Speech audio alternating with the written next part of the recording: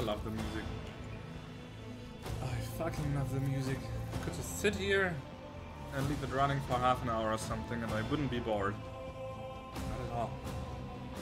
But, well, the game wants to be played. So, I'll just swipe all of that away.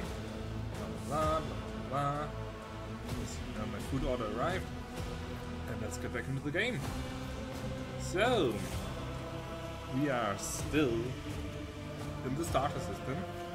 Still, been playing this game for not quite 30 hours. It's like 25 or something, but quite a while. And I'm still in the starter system. I looked poised to finally leave it though. I even got like a parade and stuff for saving the governor and stuff like that. Only for everything to go completely sideways. My glorious parade getting ambushed. As you can see, the warp is bleeding everywhere. And then we got a little side sequence which showed that the local star simply got actually snuffed out. And yep, so lights out. The sun is just gone. So that's not good. That's not good at all. So let me turn this up a little bit, I think. Like this. Yeah, that should boost my volume somewhat. Yeah, boost my volume greatly. Let me give a quick listen to myself actually, just to see. Let me give a quick listen to myself actually, just to see. Let me give a quick listen to my... Okay, yeah, sound is fine. Sound is perfectly fine. Maybe even a little more quiet like that. So yeah, yeah, we are still on Rykad... Which is it? Minoris? Minoris, yes. Still on Rykad Minoris. Parade is gone. Shot to hell. And we're now looking to escape. Escape to the Starport. And yeah, so let's do that. Escape to the Starport. First, let me check my inventory real quick. See if there's anything new. Anything cool.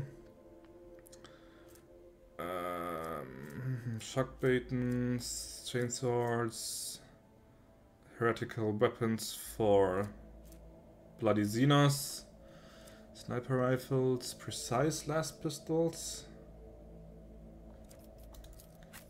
Right, here's that super cool lighting gun. Oh wait, lightning gun. My bad. I also did find a plasma pistol. Ah. It has very good armor penetration. And even area attack, wow. Does it have the overheat mechanic actually in the game? Plasma overcharge, single shot? No, apparently not. Apparently not. Whole bunch of nades, let's give one to him. She still has a medkit, he still has a medkit, that's good. That's all good. Could give the shotgun to him, perhaps. But I guess when he gets close enough to use the shotgun, he's also close enough to just hit them with his sword, so... I'm not so sure. Okay, this sword is kinda bad. This one has bleeding, which is kinda nice.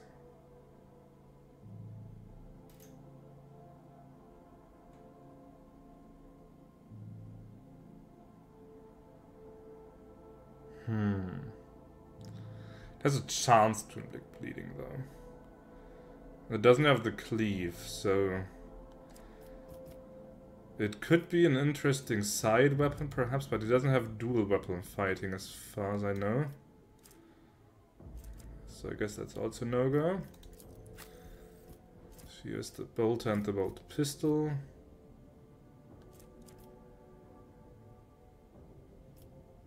Ah, right, the hand flamer.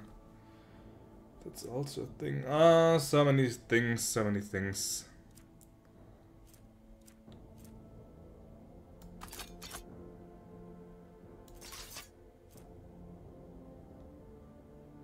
Better opportunity attacks. Do you still have...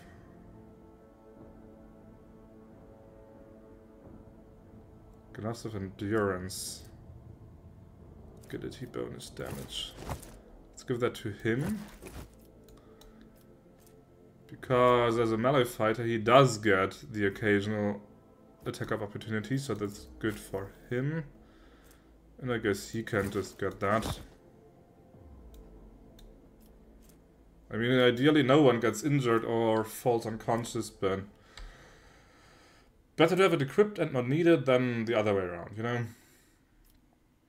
So that's that.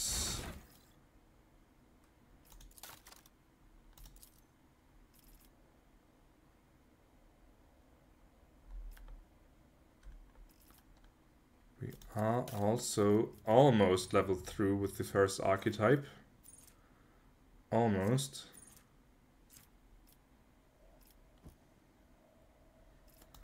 How much more?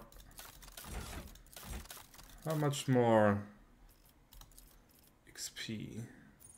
I'm getting close to the next level already, so I can finish the first archetype before, probably before I even leave this world. Okay. Let's see about exploring things. Could just go pretty straightforward, and then up. And then down there. Not sure if there's like new containers and stuff like that. I won't tolerate weakness. Did you think you had one enemy mine? You vanquished Twilight. You cut down Aurora. But she was only one of us. You hear me? She was only one of us. From the depths of that stone, from his prison of cold metal, he will arise. The hour is nigh.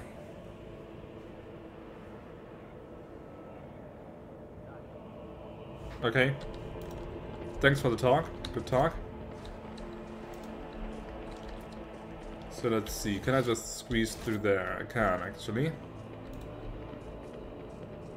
Ah, fight.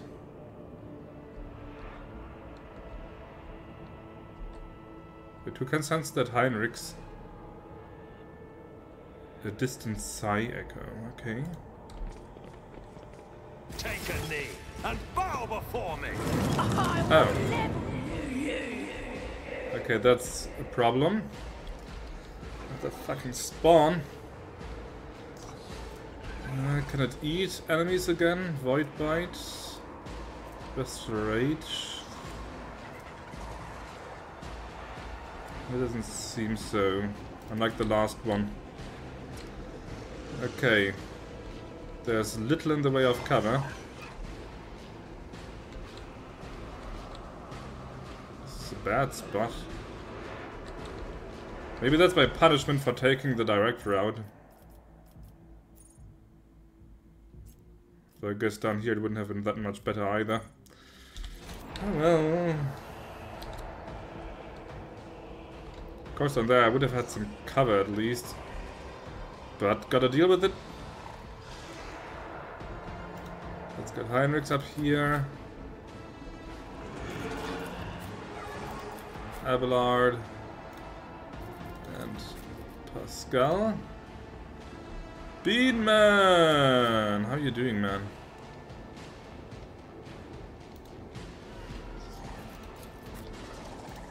Genta there. Let's just put her here. Pizza! Are you actually having pizza? Okay, I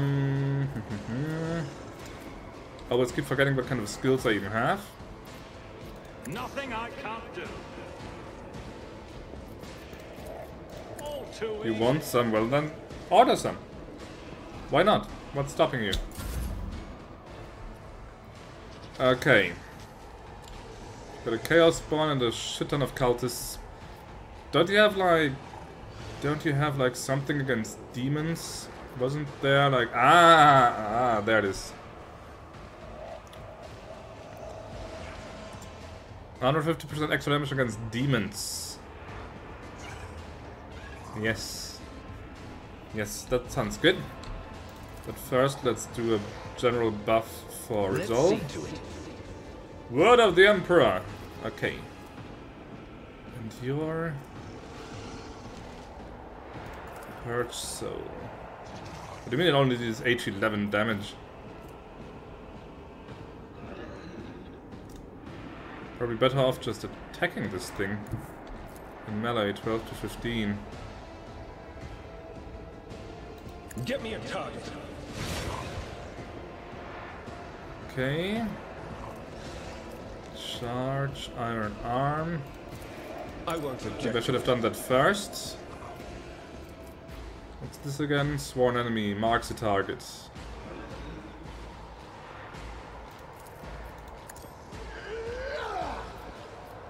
And then some tomorrow. I'm definitely ordering some tomorrow. I have a friend coming over tomorrow, and like she said when I was on the phone with her today, she said like, hey, last time that pizza was really cool. We should do that again. Focus about. So yeah, okay, there's more chaos spawns. That could be problematic. Why is there 3 chaos spawns? But yeah, so tomorrow we'll have some pizza. I will bathe this battlefield in righteous fury. Yeah. Yeah, you do that. Let's see here. Can I do anything cool? Not entrenched, not yet. Guess just do this Nuclear one. launch detected. Okay, double kill, good. Off to a good start. Yo, Oompa! Befriending with chaos spawns. I'm not befriending anyone, I'm trying to kill them actually. Faith without deeds is worthless. But it ain't so easy, man. Also, there's 2 more down here. Also, hi Galaxy. How are you all doing, folks?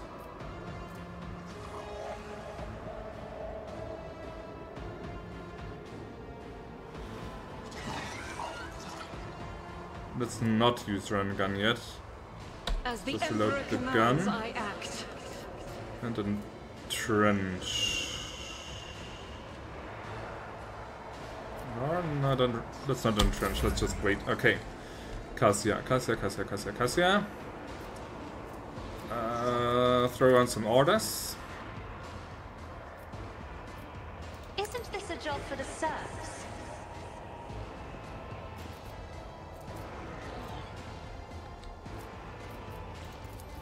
Then give an extra...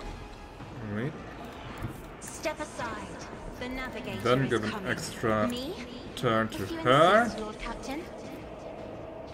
So she can do more shooting. I'll do it. This is why I eradicate. Nice. Nice, very nice.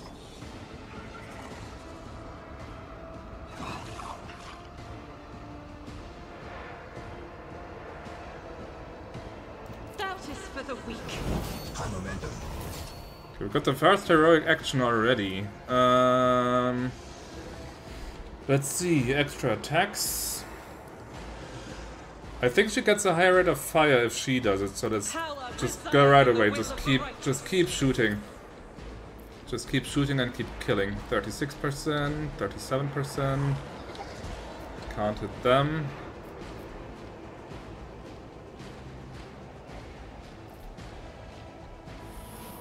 .48, and if she misses that one, she still has a chance with the other one. Okay, good enough for me.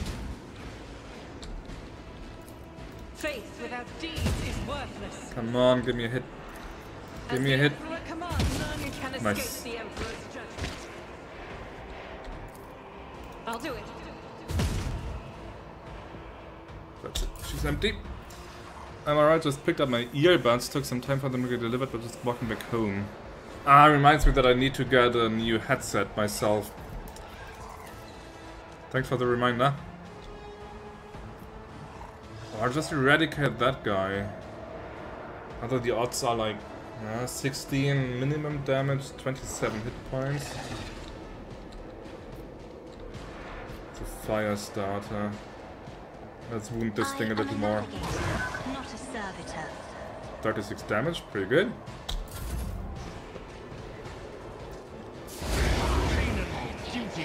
So Inquisitor, I know very well how you really feel about those things. Well then, your interrogation methods aren't up to snuff, my friend. I am a loyalist, through and through. Let's see how they respond to this. Who needs some buffers? Nothing I can't do. She needs some buffers. Already done. 87. No hit, no hit, no hit. Can't hit anyone down there. 78 against this one. 87 against this one. Not a problem for me. I've suffered worse. I've suffered worse. Okay, you go here. Indeed. Kill him. Then charge here. Okay, this thing is boxed in. That's good. Buff your defense. And Pascal, I guess Pascal will have to hold this whole area here by himself. Yeah, good. This I can watch without spoiling something for myself. unlike Shadowrun, you mean?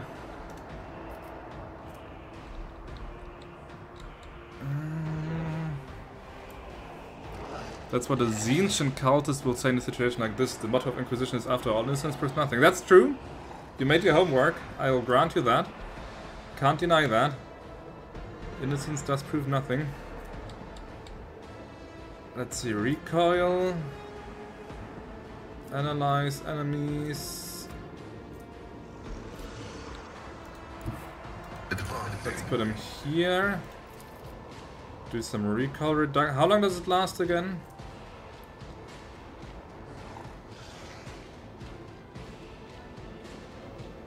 Doesn't say for how long. Oh well. Won't hurt. Okay, 27, 22, 28, 38. Yeah. Looking too good. If it's not a Dragonfall, nice. How far did you get? High momentum. Okay, he's got an extra turn. Immediately stores all AP and MP and gains 6 MP until the end of turn. They don't lose MP after permanent attacks. Has no limit on melee attacks. Let's see, 12 to 16 damage. But this is 16 to 19 damage.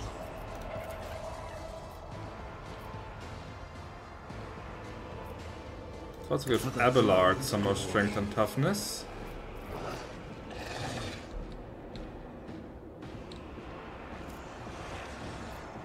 What's that? Psychic Force. 17 to 20, 16 to... Okay, it's not that much more damage, never mind. Let's see to it. Ooh, 26, nice. Nice. But of course, Lord Captain. Keep speaking the word of the Emperor, my friend. I won't object to it. Okay, the first Chaos Spawn is almost down. I'm gonna play the intro mission so far. Later's having a stroke at the moment, so I'm gonna be back real quick. Yeah, no worries, man, no worries. Nice dodge. What kind of build are you playing in Dragonfall? Good. Okay, Argenta's turn. Ah, she can't do her heroic act anymore. Ah, right, I forgot that it's only once. Only once. Okay, 4 attacks with an 86 chance to hit. Oh wait, let's do the buff first. Now it's suddenly 82. It was just 86 a second ago. Okay, now it's 88. There would be a lot of damage if all of them hit. Let's go. How did she manage to... never mind. I'll do it. Let's do the run and gun thing.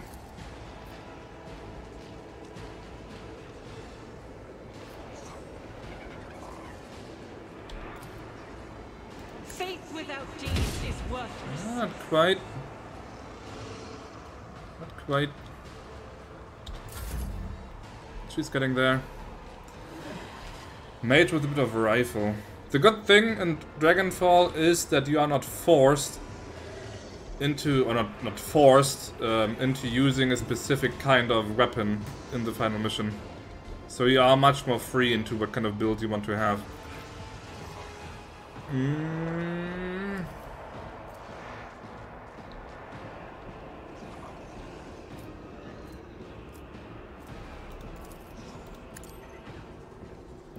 Let's give him a buff. Me? Try to die with grace. Kill here. Extra turn I'm for... afraid not. If Yeah, I sure, why may. not myself? Only 9 to 11 damage, that's not a lot. Can't see this guy. Oh well, it's 9 to 11 damage, I guess.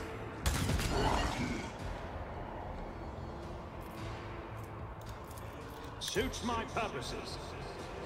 I do like that echo effect that's there when... Like when the warp is Be going careful crazy. not to cross my gaze. Okay. Ah, I missed them all.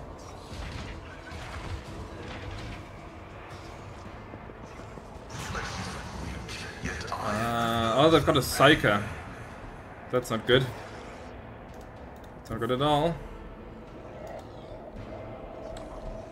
Can I snipe down? Oh, if I place myself here, I actually can. I shall not fear. Let's do that.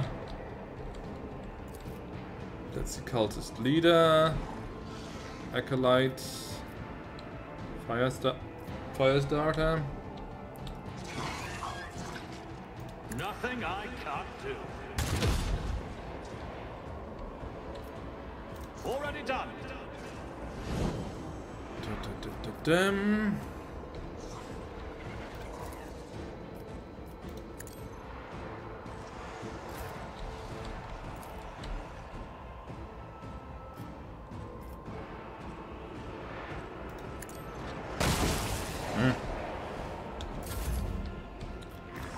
If we buff someone, I can Not a buff problem Pascal. for me.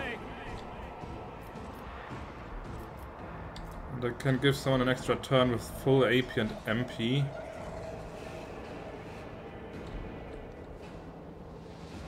No attack limit. Let's not use that just yet. Okay, Abelard, I think I want you. Let's see, 1, 2, 3, 4. Not sure if we can attack down that way.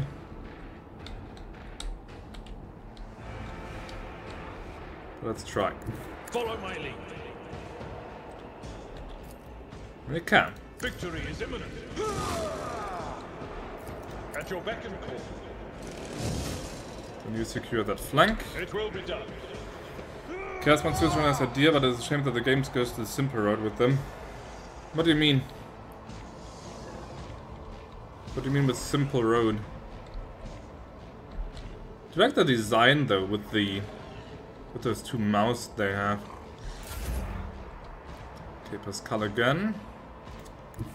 Let's put him a bit farther forward so he can cover my rogue trader. And then...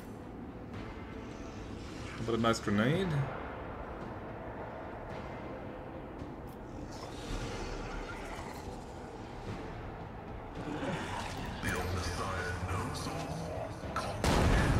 How did that not hit?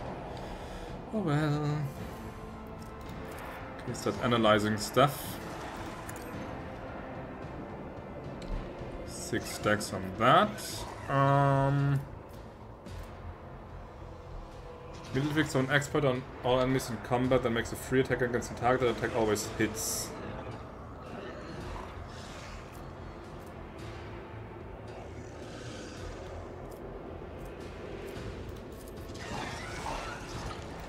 Let's just try. There we go. Wasn't that overwhelming, but hey. That's supposed to be unique in the end. Yeah, but you try, like, modeling, I don't know, 50 different versions of the Chaos Spawn just so players can go like, oh hey, it looks different. It's still a game, and they still have to be economical about things. Let's see to it. I do like that resolve buff that he just can. Yeah, 18 resolve so far. Iron arm. For the throne's glory. Let's give it to you. Okay, doesn't stack. Doesn't stack, so that was unnecessary. But of course,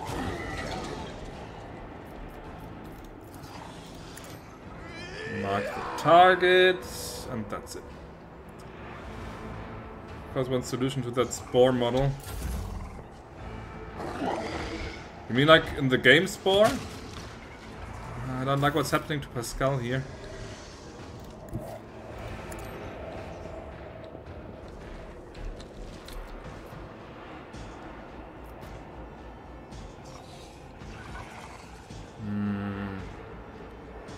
Hit chances aren't that amazingly high. 95, 40. What do you see about the fire started on there? Oh, I also need her to heal Pascal if possible. That is Too far. not the Emperor's will. I'll do it.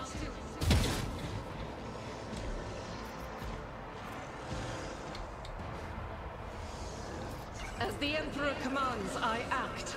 But I think even if it's theoretically possible to implement something like that, implementing a spore creature generation model just for the chaos spawn is still probably a bit overkill. Okay, they've all been buffed so far.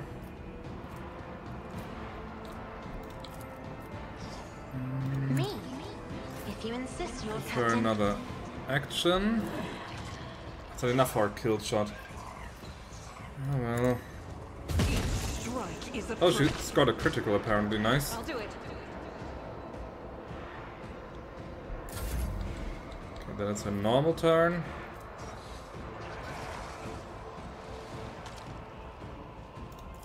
Let's give him better dodge. And then to deal some damage here. Or maybe against... Okay, can't see that one. I'm not accustomed to being ordered around. 50, nice. She be strong. They be dealing friendly fire.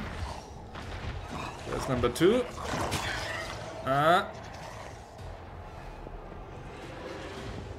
Oh dear. Oh dear. Don't like where this is going.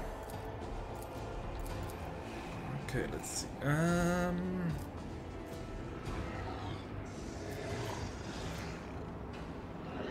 extra turn, full AP and MP. No attack limit. My task. Let's give that to Pascal. Because he also deals area damage.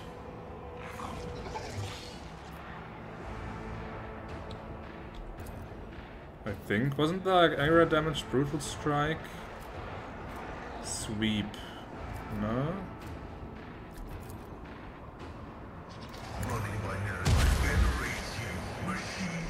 Good one.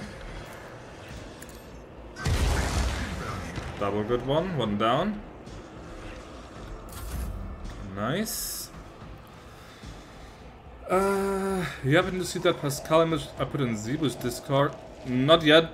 I admit to my shame that I haven't checked Zebu's Discord in a while.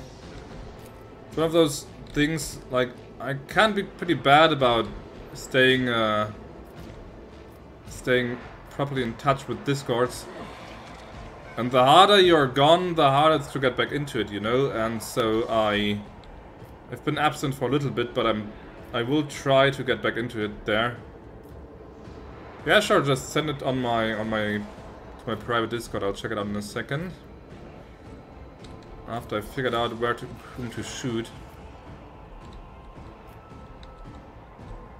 I think I better All too easy. snipe these guys down there.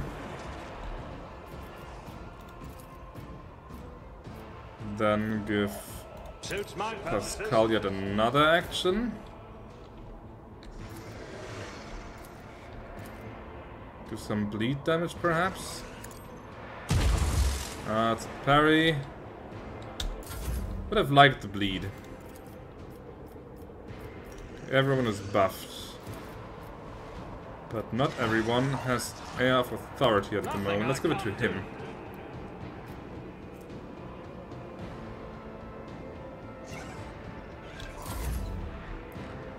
Abelard. I could, in theory, use Abelard to flank down here and get them in the back, but let's see, he gets that far in one turn, then probably like that far in the next. That far in the next. Would take a while. Sending him down here would be faster, like 1, 2 turns and he's there, ready for the spawn.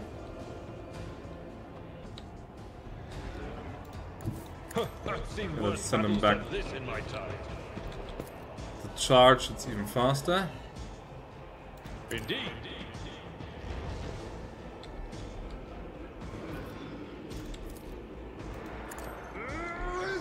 Oh nice, I can taunt. Good, good, good. Okay, that's your normal turn. Throw some more of these things on there. Still hoping for that.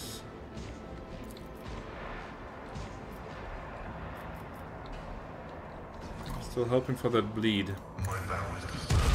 It's another parry. Okay, but the normal hit at least works. Good.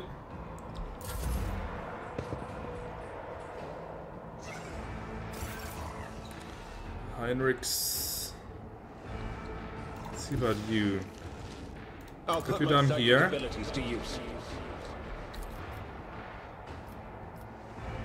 Do another buff of resolve. That's always good to have. Then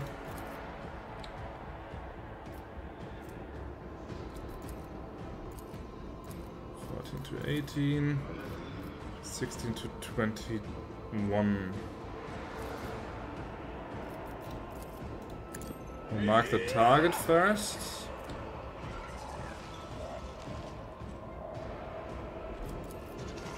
Ah, now we're talking 20 to 26. But it might block. This it can't block.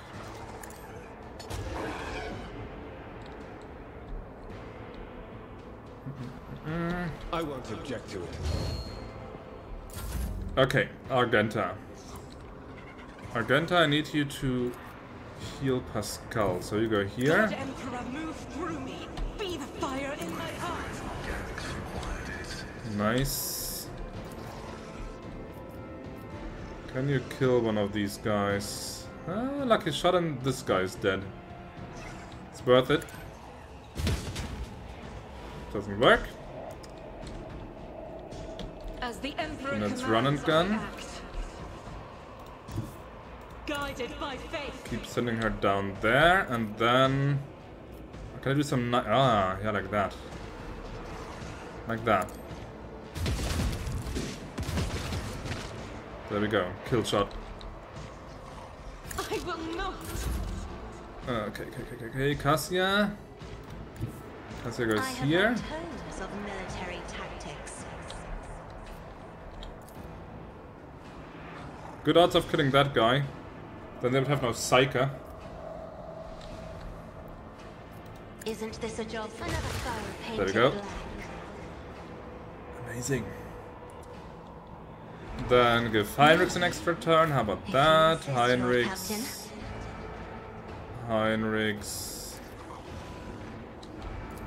We'll do a normal attack this time. Naturally. Okay, good. I'm winning this. And even more resolve. There we go.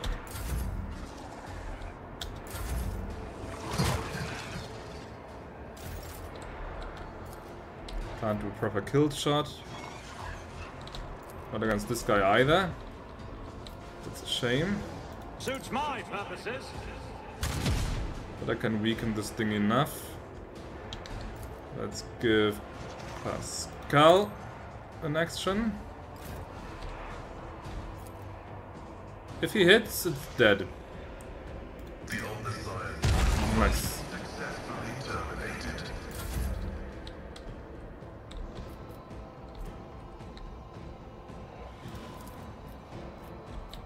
Not a problem for me. I need a foothold.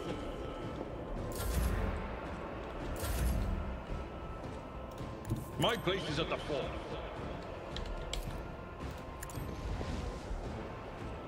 I will do my duty.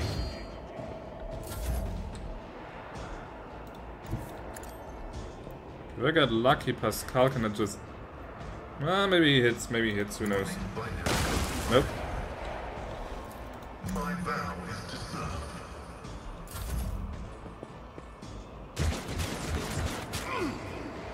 We're the last one standing, guys, so... The Emperor is on our better side. be careful. Let's see to it. Nothing stands Okay, kill strike, come on, kill strike. I won't object. Your reckoning is due. Good.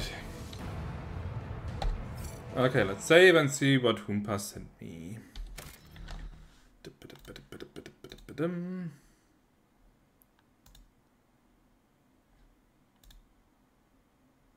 No wonder why Vic chose that dialogue option. I can't open it. Ah, it's Twitter being Twitter again, but... Wait. What the hell? I better not show that on Twitch. That's not sexy in the least, man. Not at all. Ew. Okay, what have you got? Staff sounds interesting. Mesh vest. Sure, let's take a look at that.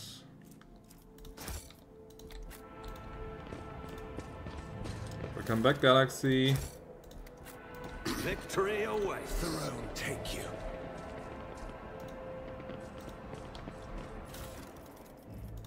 So I'll just trash again. Lots of trash.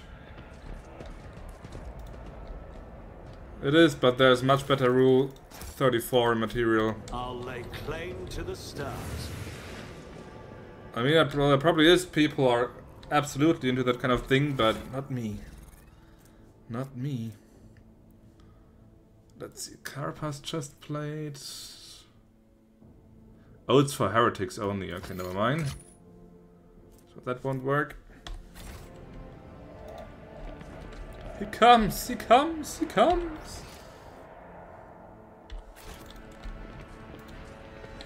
Follow my lead.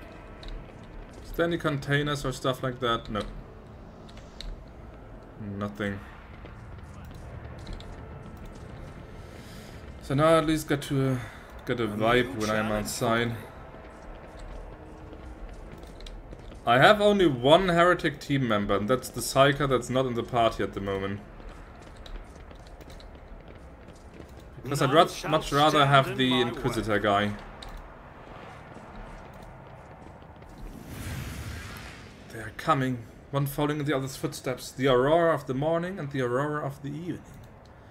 Does she have a twin sister? Maybe she has a twin sister.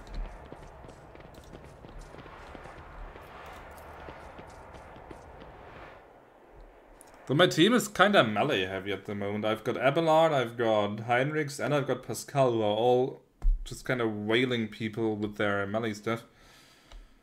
My only proper ranged fighter, apart from the Rogue Trader himself, is Argenta. Not that Argenta is bad, but... I guess Katya counts as a ranged fighter in a way, but... not so much with weapons. The anarchy on the Starport will distress the hallowed machine spirits of the Voidcraft, rendering them deaf to all intents of placation. The shuttle we use for the evacuation must be handled with caution. Well, first, let's do the last level up for this archetype. Choose a special ability. I can... let's see, finest hour. Fellowship bonus, that's good for the rogue trader, I guess. Temporary wounds.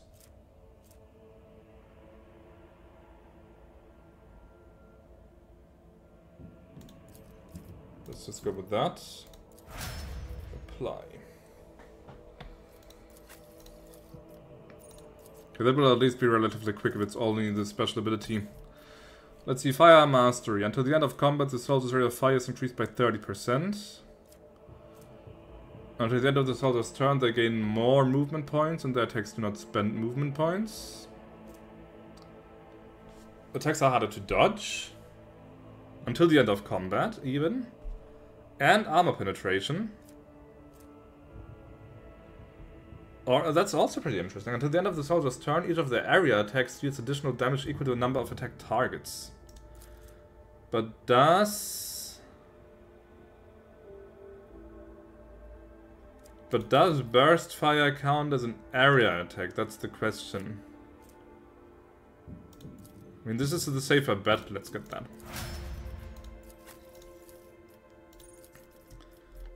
Daring Breach. Wait, why doesn't he have... Why doesn't he have one picked here already?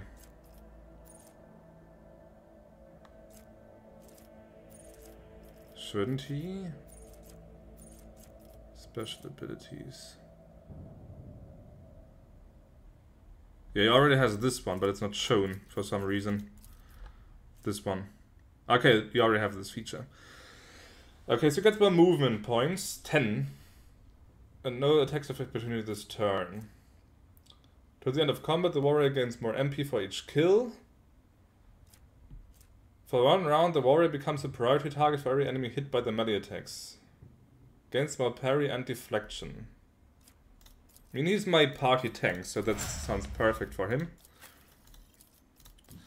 He's my melee damage dealer, so... Strength bonus damage. Strength bonus divided by 2 damage, okay. Let's make him speedy instead. Pascal. What do you have already? Dismantling attack also cripples the enemy, reducing their weapons capabilities by 30. Let's see, intimidation. Reduces dodge and armor.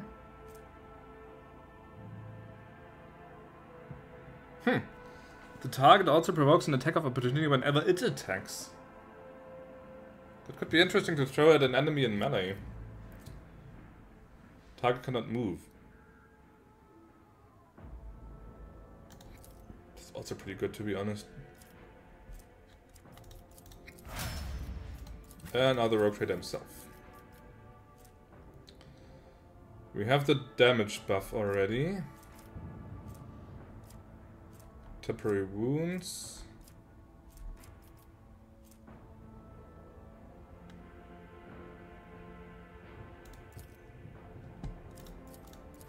More actions. More actions is always nice to have. Okay. Starport. I have to get... Where do I have to go? What's down there? What's down there? Well, it's still pretty linear, so I can't really go wrong.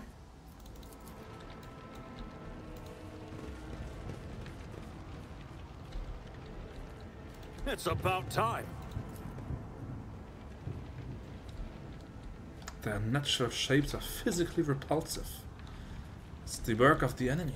Watching the lazy handle sacred technology breaks my heart. Figuratively speaking, my cardiovascular augmentation can withstand much more than high blood pressure. I wish my heart could withstand more than high blood pressure. Victory awaits. Okay, this brings me up there.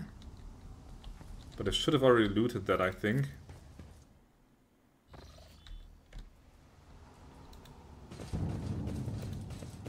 Yeah, it's cleaned out already. I'll lay claim to the stars.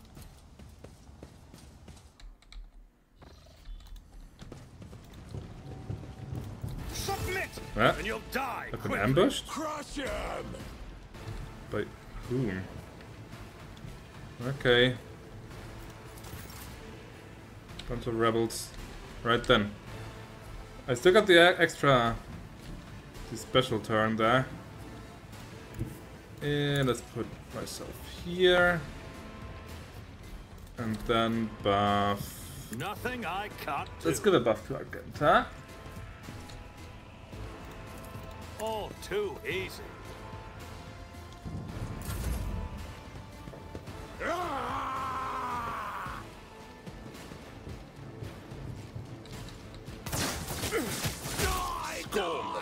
So there was more damage than I was hoping. Oh, they've got a sharpshooter too. Let's see. From there she can actually see all of them. Rejoice in battle. And she herself is in hard cover. 13, 29, 51, 51, 42.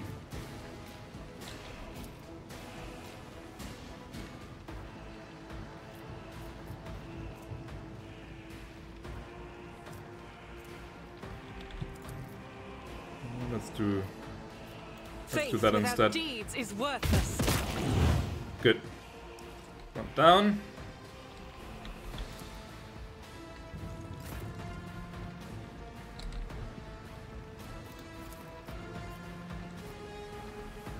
Already done.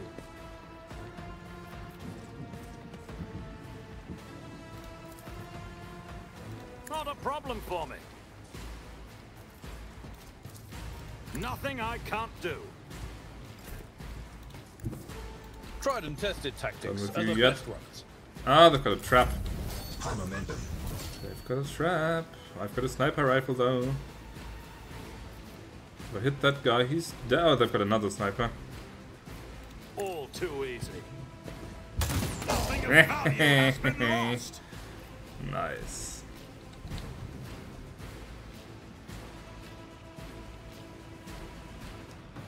That's the extra turn.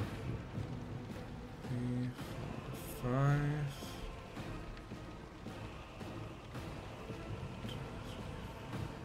Could maybe reach that guy, but it's only the one. Suits my purposes.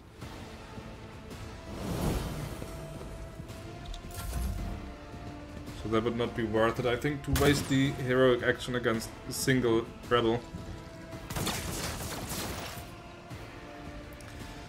Pascal, what's your hit chance? Not terribly high. Not yet, at least. As the tactical imperative dictates. Haha, good to know, okay. Good to know.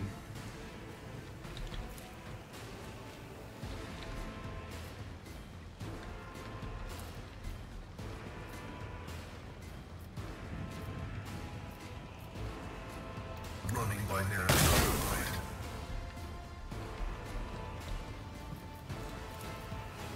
The Omniscient knows all, comprehends all. So that needs to be bypassed. We should deal. Ah! Whoops. Oh, come on. How many mines do they have? At your beck and call. I can also taunt. Let's taunt the sniper. Victory is imminent. And buff defense a little more. High momentum.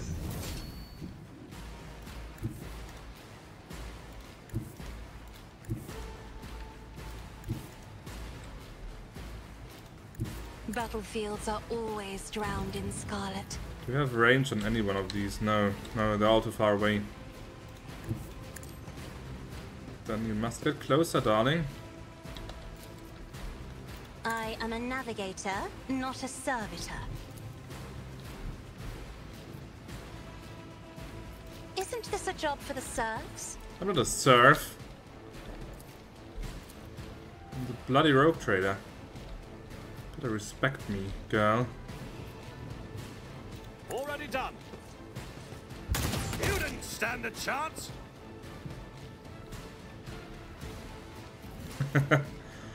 I think if I am fear incarnate. turn her into a servitor, I'll get into big trouble with the navigator houses, man. Big trouble. At your beck and call. Nice critical hit. A tactically sound approach. I will do my duty. It's only the one guy left, eh? Yeah, only the one sharpshooter. It will be done. Too far to taunt. What was this one again? It's your time next. One friendly creature. Not too far away.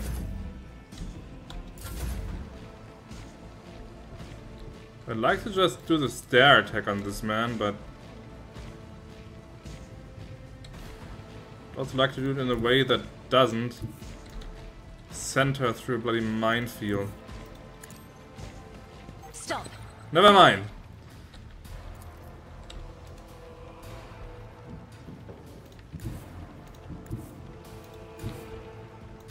Can't I like set waypoints or something? Emperor, give me strength. Still too far away.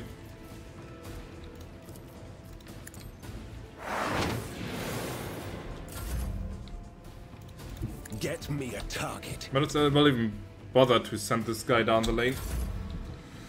By the time he gets there, the fight is over anyway. How about you just disarm? I will bathe this battlefield in Crap. righteous fury.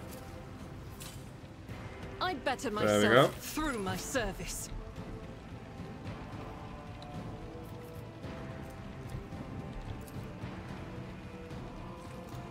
The enemies of the Emperor will be undone. Oh, she's got vision, but only 15%. Okay, never mind. Just disarm that one as well. Never doubt me. Oh, she can still shoot even, okay. But does she have a higher hot chance to hit with the burst fire? Never Justice mind. for the weak. I'll do it.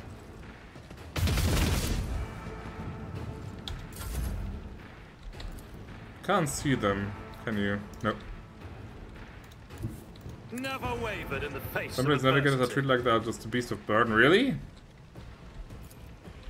Can't imagine that, to be honest. Nothing of value Good has shot. been lost. I mean, I did read a bunch of the Rogue Trader books, and The it's Emperor always said favors me that today. Follow my lead. the navigators are basically a breed apart. I mean, literally, but that they are so high in the hierarchy of the Imperium that nobody would dare touch Duty them. prevails.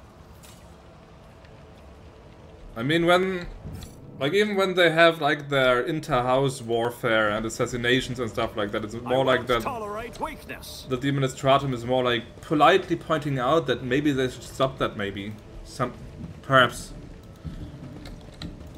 but few people can actually touch them.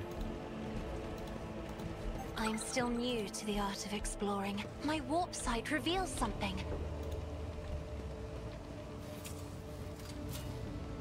Never doubt me. Every trap under his arm is a little bit of experience. The Emperor favors me today. DT does. That's a sniper rifle.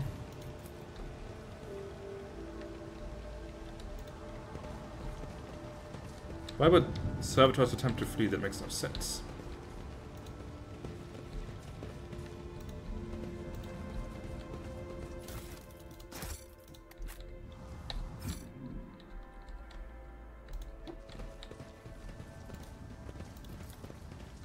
Wait, goods?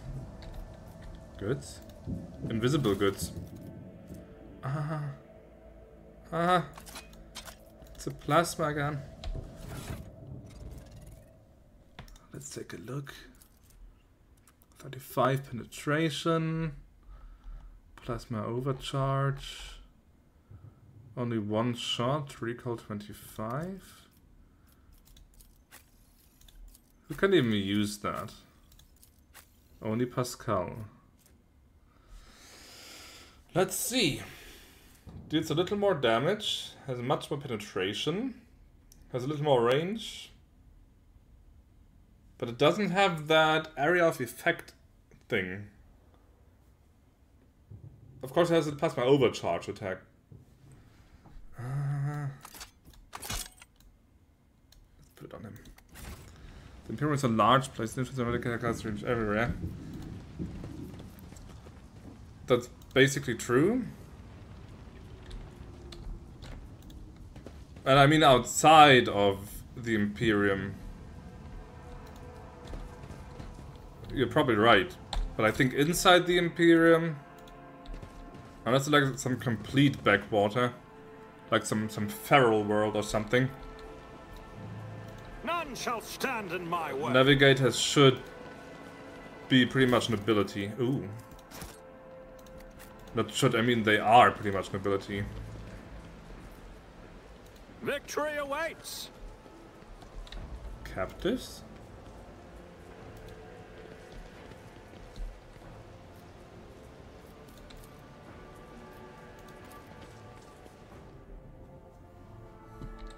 A new challenge for me? I mean you can buy the game and you can treat Cassia like shit, but it's your own risk, you know.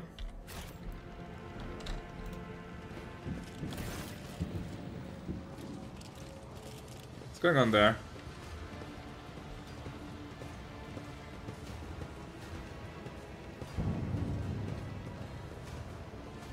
Soldier, report. The stench of whatever Faisaline is and blood blankets the starport. Echoes of shouts and gunfire drift over the landing pads. The shards of plexiglass crunch underfoot. You recognize Sergeant Mulga amid the crowd huddled next to the shuttles. He was the soldier who greeted you upon your arrival on Rykad Minoris. The sergeant's chest is fitted with a sturdy-looking flak vest bearing insignia customary among your troops. One of the enforcers you sent must have given to Mulga as a gift. A group of bloodied and frightened people is wedged between the Mulga's wardens and the shuttles. You recognize them as the governor of the planet and the members of his high-ranking entourage. Their expensive attire has been torn in the fight and many bare wounds left by bayonets. I will buy this after the fact that you can have a romance option with SOB. I wonder if they will patch that in actually and cave to fan demand. In a way I hope not, because then I would have to like... I mean, I think I'm too far in the game to like start flirting with her now, if you know what I mean. I would have to retroactively do the entire romance. Let's see, examine the people. Demand a report. Governor. Examine the people. Some of the nobles are paralyzed with fear, others have succumbed to despair. Two corpses are lying on the ground with their arms outstretched. Black blood has pooled under one of them. The other's skull has been split open like a nut, encircled by a pinkish crimson halo of bone splinters and bits of brain matter. Sergeant Melga demanded an immediate report. What is going on here? The sergeant spins around to face you, his face a twisted grimace of anger. Anger. What the fuck? Huh? Our esteemed governor and his gang of cronies have been cowering behind us, and now when things got rough, they thought they could scarp her and leave us here to die. We've shed our blood for him and broken our backs to provide for him. After all this, you think that's fair, you piece of Grox shit?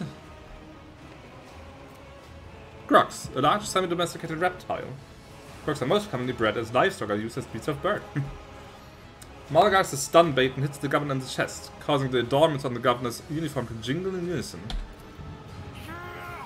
The governor spits out blood and opens his mouth to respond when his head explodes. Oh, Malgar, what are you doing? His body falls limp to the side, his remaining eyes staring upward. Malgar! The chorus of the noble streams cannot drown out the sergeant's spiteful whisper. Enough! You've said your piece. Malgar! For generations upon generations, the nobles of this world cared for Rykad Minoris and ensured the prosperity of its inhabitants. And this is your gratitude, peasant? For killing a nobleman, you deserve to be executed where you stand. Cassia throws out her hand, and Malgar's knees buckle. My mentor was right. The rebels truly have no honor. Abelard looks like the governor's body, his brow furrowed. Madness. Punishable by death. We don't have time for this. We need to get to the shuttle now. Let's see.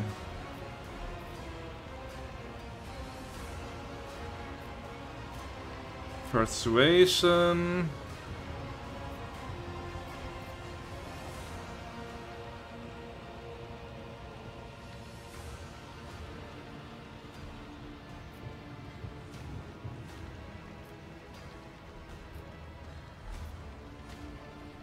Let's like this. Look at yourself, servant of the God Emperor. Whom do you serve? Humanity or its foes? How dare you speak of justice with kindred blood on your hands? Lower your weapon if you value your soul. Malgar raises his gun at you, only to immediately lower it. His hands are shaking. Shame and despair are showing through his mask of bloodlust. For crying out loud, your lordship, sir. How could you say such a thing?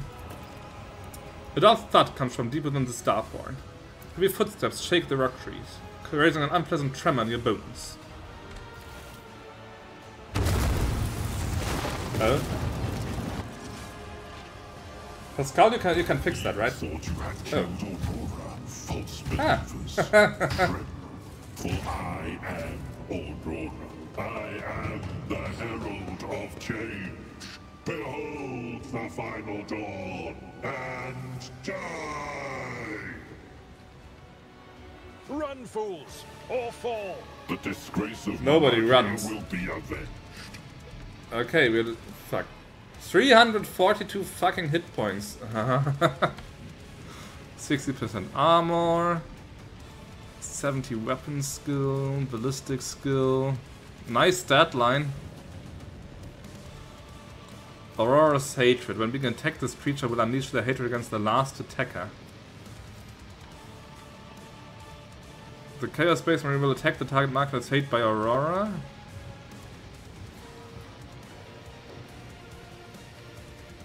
Okay, that's the debuff from Cassia. He's got a heavy fucking bolter.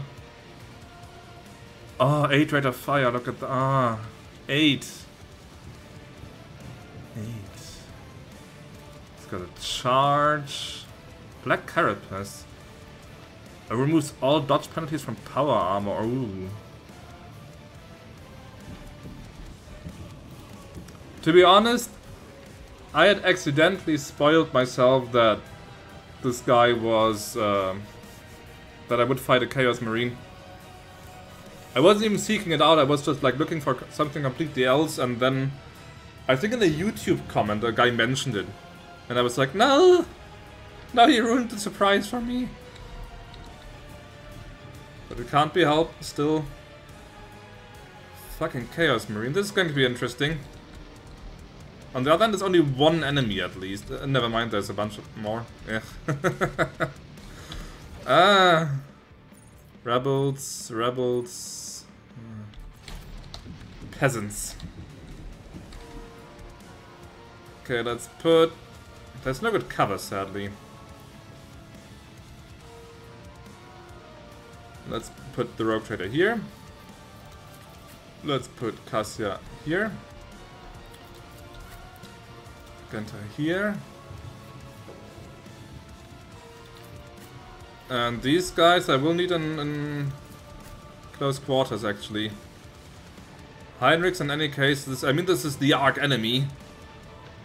And Squad of Chaos Space Marines waits in Fog of War. Well, then I would definitely be fucked. I mean, my entire group against him could work. But if there's more of them, then I will have problems. Big problems. Okay, let's see. Heinrichs and Abelard go for the Marine. Pascal just wipes the floor with all of the peasants here.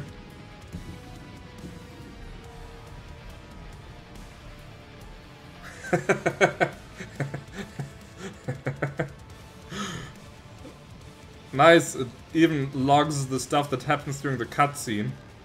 Aristocrat dies. Sergeant Melga dies. Guard dies. Guard dies. Guard dies. Guard dies. Guard dies. Guard dies.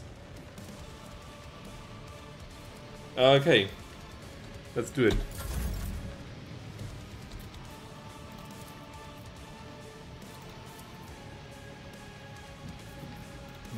Let's give Nothing I her... can't do. Let's give her the buff already. Put more resolve.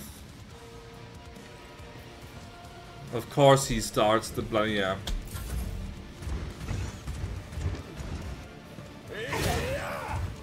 Seven damage! Yeah, team kill, keep team killing. No, stop! Oh, oh no!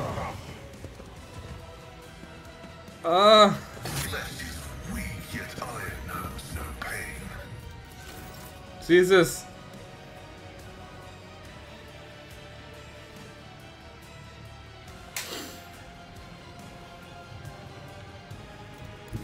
I've seen worse battles than this in my time. No, you have not.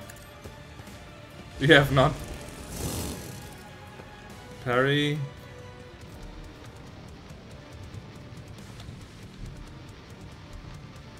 For von Valancius! At your beck and call. It will be done. I will do my duty. At your beck and call. I'm not interested. I'm very interested. Ah, that was bad. She deals pretty decent damage because she bypasses his defenses. Ah, dear.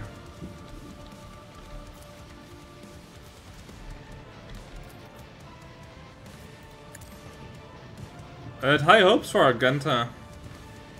Like, big damage dealer, stuff like that.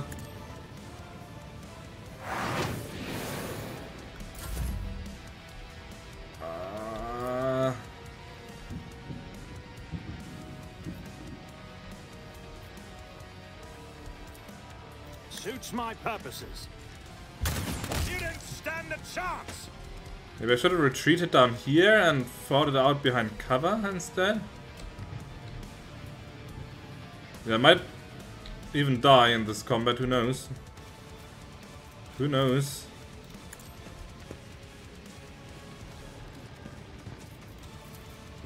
Nothing I can't do. If there's another round like that again, then half my team will just disappear. Okay. What have we got? 8 to 15 damage, 7 to 10 damage, 9 to 12 damage. But of course, So Lord resolve Captain. buff first.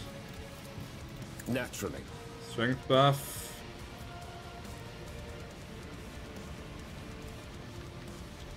For the throne's glory. Defense buff.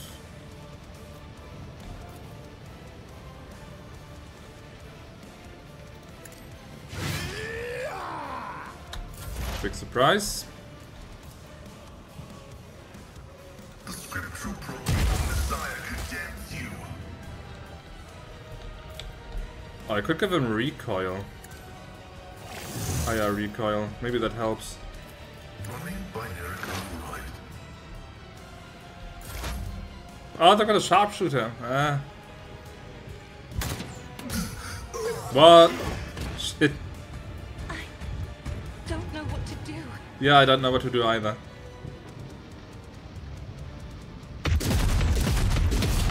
What are you doing?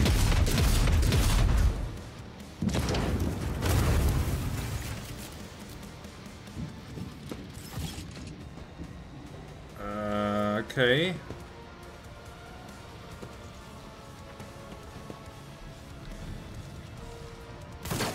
Wait, do I just have to escape?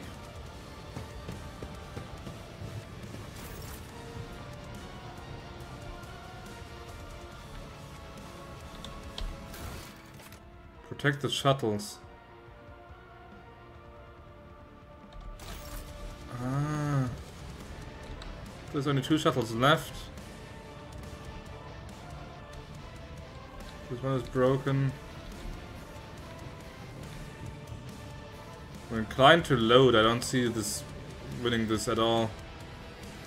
Death Guard could have been cooler, boss in a way, slowly coming forward, nothing stops him, he just walks towards with artillery spells all around him. What is this guy? Is that like word bearers? Or world eat? No, it's word bearers, right? World eaters have another sigil, I think.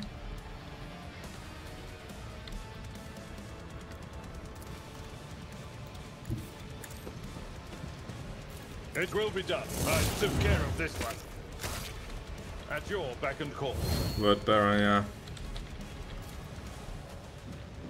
Yeah, also with the red and silver color scheme, I think World Eaters had like, what was it, red and gold?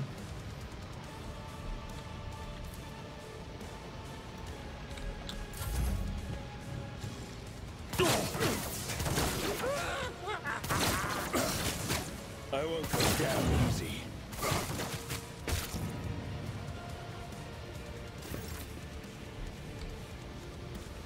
Step aside. The navigator is coming. Help me, Cassia, help me. Fury of house or That's Senate. better.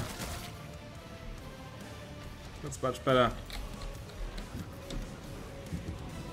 I'm not accustomed to being ordered around.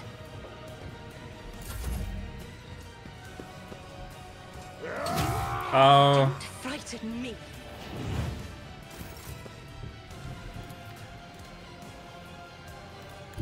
Forge ahead. Am I supposed to stop him from destroying the shuttles? I can barely damage him.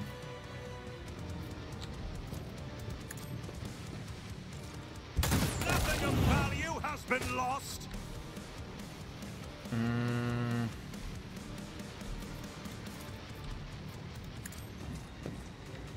Cassia back and finish.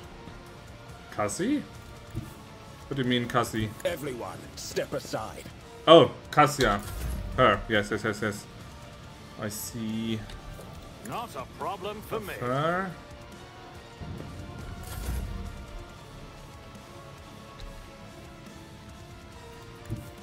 I'll put my psychic abilities to use. Let's see to it. Ah, he resists the bloody shit. But of course, Lord Captain. Be gone. Let's see to it.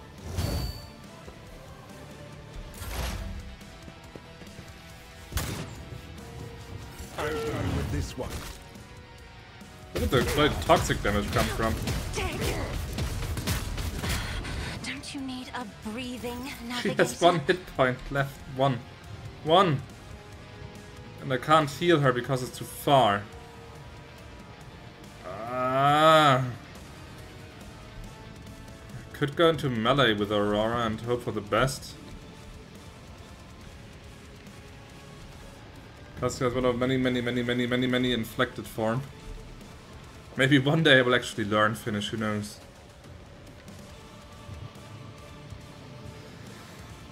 Do I try and heal her? My place is at the fore. Guess I should. Someone else can do this. What do you mean you can't shoot? Oh. Never mind. I will do my duty. But there's another guy? I didn't even see him. My house needs me. Okay, so much for the healing attempt. Another one is down. Absurd.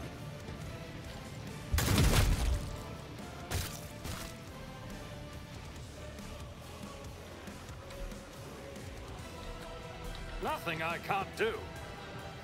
I'm going to lose this. I have absolutely no idea.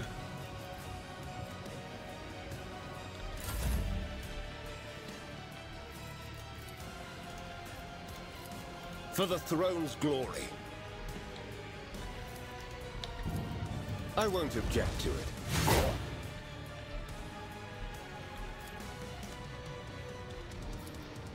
Into 18.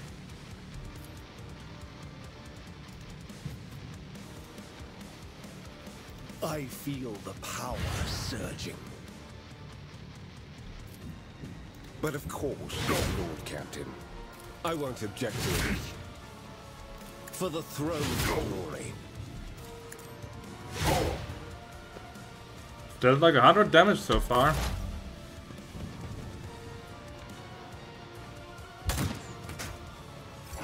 Like, don't give me that back. Elle Anna Minule Tuata Cassia. Sorry for mangling your language, my friend. Yeah, I've got no chance. I'm dead.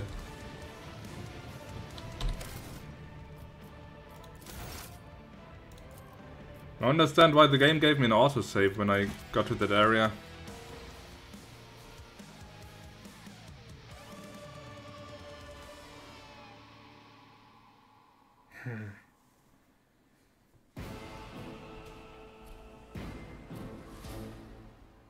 Like, what's my best bet? I like hunker down in heavy cover? Try and have Abelard taunt him so he doesn't attack anything else?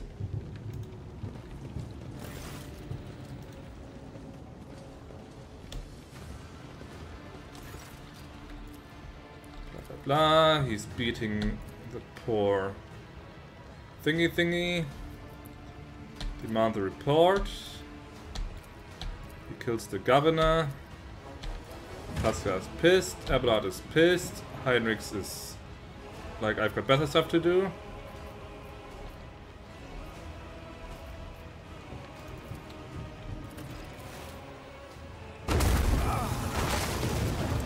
And now we're in trouble again. You thought you had killed Aurora, false believers. Trim, for I am... Couldn't they have just given him like a normal bolter or something? Why does he have to have a heavy bolter? The final dawn and die. I won't heed your cries of mercy. Death to the false emperor. That's not a cry of mercy, man. It's not.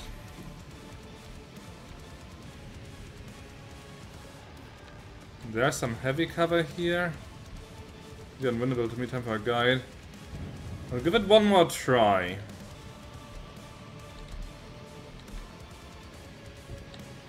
I mean, it's obviously not a scripted fight, like just hold out for 2 rounds and then something happens. I have to protect the shuttles, it says. And he did attack that one shuttle, so there's 2 more up here. So it's reasonable to assume that he will try to destroy those as well. But he doesn't do it every turn either, so he keeps attacking me in between. So I think I have to defeat him. Or there's a hidden timer I can't see, but... I think my best bet is to just try and get back here into cover. Or like here, for example, heavy cover, or there.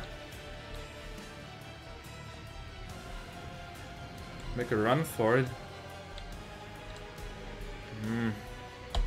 It says protect. It says protect for 1. And it's pretty far. I mean, I start here. I could maybe move my people here, like into this area, but then it's still like 1. At least 2 turns I need to get there.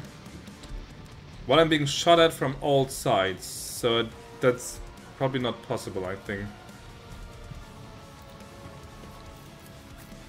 No, I think endurance is the key here, somehow. Don't ask me how exactly, but I've got no better idea, to be honest.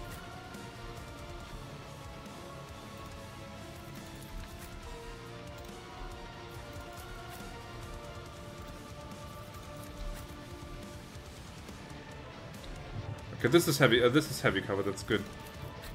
I can also park a Gunter there. So these 2 should be kinda safe for the time being.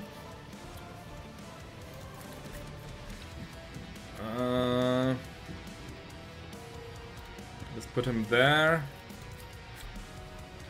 Not enough cover to go around.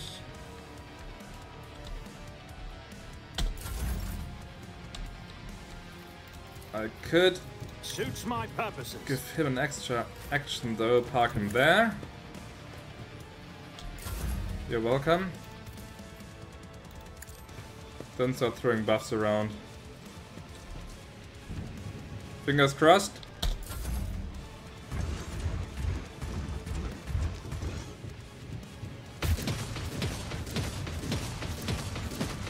I will endure. Okay. I guess that's worth a quick save. If not that, then I don't know.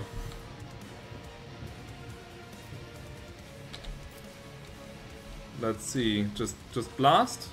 Do we just blast? Let's just blast. Oh, not bad. Not bad. How much damage was that? Almost 20 damage.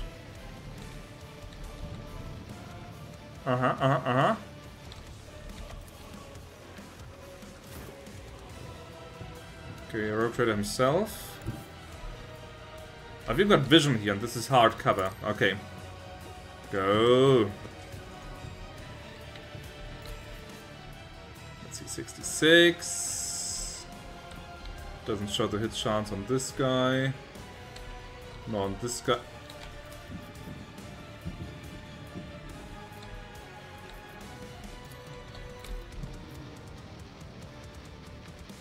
Nothing I can't do. Opposing me was your biggest mistake.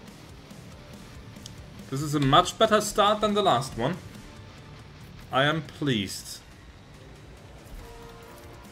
All too easy.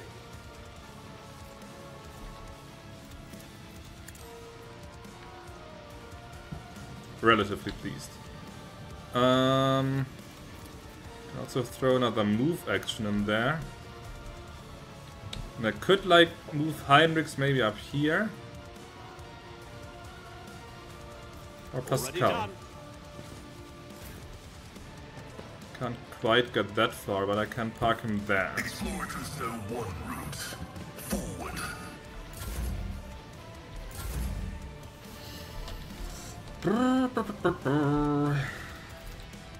She's too far to do much. Be careful not to cross my gaze. That's too far. The interface seems to be bugged out. I can't like see the damage and so on. I am a navigator, not as duty demands. Could give her an extra turn. I mean, why not? Isn't this a job for the serfs?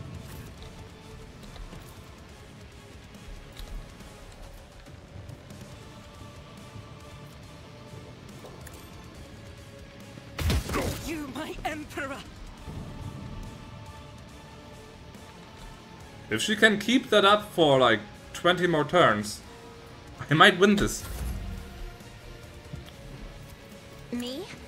If you insist, Lord Captain. Battlefields are always drowned in scarlet.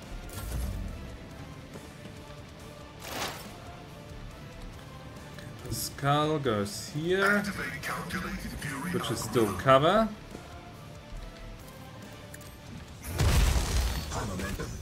Nice, we've got another action. Let's debuff him. Can I debuff all of them? Or only him? Good enough. So he has higher recoil to deal with now. I guess that's a good thing. Request approved. And let's stir some analyzers on him so I deal more damage in the future. Okay. Farewell, if any of you somehow managed to survive, find Lord Inquisitor Calcazar and inform me of what you saw here. Nah man, we'll get through this. You'll be fine. Just dandy. I need a foothold. I need a space marine or something of my own. That's what I need. Is this cover? This here? Is this cover?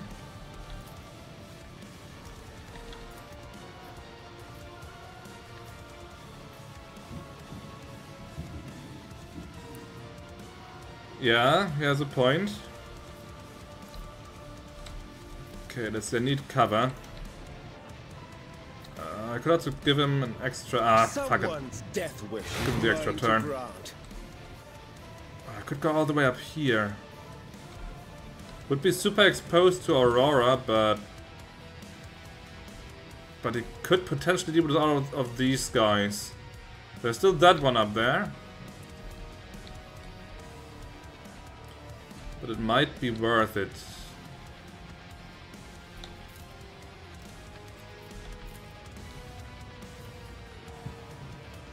Naturally. Let's throw out the resolve buff first.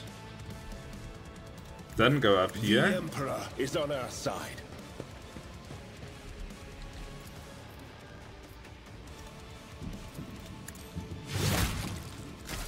I won't object to it. Your reckoning is due. I won't do that. But of course. Good. Good. Then I park the man.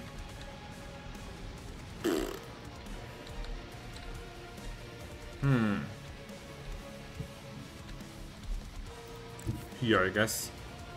Everyone, step aside. And give him a defense buff. Let's see to it. Doesn't get better than that. Abelard. Follow my lead.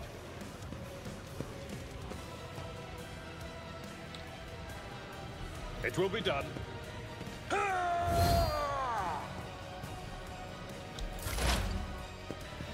Okay, they only have the sniper and Aurora left. The sniper should not be the issue. Okay, he destroys the chapel.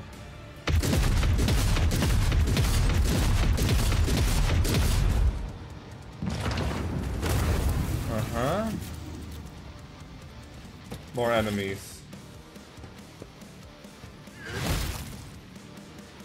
That solves one of them. Alright. Oh, there's more.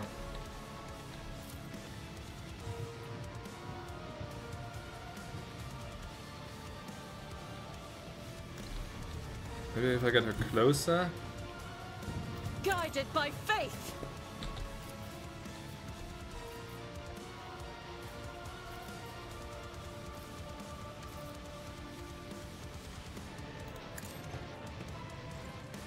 None can escape the Emperor's judgment. Nice. Okay, she's got a buff. 5 MP. 1, 2, 3, 4. Okay, that would get her into this cover. As the Emperor commands, I act. Or even this cover. Let's see. How about that cover? God Emperor, move through me. Be the fire in my heart. Faith without deeds is worthless. Aha, come on. Damn. I'll do it. Still, pretty good going. Rogue Trader. Rogue Trader, do something. Okay, damage against these guys is pitiful. 91. Not a problem for me. Rest assured, I'll be marking this incident down. I would expect nothing less, Abelard. Heinrichs, I mean, sorry. Nothing less.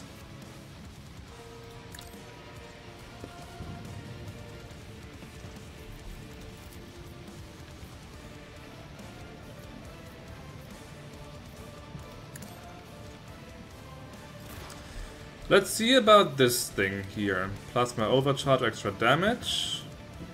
Area attack. 41, but it deals good damage. Oh.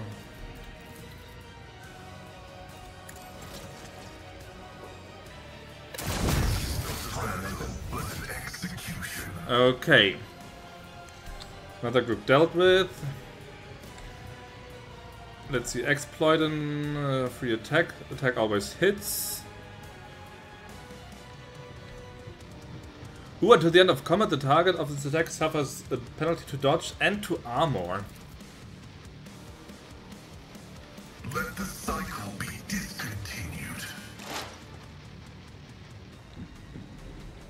But where's the second attack that I was promised? Makes a free attack, that attack always hits.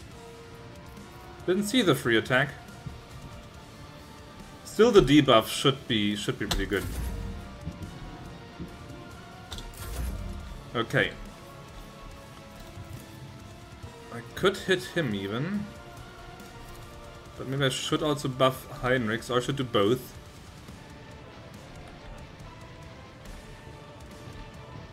A lot of cover to go around though. I have read Let's get a little bit tomes of closer. military tactics.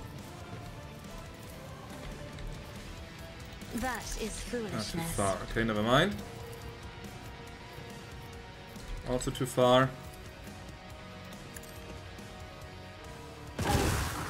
Ooh, 47.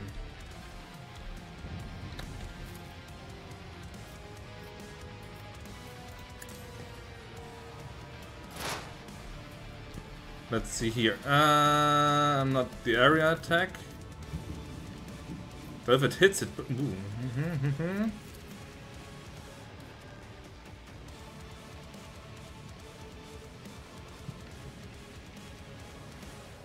Come on, hit. Running binaric override. Deliver us! Did you hit Cassia? Did you hit Cassia? Hit Cassia? You fool! Ah.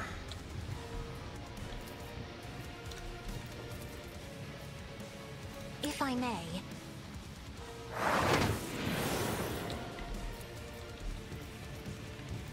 I am a navigator, not a servitor. There's no good cover she can reach. Pascal's normal turn. Ah, hard cover. Advancing. Good. So there's a shit ton of My vow is to analysis on him. 24. Oh, if he hits it would be so good.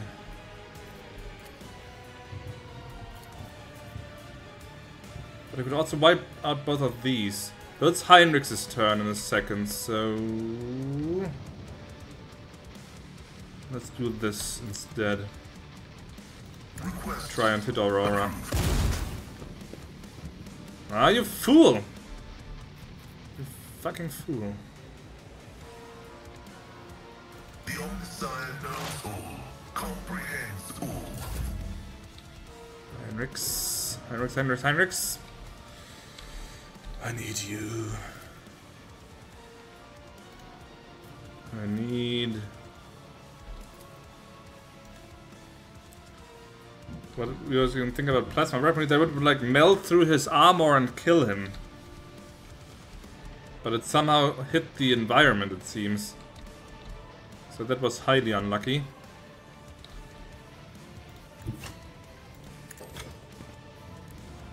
Oh shit.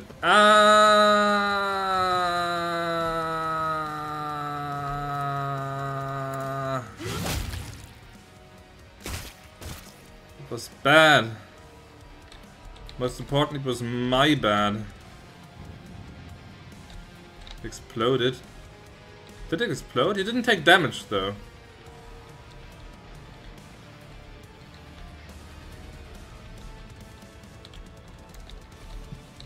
Need to get this man to safety.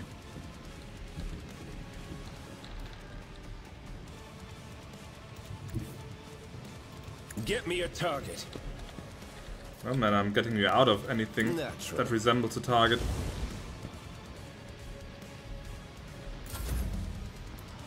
Abelard. A tactically sound approach. Let's see if you can heal Heinrichs maybe next turn. Victory is imminent. Can we actually taunt him? Oh, it was too far, wasn't it? No line of sight.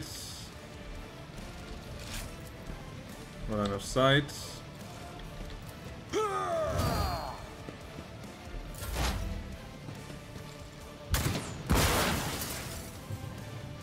Please don't kill me. Please don't kill me. Please. Please. No. No. No.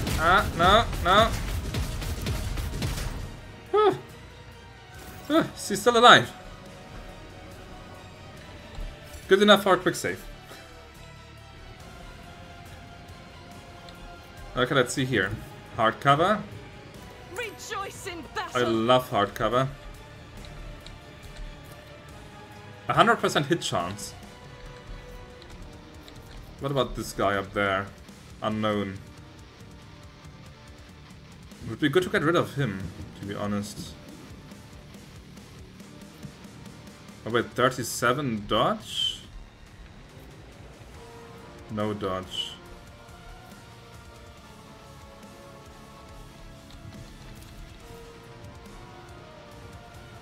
Doubt is for the weak. How did you miss all of that? I'll do it.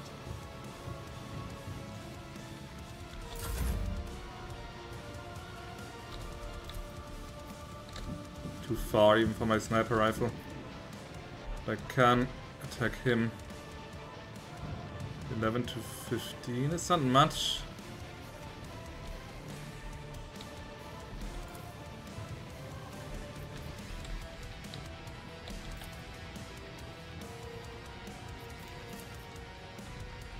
Can't send her somewhere else. Suits my I can get purposes. Abelard closer to Heinrichs though. Tried and tested tactics are the best ones. Now the thing is, do I waste the shot? It doesn't deal that terribly much damage, I'm afraid. Would be better to hit him with a plasma gun or something. But not shooting would also be a bit of a waste, so...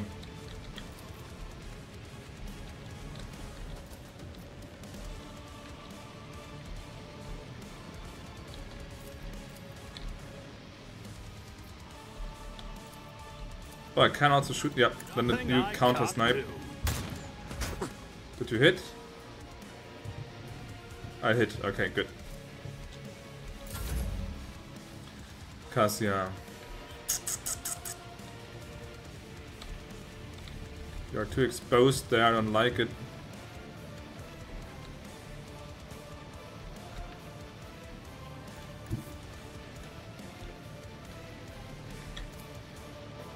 One to 38. It's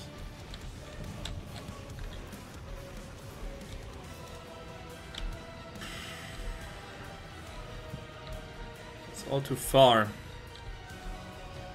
Could park her there in that corner. Emperor, give me strength.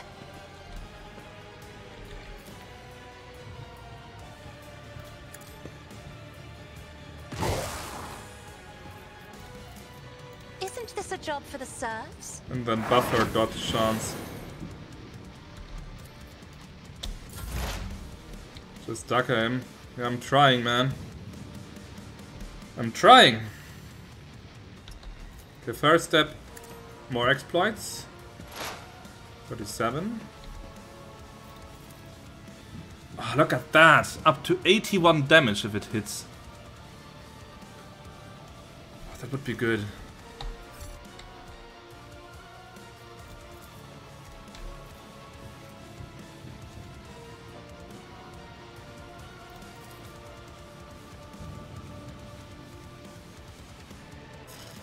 Man. Request approved.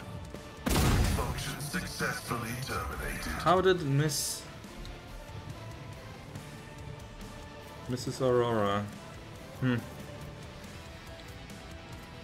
Strength analysis, tactical knowledge. Wait. If there's only one enemy in the area, the operative removes all exploits from the enemy. All allies gain 2 times the number of removed exploits % armor to the end of combat. That would be 74%. What does armor do exactly again? Reduces incoming damage. It shows the percentage of damage that is reduced by the character's armor and the deducted of damage reflection every time the character is hit. It would be a lot.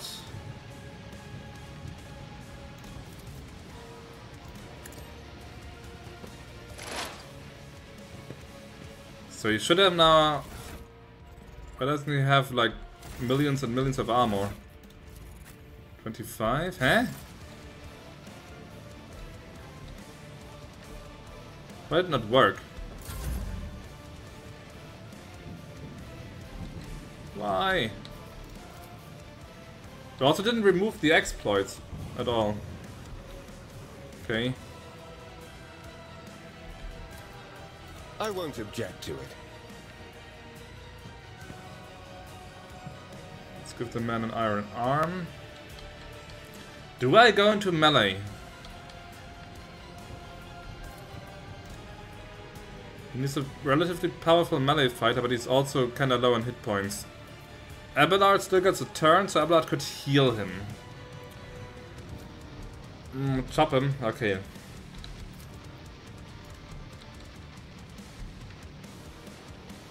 Do I need the resolve buff? Let's just go in and attack more instead.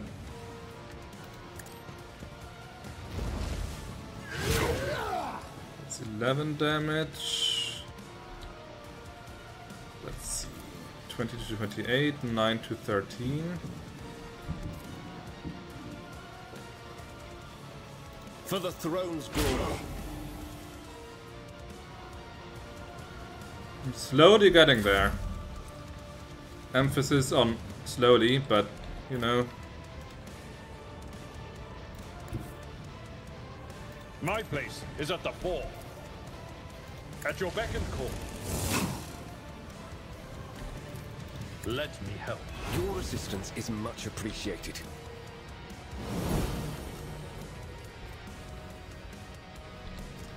Let's hope that the brace for impact helps against whatever happens next turn.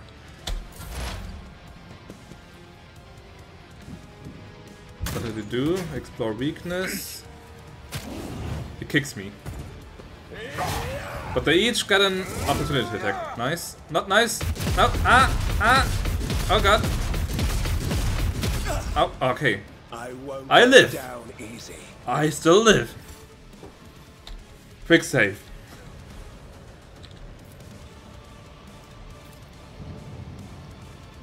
Okay, now the damage is pretty damn low again. He's out of range.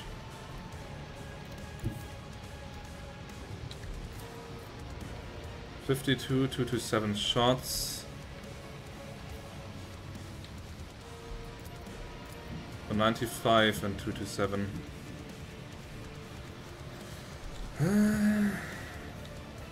I think the sniper I'll leave to the rogue trader.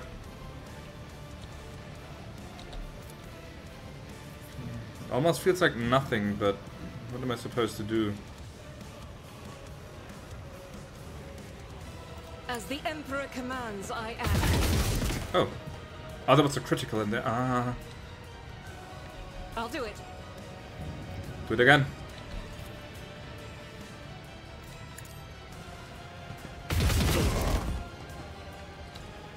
Faith without deeds is worthless. Give me a counter snipe. Suits my purposes. He's still alive. 6 hit points, okay. Just 6.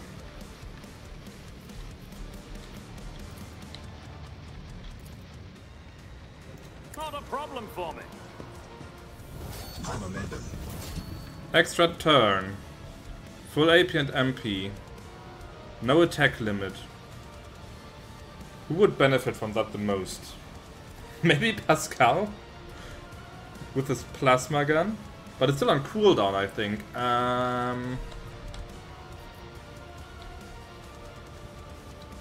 Magenta could fire off a few more bursts.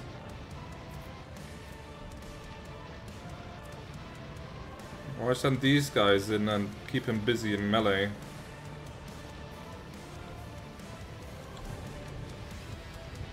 Yeah, I think the plasma gun is still on cooldown anyway, so I don't think I can use it.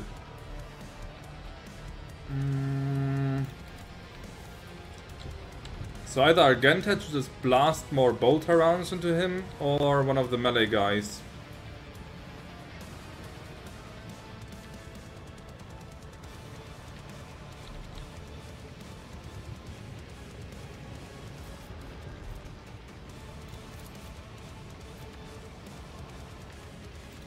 Give it to Heinrichs. Low momentum. Low momentum.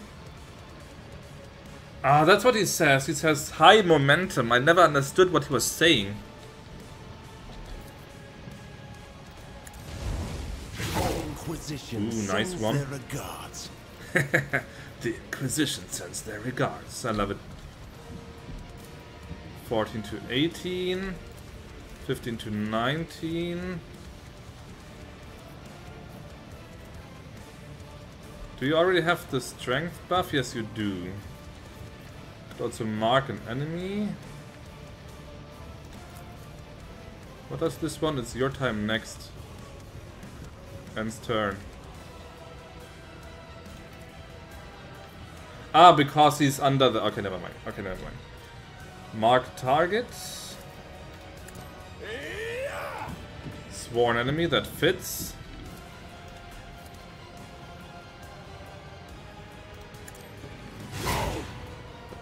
Nice.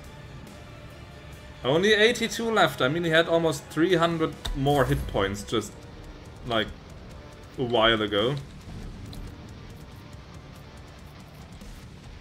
I'm doing well, I think. Can I use any skill on anyone? Could give Cassia a movement action, but let's... Not my specialty. Let's not. Cassia, speaking of which. Which? Haha, you know, like with the T. Never mind. Just do your vision attack, perhaps? I'm not accustomed to being ordered around. 17. Then give yourself another Isn't dodge. this a job for the serfs? Just want you to stay alive. And then, ooh, yes, I am a navigator, give the not a rope trader servitor. another action, so the rope trader can continue the counter sniping. Too easy. He dodged. Ah, fuck it. It was worth a try. Jesus, reloading the plasma gun costs 7. Not 7. Costs all action. The scriptural prognosis is favorable. Yeah, there you go, Pascal. As the tactical imperative dictates. Okay, Heinrichs again. He should still be marked, right? Exploit, hatred, casting. Oh, so many. Ah, that's one enemy for one round. Okay. Ah, it lasts for one round. Okay. 18 to 22. 20 to 28. But of course, Lord Captain. Nice. 41. Wait, I can do it again? Naturally.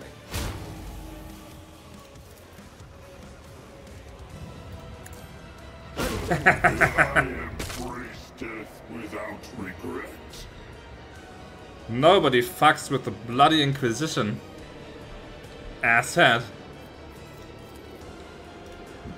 Yeah, I know there's warp stuff everywhere, but I don't fucking care. I just kill the Chaos Marine. What you gonna do about it, huh? I need a foothold. Get into cover, man. There's still that one sniper up there. We don't want you to die or something. Let's see to it.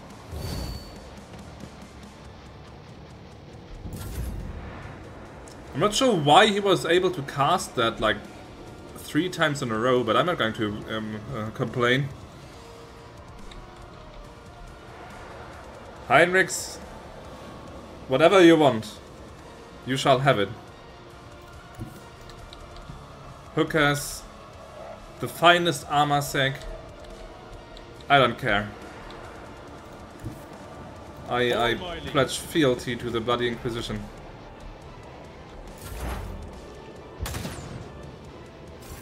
I just need to kill that clown up there.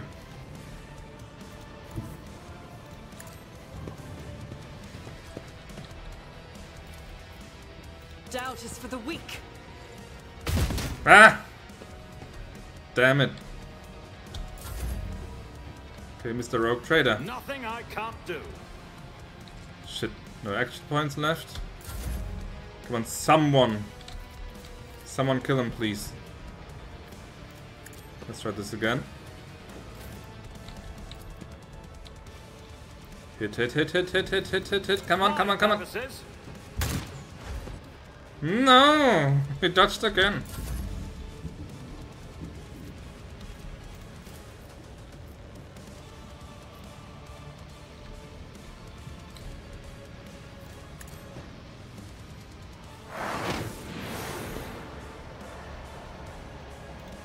Step aside. The navigator is coming. The virginity rogue trader I wanted. I did check, by the way. Heinrichs is not available for males. He is exclusively hetero. I'm sorry, man.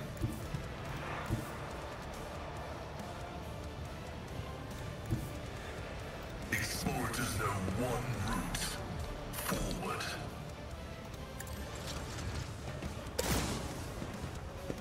Missed. Okay. Was worth the attempt. What's that? Siphon life. Ooh. Tensile radius. Probably a bit too far, but interesting.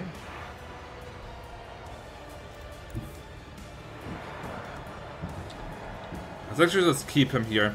Just stay in cover, man. You never know. It's just a road bump.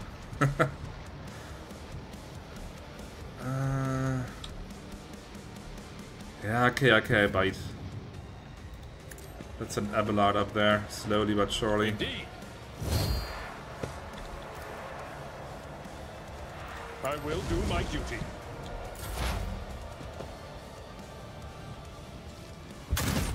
Oh, come on! Really?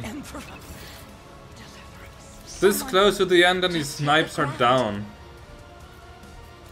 Already done. How? How? Just kill him. Do not dare. The target is one tile too far, I can't believe it.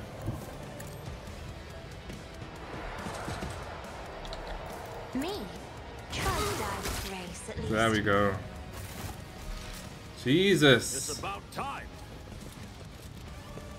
For manifesting the statistical miracle and invalidating an unfavorable tactical prognosis. Yeah, unfavorable, you can say that again. Does a good sergeant major have? Nothing good. Whew.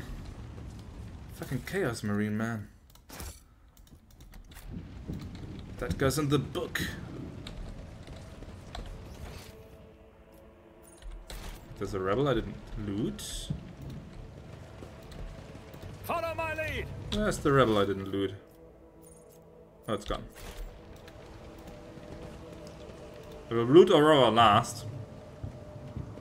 I want to savor it a little, you know?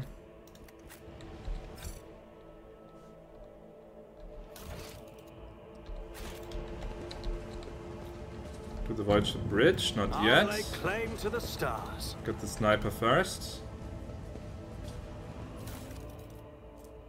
Rebel sniper. It's better than a normal sniper rifle.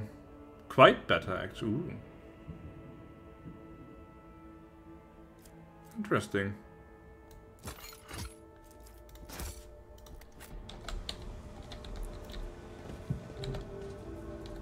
Okay, now for the big thing. Give me your stuff. What have you got? It's for heretics only. For maximum wounds. More toughness is veil degradation is above 15. It could be interesting for Idira. It's also for heretics. What good is a heavy bolter that only heretics can use? Shame. And the life ring sword. Okay, it's all trash. No, it's not trash, but it's I can't use it, so it's trash. I won't tolerate weakness. But I can. Oh, I can go to the next. To the next archetype. I'll take a look at that when I'm on the bridge. Let's leave the fucking planet first. But thank you, Emperor. A new challenge for me? For your what the hell is that? It's a knife. Great. But thank you, Emperor, for your mercy. And for smiling down on me. But I needed it the most.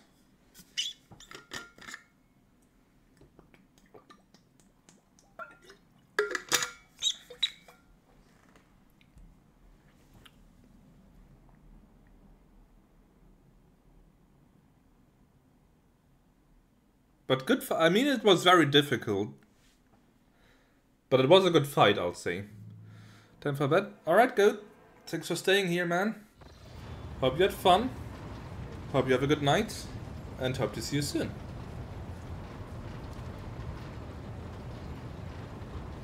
Guten Rutsch. We'll probably see each other before that. Thanks be to the Emperor, you are alive, your lordship. We are most gratified by your return, and the crew is full of zeal to carry out any orders you may have.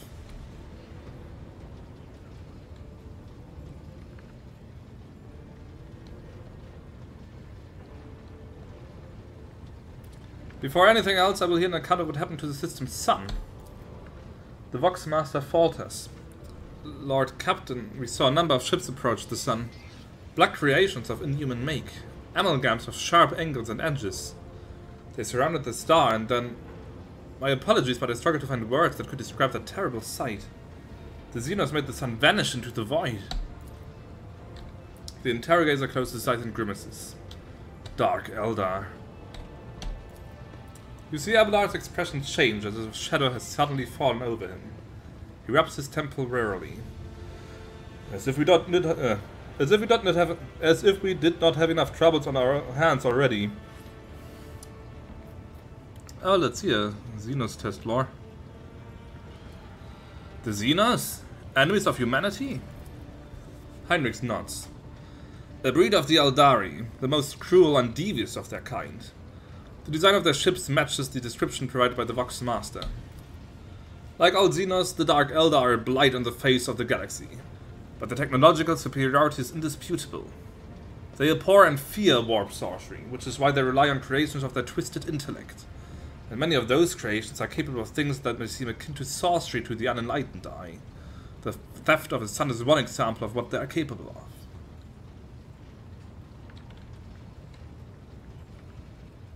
Are the Xenos in league with Aurora's cultists? We can rule out that possibility. The Dark Elder would never ally themselves with the Arch-Enemy's worshippers. If I had to name one thing that humanity and these Xenos have in common, it would be their shared loathing for warp corruption. Heinrich glances around. The situation calls for immediate action, Victor Gregorius II.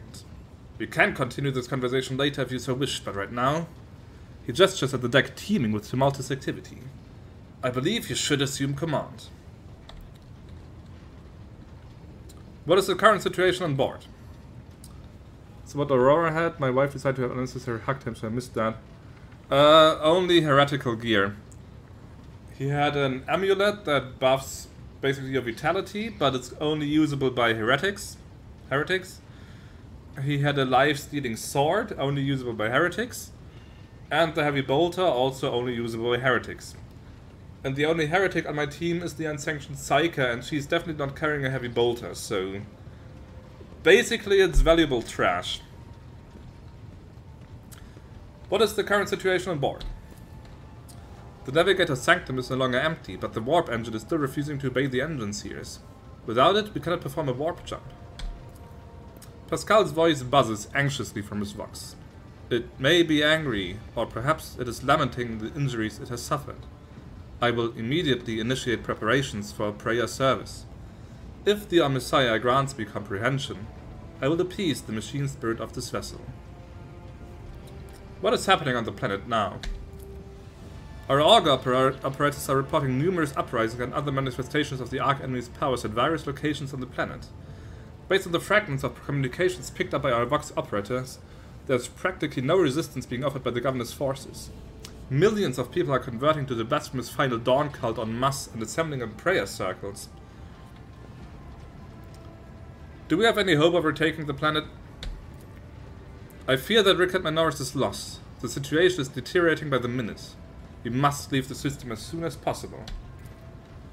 However, there are still people on the planet who have not succumbed to heresy and who are worthy of rescue. Besides the small number of our own shuttles, we also have the shuttles tethered from the Starport. The dark eyes of the Sister of Battle flash. We must save as many as we can. This has all happened for a reason. Saint Argenta, whose name I carry with reverence and trepidation, is famed for saving the people of a dying world through the power of prayer. The God Emperor himself sent a star from the heavens that lifted the saint and her followers up to the sky, away from corruption and death. We must do as she did. Direct all our efforts to saving those people who at this moment look to the heavens in hope of salvation. The lives of peasants are of little value. Our prime objective is to save the Holy Relic, the miraculous fusion reactor, and the Electro priests who guard and tend to it. Abelard furrows his brows. Every moment we spend in proximity to a dying world, we are putting ourselves at risk. Your life, Lord Captain, is far more valuable than all of Rykad Minoris. The von Valancius dynasty cannot be allowed to perish. And so, lamentable though it is, we must rule out the idea of any evacuation. Heinrich's eyes, like two deep, dark pools, are resolutely fixed on you. The world is doomed, and its inhabitants along with it. The disappearance of the star was the final nudge towards death, the finale of the cult of the Final Dawn's plans. I once witnessed a similar event, a world that had surrendered to the servants of the Arch-Enemy and permitted corruption to enter too deep. At this moment, millions of people are bowing down before those who promised them salvation, and they are willingly giving over their souls to chaos. A sacrifice great enough to bring forth the demon world. Our only hope of stopping this process is to retreat to a safe distance from the planet and conduct targeted bombing of the Electro Priest's monastery. If we blow up the reactor, a thermonuclear reaction will follow. The world's oxygen will evaporate, killing off the entire biosphere. In doing this, we will save millions of souls from a fate far worse than death. And we will save Rykad Minoris from becoming an outpost of the Arch-Enemy. Whatever fate that you choose for this world, I urge you to make haste, Lord Captain. The planet is burning in raging flashes of crimson and purple. I can see it even from orbit. As do I see that the storm is already upon us. With every moment that we waste, it grows ever more difficult and perilous to steer the ships through the warp's turbulent currents. I'm with the lady on this. Enough talking, we need to get out of here while we still can. Gotta hit the hay as it's past midnight. And I've got to make a difficult decision in a second here. Something lurking in the depths of your consciousness bristles at the passing thought of saving people. The spike of horror you feel takes your breath away. It is as if you are planning to steal the prey of a mighty predator. The predator is already wrapped in a thread stretching out from the warp. It deserves to have a new master. But if you go to bed, Oompa, then of course, have a good night. Thanks for being here. Thanks for your moral support. Always appreciated. And I just hope to see you soon, man. Let's see what have we got. Evacuate some lost people. Who can we evacuate? Do the orbital strike? Or just pull back?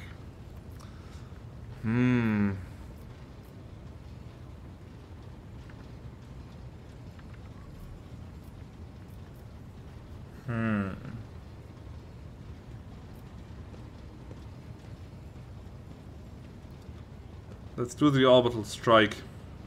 Just destroy it all. Set an optimal course and carry an orbital strike on the Electro-Priest Monastery. Rykad Minoris must fall. Yes, Lord Captain. I will immediately inform the navigation and artillery decks of the impeding maneuver. 15 more dogmatic points. Heinrich inclines his head. The right choice, Lord Captain. May the sacred exterminatus cleanse this veil of corruption. The bridge is in upheaval. The technomad's prayers mix together in a senseless cacophony while servitors work hastily to remove a hardened crust of sacred unguents from the warp engine's components. In the middle of all this tumult stands Pascal with the data slate clutched in his hands, seemingly disconnected from the flurry of activity around him.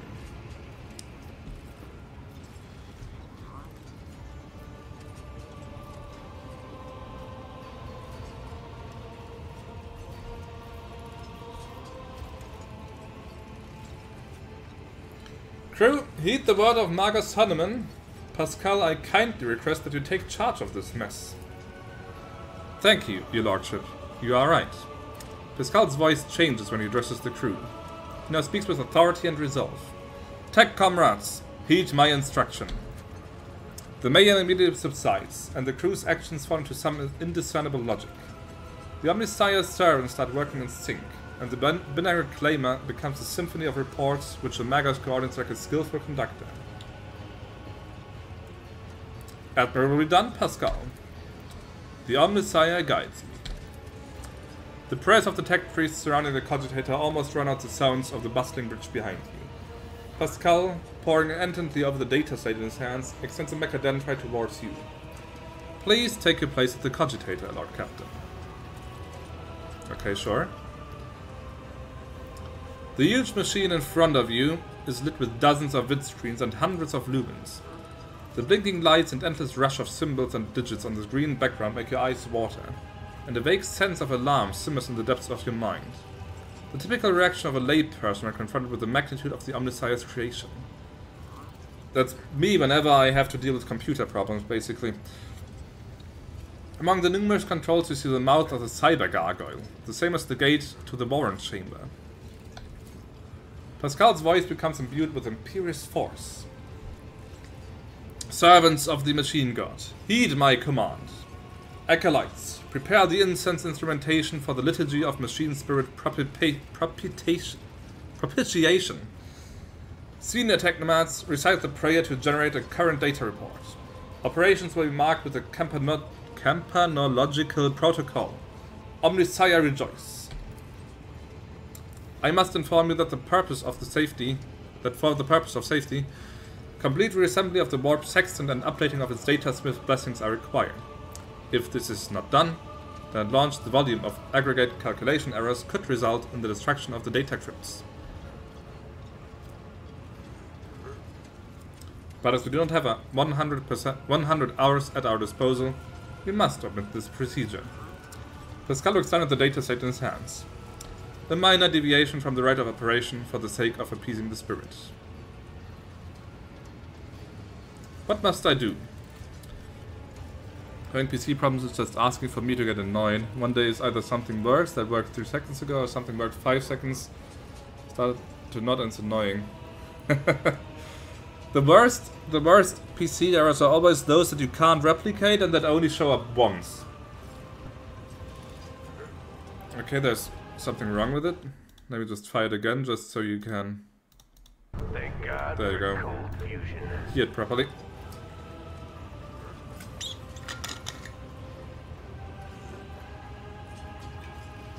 Because if it's an error that keeps showing up, then at least you have a pattern to it that you can analyze. But if it only shows up once and then never again, at least I never feel entirely secure that there's not something broken like deep in the machine where I can't find it. But ideally, of course, everything works. Place your hand inside the throat of the Cogitator Guardian, the Cyber Gargoyle, which has been assigned to guard the forbidden data crypts.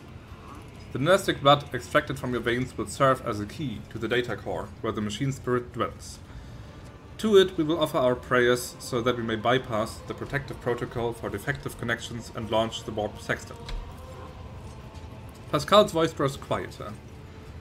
The laws of the Omnissiah know no exceptions, and so in this ritual I will remain at your side to placate the wrathful machine spirit in whose abode you will be intruding.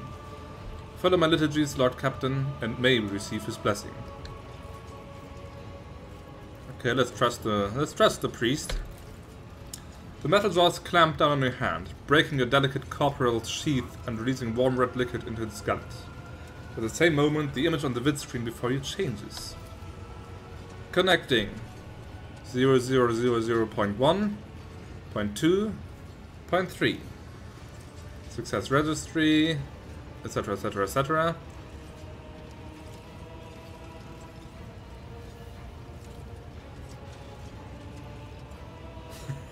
Do I speak to the machine?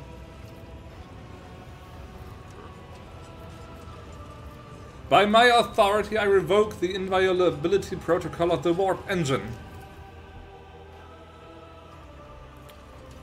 One of the cogitator's vid screens turns red. Pascal sees this and raises his hand, signaling to the rest of the tech priests, then withdraws the connector from his sleeve and connects it to the machine. Servants of the Omnissiah, make now the offering of cleansed data crypts to the machine spirit, so that it may be filled with their true and calibrated data. May the Omnissiah have mercy on our souls. In meek solemnity, the acolytes offer up the cleansed data crypts to the warp engine one after another, repeating prayers of exaltation. After anointing the contacts with sacred unguents, Pascal inserts them into the cogitator slots. Your head begins to spin from the holy senses as foul-smelling clouds of smoke and from the loss of the blood that the cyber gargle continues to drink from you, and the world swims before your eyes. Let this mechanism awaken in renewed purity. Pascal enters a sequence of commands and raises his head, watching the vid screens. Suddenly, he stops dead. No. His fingers fly over the command runes, entering command after command. His mechadendrites, clicking their pincers, pull at one lever after another. The vid screens fill with strings of symbols, completely incomprehensible to you, but clearly conveying something to the Megas. Is everything alright, Megas? After a few seconds, one of the data crypts mounted on the cogitator begins to emit sparks. Fuck. A moment later, another data crypt does the same. The next bursts into flame and gives off foul-smelling smoke. Around you, the Omnissiah's servants break off their prayers and someone bursts into frantic pleading. Pascal mournfully grays out. The mass of errors in the warp sexton's calculations is destroying the data repositories. The offering did not appease the ship's spirit. The warp engine cannot be filled with the motive force. We are trapped. A moment later, the Magus continues uncertainly. Perhaps an alternative Ryzen protocol? Or an emergency launch of the auxiliary coils? The tech priest bends over the cogitator, but something in his pose and movements reveals his desperation. While the other vid screens are filled with more and more strings of symbols, the monitor in front of you blinks and its static image changes. Pascal is too engrossed in his ritual to notice. Magus Cinnamon, a moment if you will. Pascal turns toward you, his flickering visor betraying his anxious state. Lord Captain, He stops short when he sees the vid screen. Distorted transmission from the data core. Most likely the residual cognitive functions of the built-in servitors. Omnissiah, shield us from machine ghosts. He returns to manipulating the cogitator's command runes. Machine spirit, can you hear me? The cogitator's servant creaks quietly in its joints. The sound that is drowned out by the binary hymns on the tapping of command runes. Input, prompt, ping, require whatever, injury rescue query. This is so funny. Okay, let's not berate the machine spirit, that's going to lead into trouble.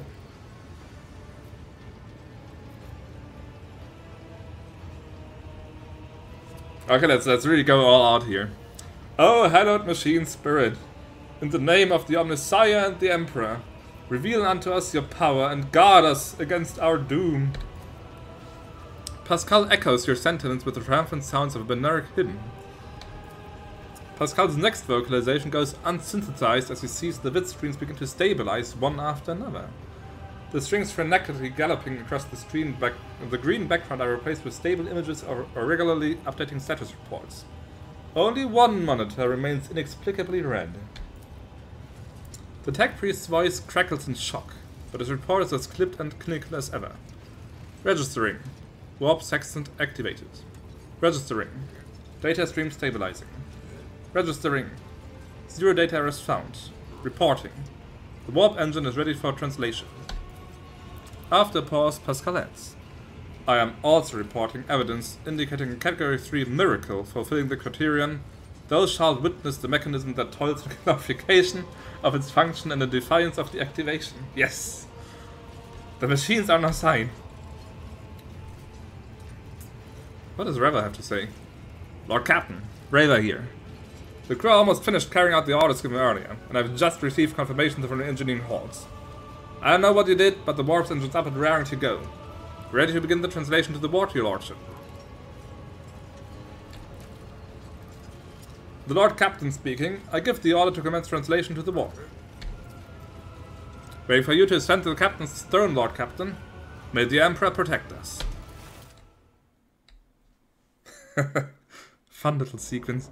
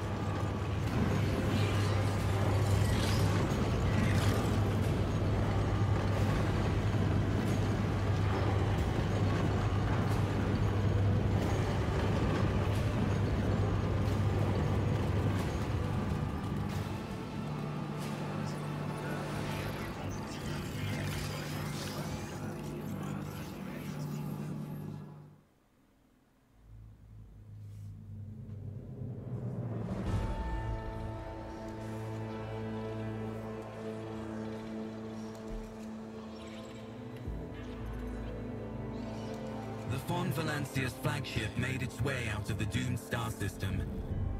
As the Voidship plunged deeper into the Coronis expanse, the rogue trader's subjects bid a formal farewell to the late head of the dynasty, Theodora von Valancius.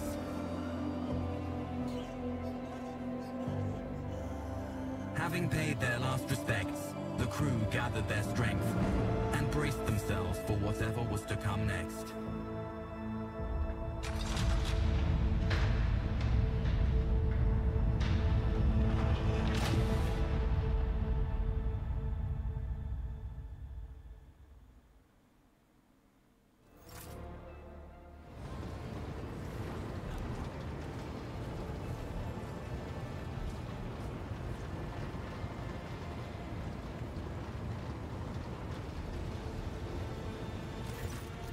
Did we short one person?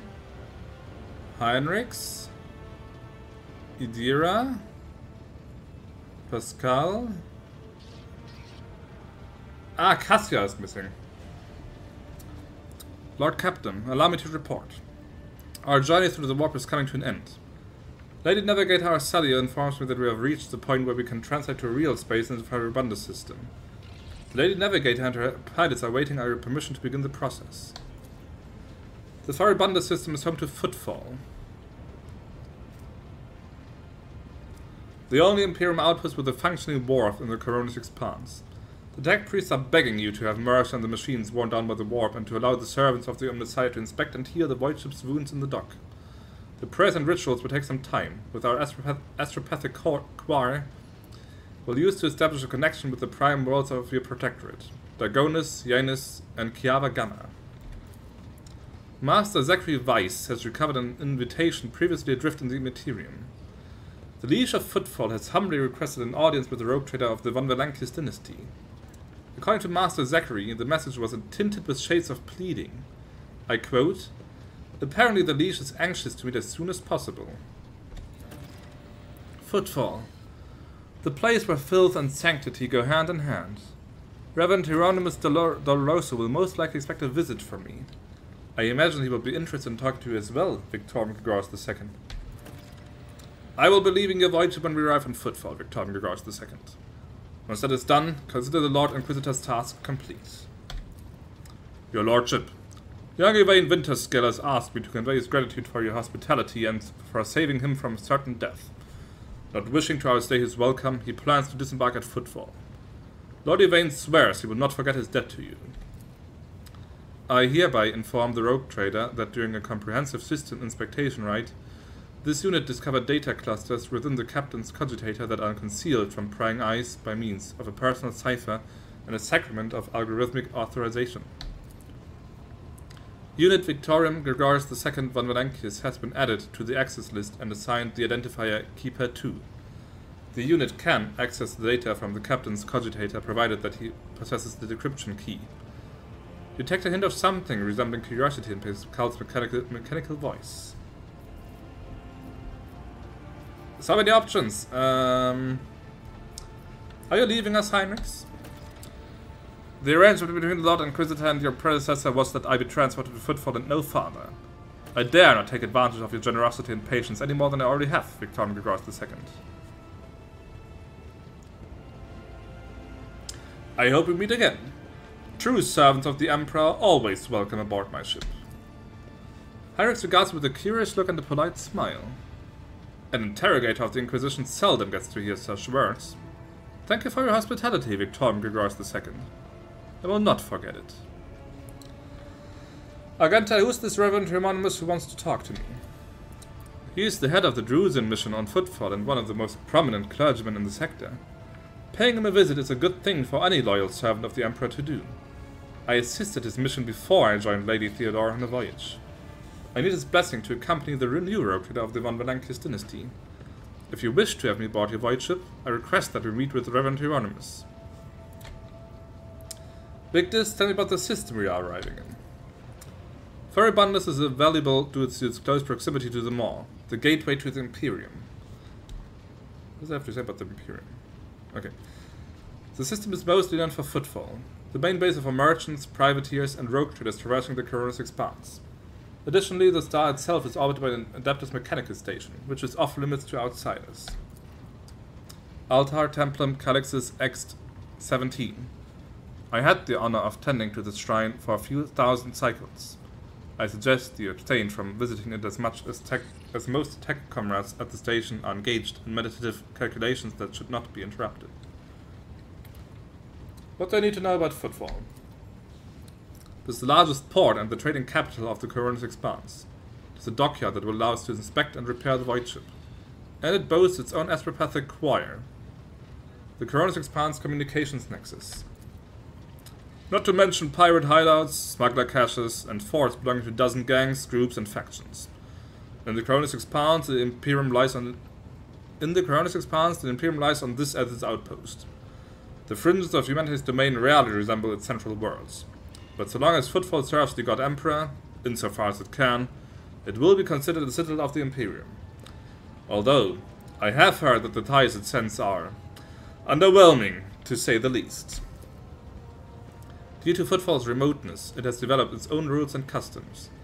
Many of the goods that can be procured there would be considered heresy in the heart of the Imperium, enough to warrant summary execution. Moreover, Footfall is the domain of the rogue traders, who transcend certain imperial laws by virtue of the warrant they bear. Footfall is just a brief stop. What next?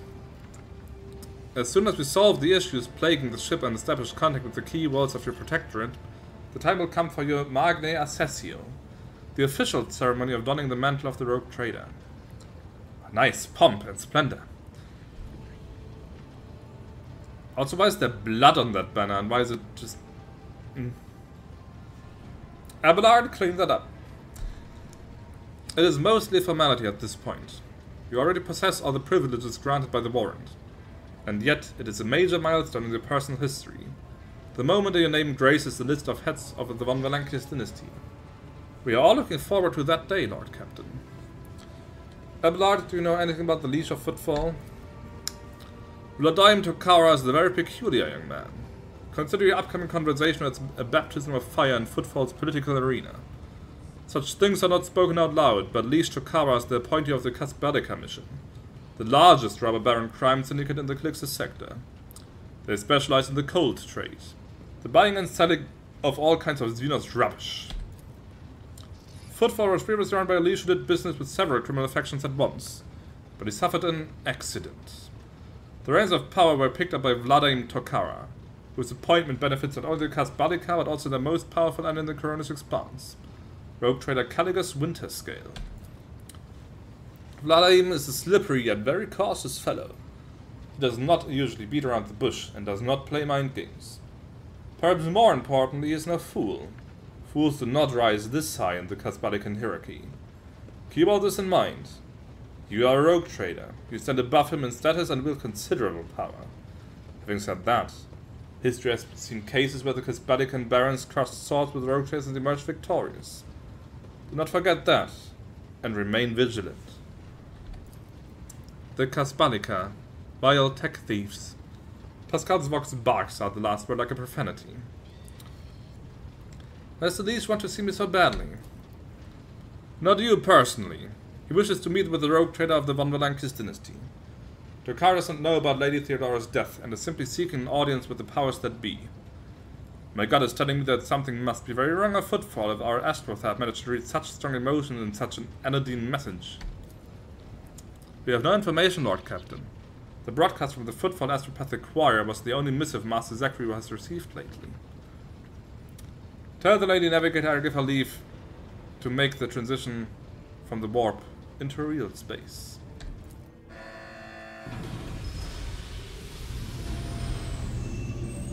Ah. I was expecting a cutscene or something. Victus begins issuing instructions. The massive ship appears to change with her every word. The bridge is set in motion as hundreds of people start to prepare for the shift to real space and measured chanting fills the corridors to safeguard the vessel and its crew. Victus turns to you again. One more thing, Lord Captain. No one at the station knows about Lady Theodora's demise and you inheriting the title. Leash Tokara will be informed. It is required so we can use the dock, and besides, he is expecting a personal audience with the rogue trader. He will not meet with an unknown person of unclear standing. However, there is still the matter of announcing your arrival. You can either arrive on the station with the proper pomp and ceremony, or choose to visit it incognito.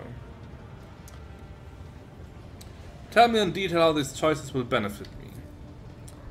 According to Footfall's unwritten laws, rogue traders enjoy special privileges that exceed even the power of the Leash. However, they may choose not to exercise those privileges in certain situations.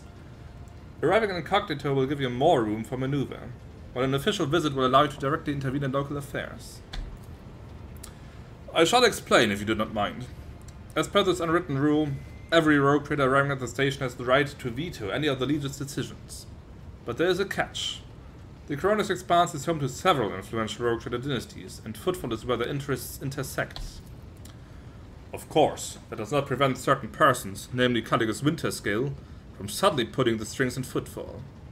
If you, as a new rogue trader, start your career with an official landing and a parade in your honor, the other dynasties may see this gesture as the newcomer challenging their spheres of influence. I do not see that as a bad thing, necessarily. Old man Winterscale may take slight offense. Jordan will be put on her guard.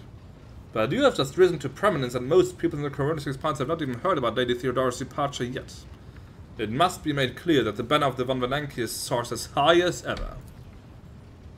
If I may, I would recommend arriving incognito. You will have plenty of opportunities to savor the sweetness and the burden of power. But right now is the last time you can take refuge in obscurity.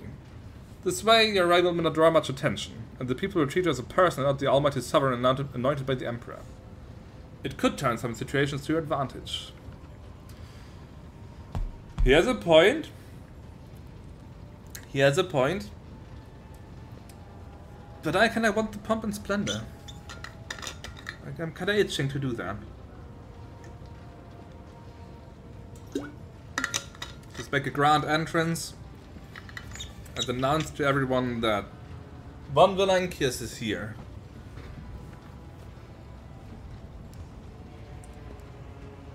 Give them pomp and splendor, come on. I have decided Tell the liege I will arrive officially, as the rogue trader. To be done, Lord Captain. Big dispose again. With your gracious permission, I will return to my duties. Okay, there we are. Back on the bridge.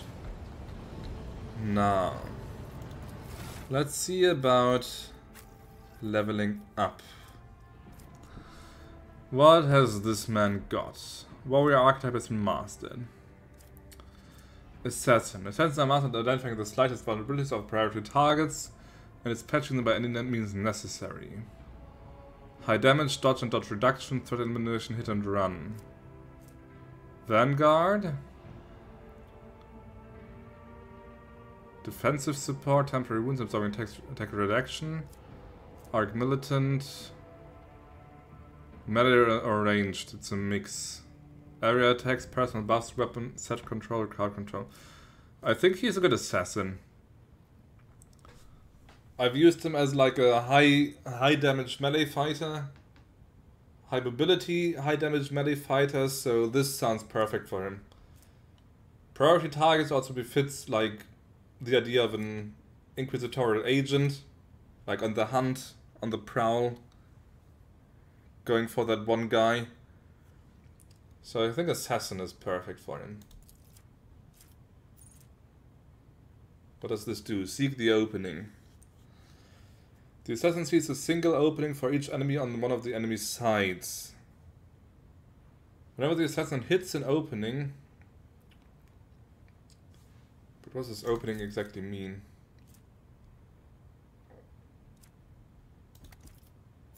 Whenever the Assassin hits an opening, they deal an additional 10% of target's max wounds damage. Wow, it's just like percentile damage instead of... Oh, cool.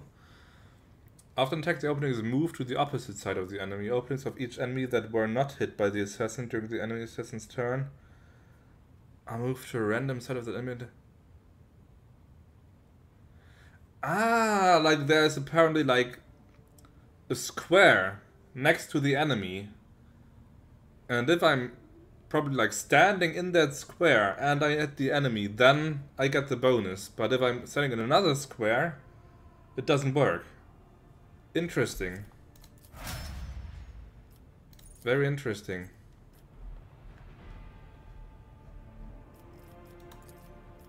Okay, so he's an assassin. He's definitely a vanguard. An unstoppable force on the front line and a beacon for their allies. Even when facing extremely heavy fire, a vanguard only grows stronger in the crucible of battle. Frontline leader, defensive support, temporary wounds, absorbing attacks, attack redirection. So what do you get? Each attack against the vanguard grants them 1 stack of unyielding beacon. Each stack increases their resolve by 1, up to a maximum of 15. And that is even spreading to allies. Temporary wounds apply to the vanguard no stack, but only remain stacked until the start of the vanguard's turn.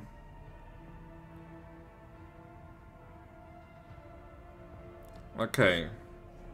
It's quite a long effect, but temporary wounds. And more resolve, got it. Soldier. Let's see, bounty hunter. Critical hit, defense reduction, killing priority target repositioning. Master tactician. Arc militant.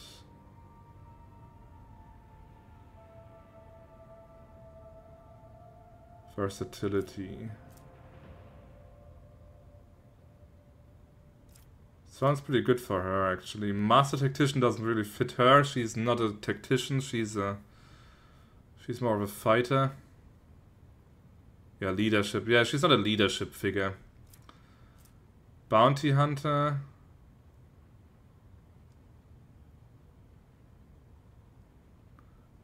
I mean, that seems more fitting, like maybe later for the elder characters or something. I think I like Arc Militant. Area attacks, personal buffs, crowd control. Whenever the Arc Militant uses an attack that is of a different type than the previous attack, the Arc Militant gets a stack of versatility. The types of attack can be single shot, single melee attack, area shot, or burst shot. Gains 5 weapon skill and ballistic skill for every stack of versatility. And deals more damage. Okay, sounds good. Cassia. Vanguard, Master Tactician, Grand Strategist. One of the two I will give to myself because I'm also an officer. Let's do her first. I need to level her up completely. Okay, she's talent, she's characteristic. Right, she was absent for a while. Let's see. Awareness.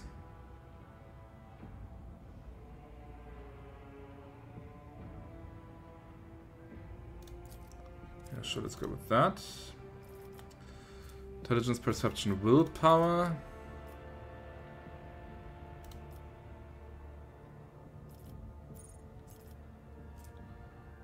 Intelligence, weapon skill, ballistic skill.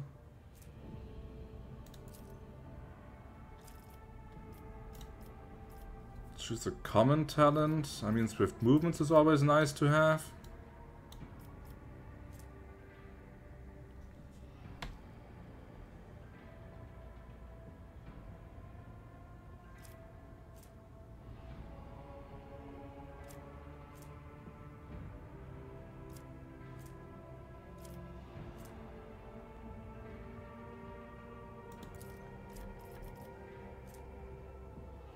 What the hell happened here?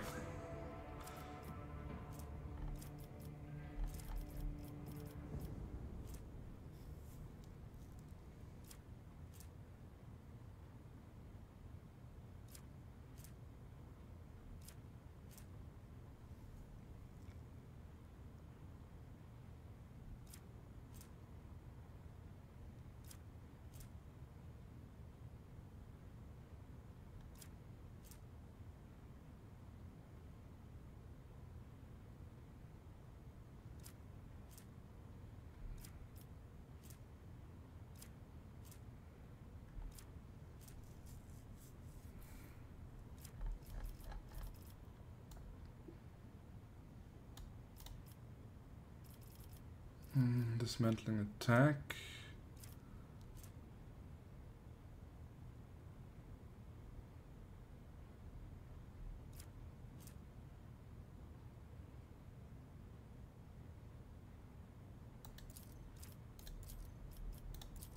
Okay, and she can do Assassin, Bounty Hunter, Grand Strategist. Maybe she's a Bounty Hunter then? What does Grand Strategist do? Masters of battlefield positioning for themselves and their allies. The Grand Strategist is able to increase the battle effectiveness of their party by designating and strengthening important parts of the battlefield. Battlefield control, ally buffs, unique utility, enemy debuffs. Combat tactics.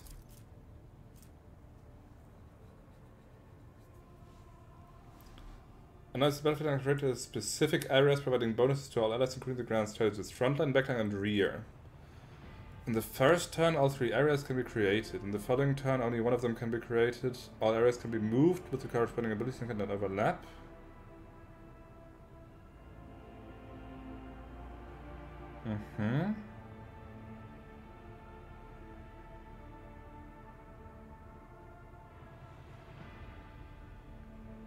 God, what can I do with frontline, backline, and rear?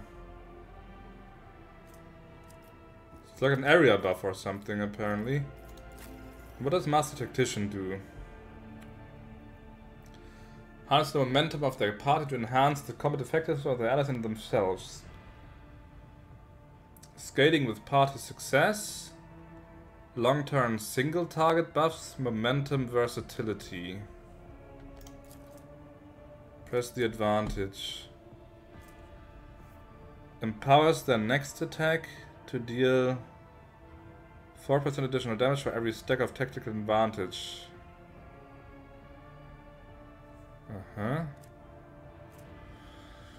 Master Tactician gains 1 stack of tactical advantage per every 5 momentum gained by the Master Tactician or their allies.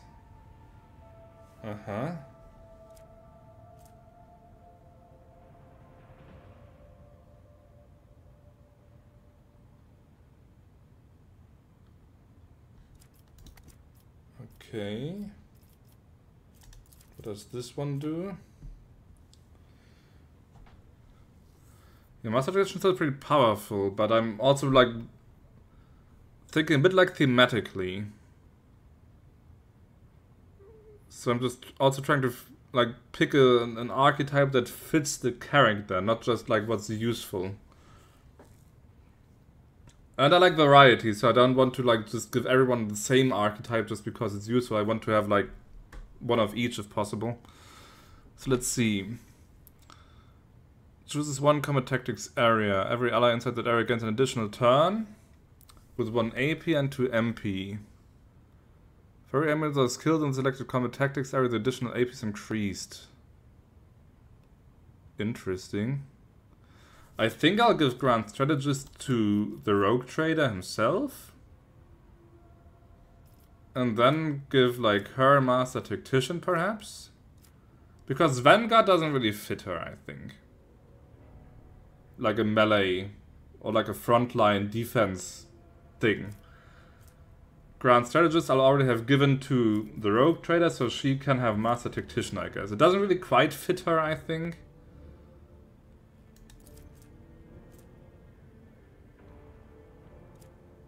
Because it seems to be like be more buffing, like buffing attacks, and she most of the time she just attacks with her psychic powers. But let's give that to her. Apply. You can have Grand Strategist. Apply. And then you get, I guess she gets Bounty Hunter because it fits the best for her, I think.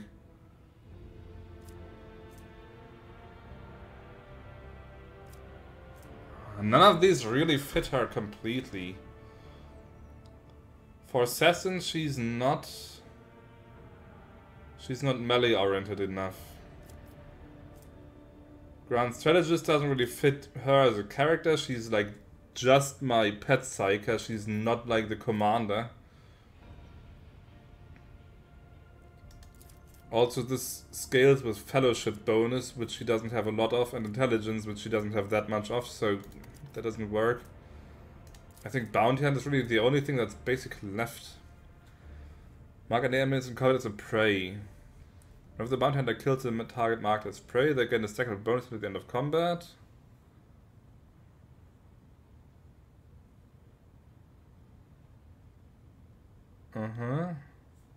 What does that do exactly?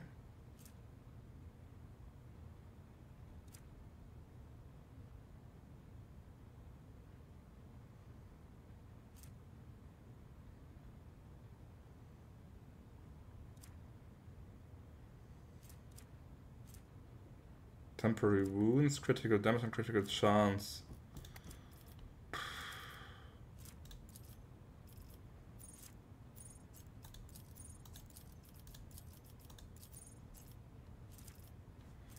Let's see what kind of stuff we have here.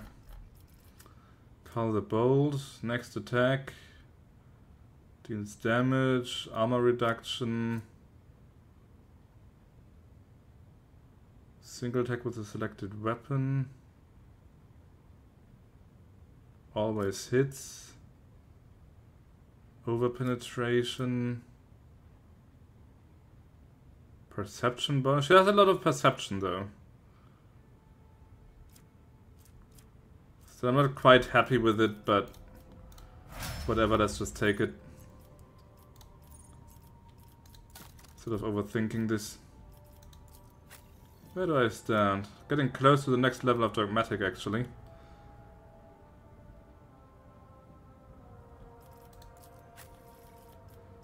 Thing is, with Bounty Hunter, it seems like a very combat-oriented class. But she's more of a mage. So that's why I'm like a bit... doesn't quite fit to her as I imagine her, but... Well... The other two were even worse, so... It's the only one that felt like kinda okay-ish. Okay, what have we got here? Authorize the databank decryption on the personal cogitator. Visit the Reverend and make planetfall on Footfall.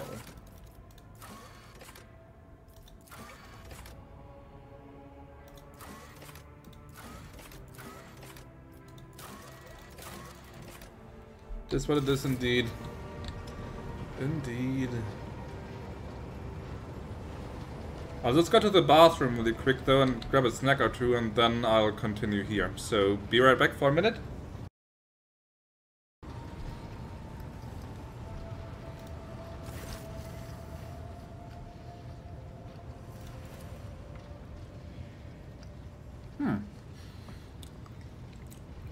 You may be interested to know that a group of officers was discussing a grim rumor over lunch. Word has it the apparition of Lord Captain Theodora has been sighted on board lately. Yes, you heard it right. They say she's haunting the decks, dragging wayward crew members off into oblivion. Disquiet has spread throughout the ship, as the anomaly has been reported in different sections, sometimes entire kilometers apart. Thank you, thank you. The Voxmaster leans closer to you.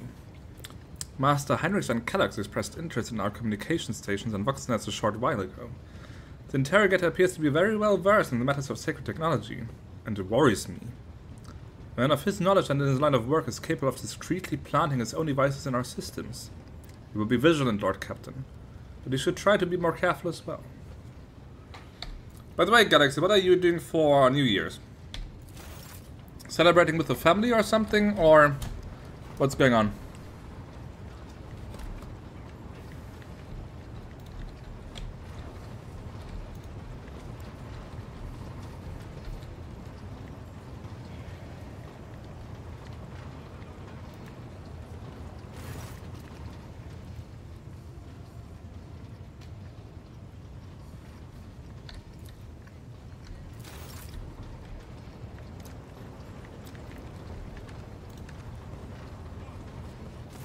Greetings.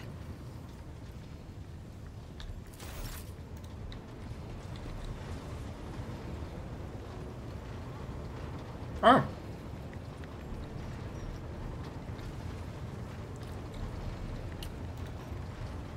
That's how he's able to speak.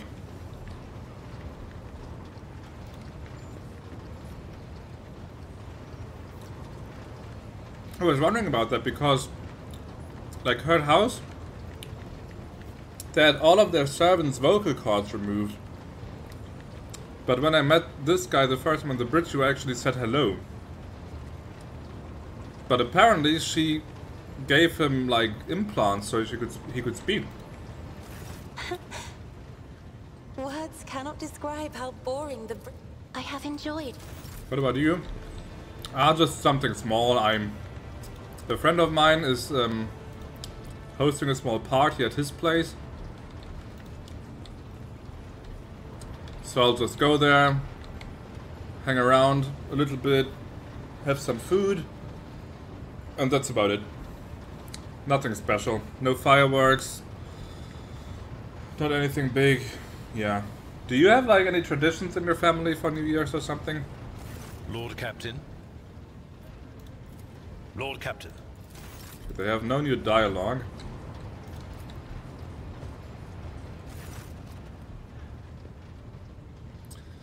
The reflections of the bridge lights are playing on the unlit vidscreens of the cogitator.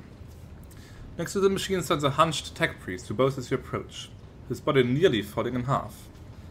Lord Captain, the machine spirit of this mechanism slumbers. Should you wish to awaken it, use the key of your blood. Who are you and what is your purpose here? My designation is IH-630. The tech priest points his only mechadendroid at the machine beside him. The venerated Engineer Prime has entrusted the sacred mechanism to my care. It is now my duty to assist in the rogue trader's understanding of the hallowed code. A bit random sometimes, either it's eating food or it's everyone just doing their things. So you have no like special stuff going on like every year and it's always the same or something. What is this blood key I'm supposed to use? The key you seek is the dynastic blood that runs in your veins. It is the only way to rouse the cogitator's machine spirit. When you're ready to do so, place your hand into the mouth of the Guardian Servitor on the Blessed Control panel. Do you have, like, in general in the UK, is there, like, any special New Year's traditions?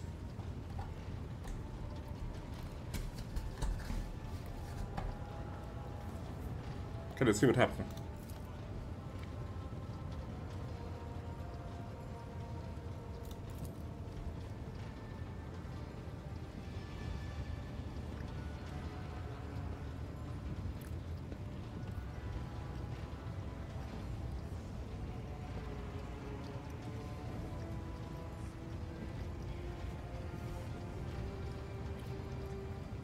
Have the tech priests of the Adeptus Mechanicus been able to discern how the ship was able to start a warp engine? The Agency Prime spends hours pursuing the quest for knowledge in hopes of comprehending the nature of said miracle. May the Messiah's grace guide him on this journey. There is no doubt that it was a miracle sent by the Messiah as a manifestation of his will, yet the Agency Prime managed to perceive some logical connection within the streams of data. I'm not privy to this connection, but the Agency Prime will surely share this newly discovered knowledge with you in a detailed report. Well, unfortunately. I don't worry about it, man. It's just curious. In Germany there actually is one tradition, at least one specific tradition, and there's this one old comedy sketch. It's called Dinner for One. And that's been played like every year on German TV on New Year's Eve for like, I don't know, 5 decades or so. Every year, like, at least like the public stations always show it, like I think even several times. Yeah, it's just like a 10-minute affair or 15 minutes and not long. But that's like a bit of a tradition to watch that. Though the past 2 years, I mean, when I was a kid, we actually did do that every time. Like, all sit down as a family in front of the TV and watch the sketch. Ever since I started living on my own, I haven't really been doing it that much anymore, but it's still a thing I'm kind of fond of. It's a funny sketch. Maybe I can, I don't know, maybe I can like show it on stream on the 1st of January or something. I don't know. Show you what you've been missing out on. Pascal has informed me that the system has encrypted data stores inside. I wish to know its contents. What's it up to you? I know. It's just an idea. It's not New Year yet though, so... Without another word, the tech priest turns to the cogitator. He raises his hands and a prayer of binary code pours out of his vox device. The servo motors in the bowels of the machine grow louder, its undulating hum responding to its chant. Numerical combinations run down the streams. Scanning, scanning, scanning.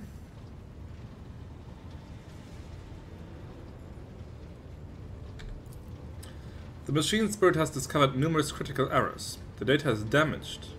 The tech priest stops abruptly. The green glow as the visor narrows. Registering an intact segment. The machine spirit has spoken.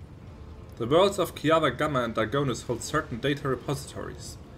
The mechanism is ready to provide the rogue trader with data keys that can unlock said repositories. What data repositories? That remains hidden. The encrypted databank belonged to the esteemed Theodora von Valancius. She was the only one who could have known about these repositories. Perhaps the former Agency Prime also could have known, from the Sire Scepter's code. If I were to propose a hypothesis, it would be most prudent of a figure as eminent as a rogue trader to store her classified data in the receptacles most secure. How do I accept those keys? Sure. The gracious machine spirit is willing to transfer the data keys to the head of House Valancius by means of an Alec 2, a hypodermic tattoo augment. For her to accept the keys, place your hands inside the servitor's mouth. Deep within the servitor's dark gullet, unseen, burning hot needles pierce your wrist, but the sharp pain only lasts a moment. The Alec 2 that has been planted inside the wrist should be enough to open the repository doors. Need to know more about the caches. The tech priest's augmented fingers dart around the control panel. The Omnissiah favors you. The machine spirit is willing to commence the calculation procedure that could restore the lost data. Tech use 0. Still an 87% chance because of Pascal. Well. The machine hums louder until it lets out a resounding crackle. Then the sounds stop and an unmoving numerical combination lights up on the screen. The tech priest's synthesized voice sounds almost concerned. The data has been restored, but it is only a single phrase. Litanies of the motive force. It is all the sacred mechanism was able to salvage. Let's try the other one. Blessed are the Omnissiah's deeds. The repository in Clava Gamma has a security system guarding it. The machine spirit has recovered a code that will allow you to disable the defenses. Nice. So extra items for me.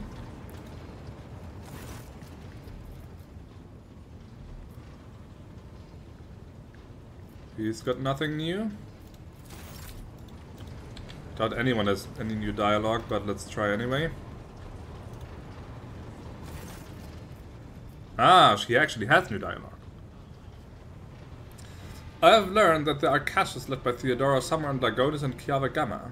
Do you know anything about this? Me? Not a clue, Lord Captain. I don't know who Lady Theodora would have told about a thing like that, but it definitely wasn't me. Why would you whisper that to me now? Why? Lord Captain, I don't know anything about caches or Lady Theodora's secrets, but the voices have just reminded me about something. I was once given the chance to try some real wine. Lady Theodora gave me some. Not just any old synthetic booze, but her favorite plonk. She always drank it in her palace. It was golden in color, and its name was Flame of Purity.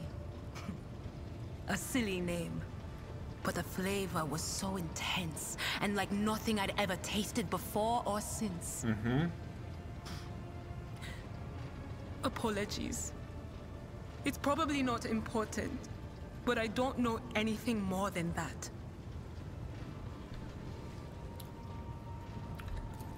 Of course. But you never know. Always at your service, whenever you need me. But I have an idea. Because there is... I mean, there is like methods to secure like locks or something with blood, as we have seen. And I think it was also mentioned that it's not just the blood as such, but it's also like the makeup of the blood. So maybe I have to like, when I find the cache, I have to drink that wine, and then with the alcohol in my blood, then it opens the cache, or so maybe something like that. The Omnissiah knows all. May your labor...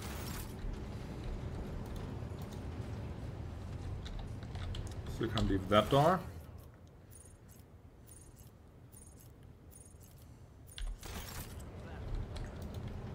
Let's try Heinrichs. Where's Heinrichs? There's Heinrichs. To what do I owe this visit? We've got nothing. Let's check the quarters.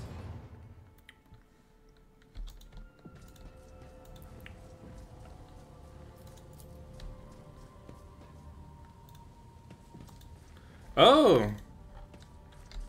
I got trophies of my own. The Mask of Aurora. The Prophet. That's here. That's cool. So as the game goes on, I will have more and more trophies. Nice. I will also eventually replace the picture, but as Lady Theodora has just died, it would be... how do you say it? Disrespectful, I guess, to immediately get rid of her portrait, but sooner or later. What's that? More resolve.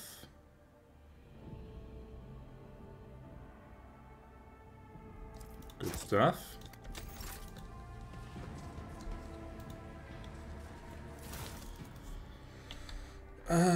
What could I put there? Nothing really needs to be stored away at the moment.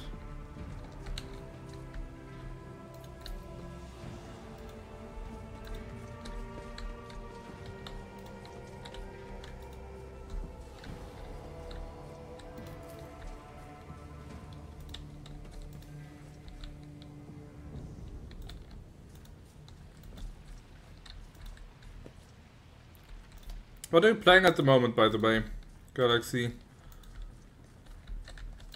you have any game that you're going for at the moment? Okay, no one has any dialogue from me. I've spoken to the machine to secure the codes to the caches and stuff. So let's take a look at the map. What are VATS and flights in X-Plane 11? What's X-Plane 11? Yo, Slazoni, hi! How you doing, man?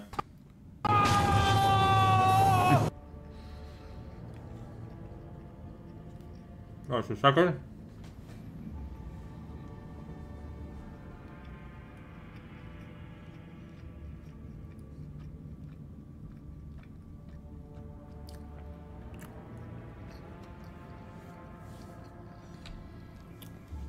I'm finally gonna start thawing my chicken. What are you cooking?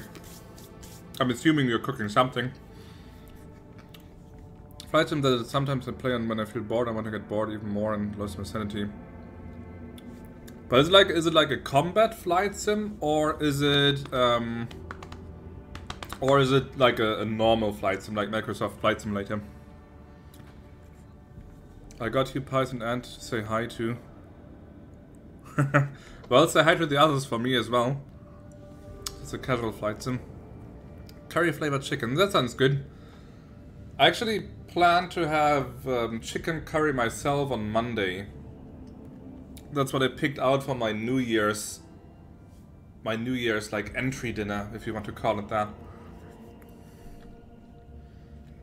I was thinking like, I should maybe do something a bit more special to start the year with, but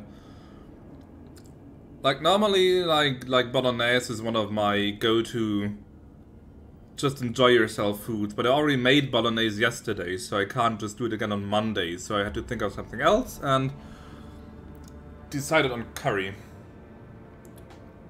Unless I change my mind completely tomorrow, but I doubt it. I doubt it. My New Year's feast is probably going to be seafood, crab, mussels and shrimp. Well, you always get me with shrimp. I haven't had crab and mussels in a long time, so I can't really say like, I like it or I don't like it. But shrimp is always good to have. It's like the... I don't know, it's called like the finger food of the seas. Never had mussel. I know when I had it the last time. I remember like when we were on vacation in France with the family. Like there I had it sometimes and I actually quite enjoyed it. But it's been a long while. Sure, it's just an insect of the sea. Yeah. But it's like, it's available in just like raw mass. And you can easily fill just a bowl with it and just like dive right in and yum yum.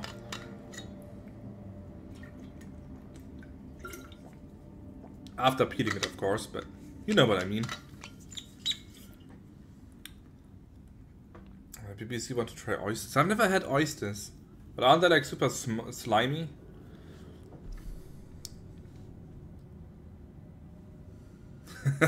Really not BBC, what the fuck? I got the gist of it, I think. Let's see what does Reva have to say. Lord Captain. Reva's voice of the Vox sounds very rather than annoyed. Okay, very. I'm getting reports of several ships moving towards us. Judging by the fact that they are not responding to our hails and the telemetry shows a trail of macro batteries, they're not here for a chinwag. Reduce your orders to prepare for battle at your command.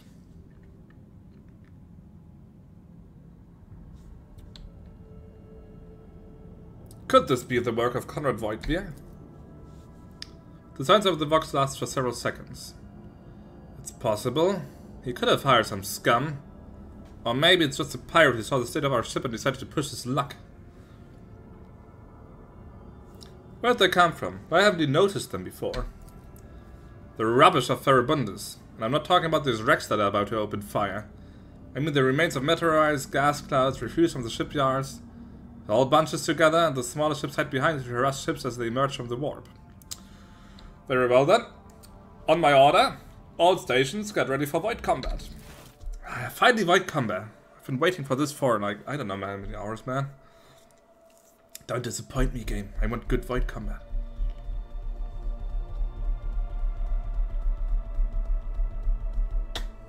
Finally, some real action. Yes, exactly. Okay, they're already doing their turn. Maybe I get like a tutorial first. Ah. You have engaged the enemy in space combat. Battles in space and on the surface of planets work quite differently from one another. In space combat, the battlefield is separated into 3 zones marked by various degrees of brightness. Acceleration zone, mid-movement zone, and end-movement zone. Ships travel at high speeds even during combat, which is why both your ships and those of your enemies must move a certain distance each round. You can only end your turn once your ship has traversed this minimum required distance upon entering the end movement zone. To move the ship, click left mouse button on any accessible cell on the battlefield. Once you do, you will see a hologram of the ship that will allow you to evaluate the efficiency of future attacks and actions from that position, just as you would in regular combat. Click left mouse button again to confirm your choice and command the ship to move. Alternatively, you can click right mouse button to remove the hologram. Okay, so this is us, the Thunder Child. Why is the Supreme Commander slot not filled? That should be me. Ugh. No, it's actually me. Odd. Oh well. Okay, what have we got? Cobra Class Destroyer, 50 hit points. Another Cobra Class Destroyer. Those are indeed Cobra Class Destroyer. Let's see, no evasion, hit chance. Is that mine or theirs? I don't know. Critical hit chance. Armor, armor, armor. Shield, shield, shield, shield, shield. 2 macro cannons, no torpedoes. Cobra classes normally have torpedoes. That's what the 2 like openings here at the front are for. Cobras are basically big torpedo boats and nothing else. So does it say I have to end it in the end zone and then I can do my turn, right?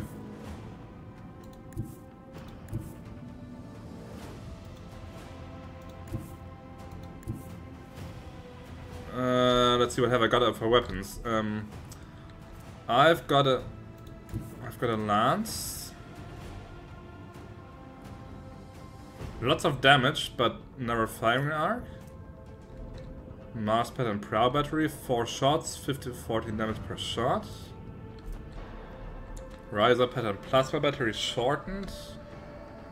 2 shots, 21 damage per shot. 9 cell radius. This is 6 cells.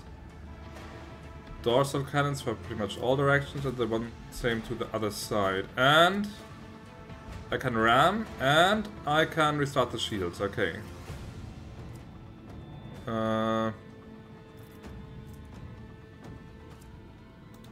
Can I? Set the course. Ah, okay. Hey, I'm not done. Eh. Some ships are protected by shields. To deal damage to such an enemy, you must first pierce their shields. 2 shield arrays cover the ship's sides, 1 protects its bow and 1 its stern. When facing an enemy ship equipped with shields, choose your angle of attack wisely and direct your fire to decide whether shields are weakened or completely depleted. Note that enemies' shields recover each round. The Rogue Trader's flagship is likewise protected by shields. If the enemy attacks her from a side where the shields are weakened or depleted, the ship will take damage. The flagship's damaged shields do not recover at the start of the next turn. Why? Instead, they can be restored using the Restart Shields action on the panel at the bottom of the screen. Restarting the shields reduces the flagship's combat efficiency. On its next turn, it will have reduced movement speed and firing range. Okay. So we damaged the force shield a little bit. Keep going. Then Leave their hull do this. across the stars. We were through the force shield, but we didn't deal enough damage. But we have still have a dorsal cannon. Another salvo. Miss and okay. Not that great, but okay, port doesn't quite work.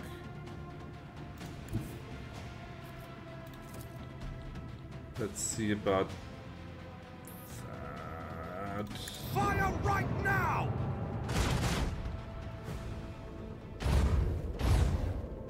And then if I turn like this... Ah, crap. I wanted to make a turn and then still shoot the lance at this thing, but... My bad. Okay.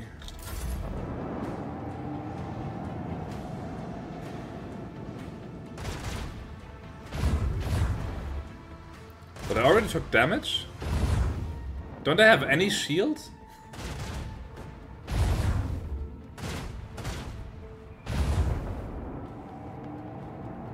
How many shields do I have? 70. And they just went right through it.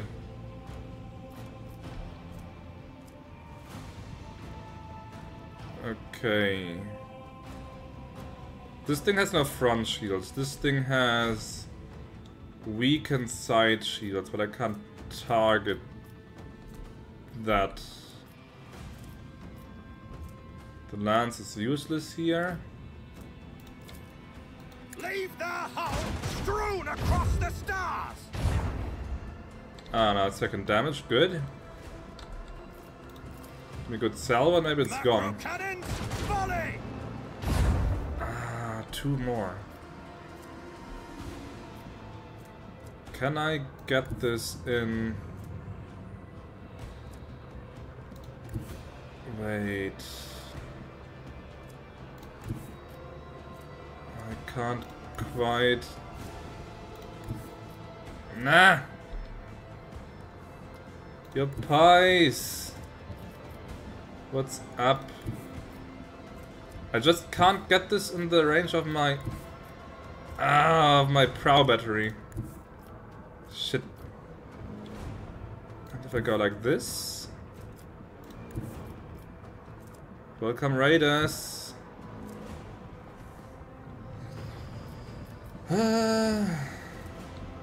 Could ram it.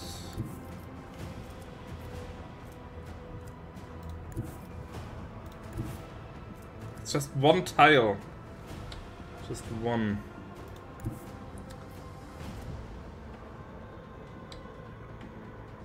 Reduce this range. Let's see. I clicked the raid too early. Bro, blue balled me in convo. Hey Pies man, how you doing? How was Silent Hill? Okay, wait, let me... Now I have to... If I turn the ship this way, then this facing will be 28. Let's just do it this way. Onward. Make a sharp turn. I will show them a weakened shield, but the rear shield should be good.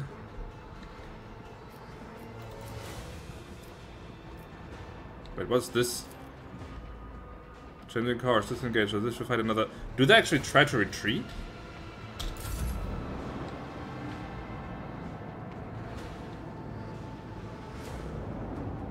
It actually tries to flee. That's kinda cool.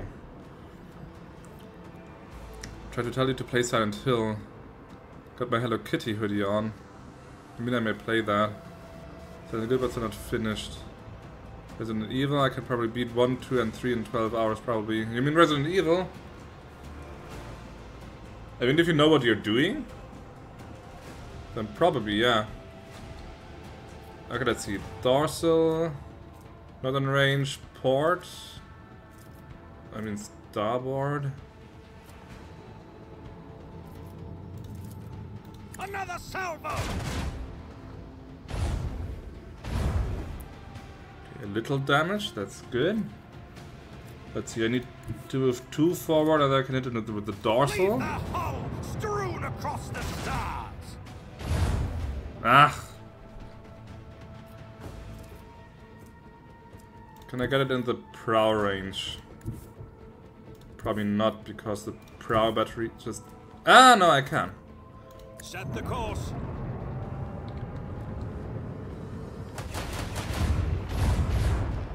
Yes, that's better. So I managed to actually use the lances.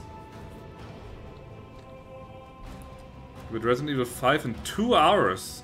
Ah, with the infinite RPG, okay. But how long did it take to finish it without the infinite RPG? Okay, this guy is fleeing, but maybe we can lance him in the next round.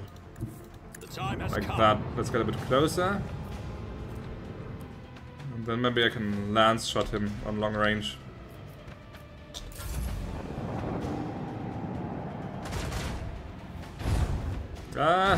Ooh.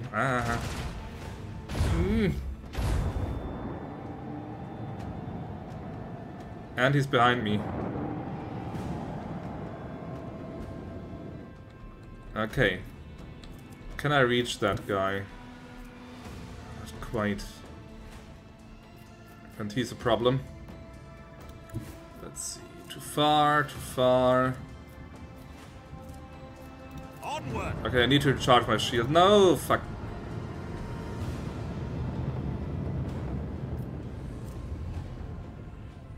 Wanted to go more like in this direction. The range is just too bloody short. It's also not in a good position right now. I don't think I can catch him anymore. Yeah, he's at the other end of space. I got 2 hours because I rushed level as fast as I can. I learned how to inventory manage violent animations. I was really good at Resi 5, now I'm just bad at it. Getting rusty, old man. Set the course. Let's turn into him.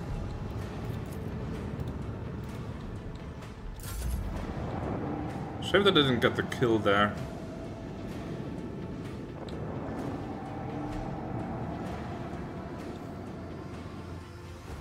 Okay, let's see about this.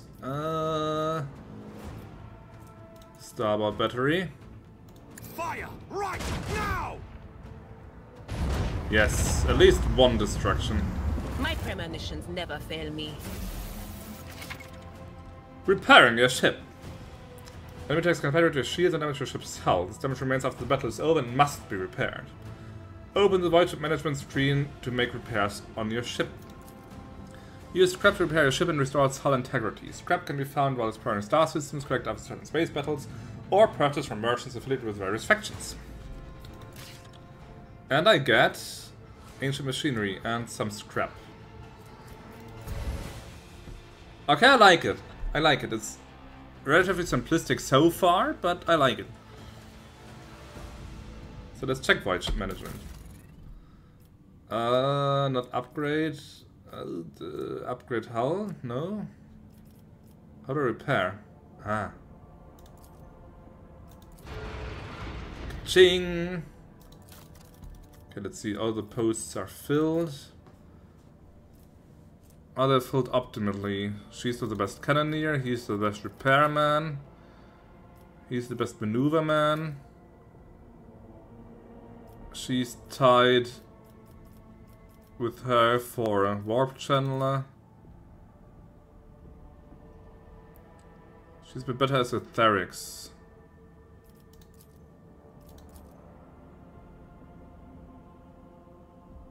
But this position fits her character better, so I'll just leave her there. And her there. Heinrichs is just useless. Not completely useless perhaps, but he's good at maneuver master. Not good enough. Torpedo control. So I did have torpedoes after all. So if you're loading, I would strike an enemy and then quickly do the ammo thing where you just put it in your gun mid-animation. I don't even know what you're talking about. Upgrade RAM. Increases hull integrity. I've still got plenty of scrap.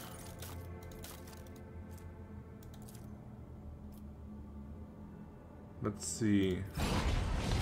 14 more. Okay. No, don't remove the guns. Those are my only guns. What can I do on the next level? Flagship command post abilities and command post. Okay, I can't wait to shoot more stuff. When I had no life to live, I lived and breathed Resident Evil 5. At least it's you had some good taste. Okay, there's Footfall where you have to go. That world, Alta Templum Calixis SX-17. And another ship. Let's go to that world first.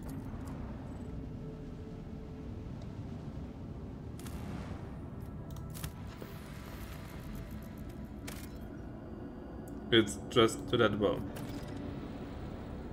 Like, literally. That world's too. The explorator is not aware?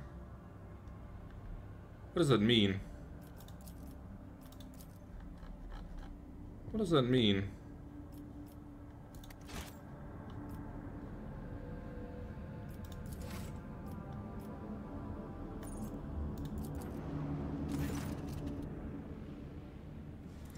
Lord Captain, the station's airlocks have been sealed from the inside.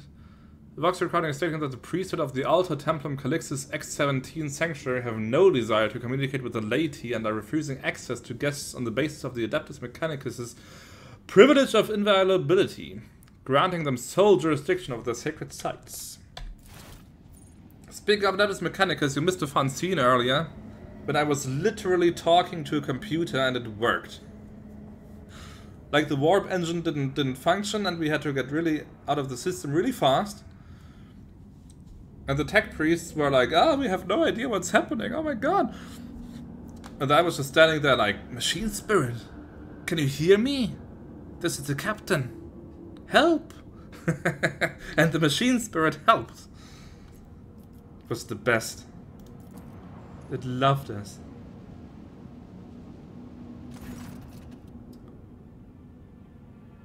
Where's Drusus' blessing again?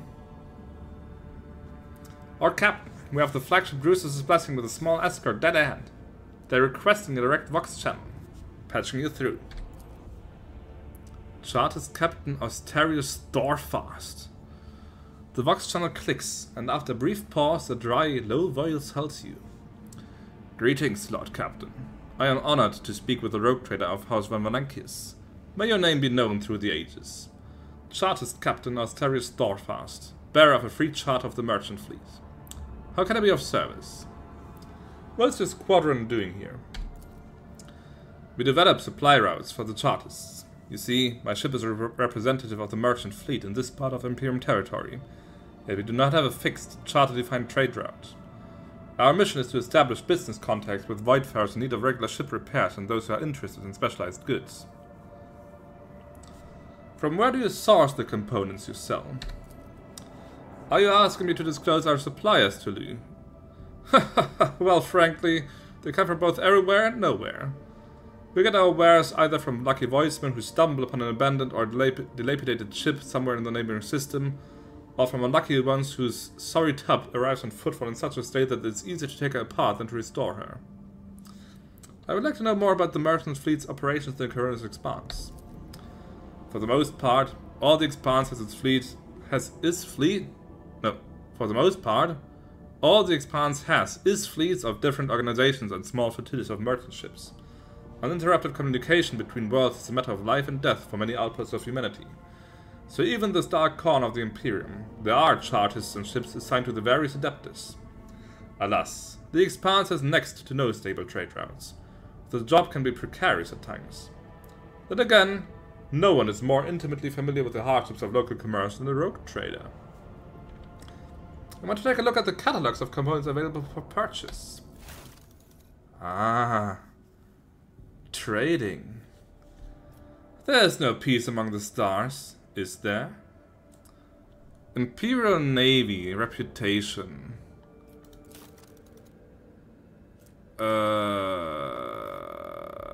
I don't know what's going on. What does this mean?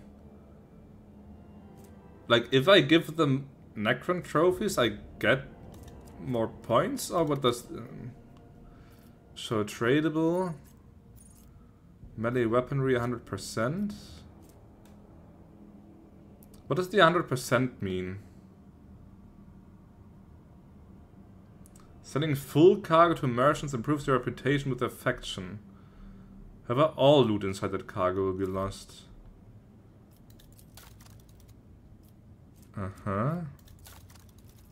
Show tradable. Doesn't do anything. Trading. They have an auger ray, but it's worse. No, it's better than mine. Better hit chance. More speed. But low acceleration and braking, okay. But the array could be interesting. As I understand it, there's also no money per se. I only have profit factor. And if I have enough profit factor to basically make the check, then I can buy it. Period. I don't spend anything, I'm just like assumed to be rich enough to just afford it. So I could just get the better auger array, it seems.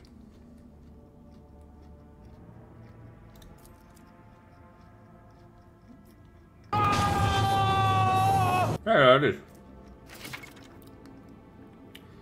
Receive a new equipment for your ship. To install it, open the Voidship management screen.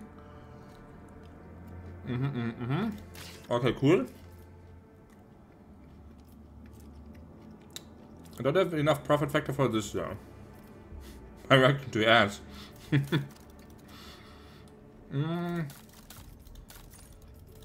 Okay. Now let's see. Can I trade this? How do I trade?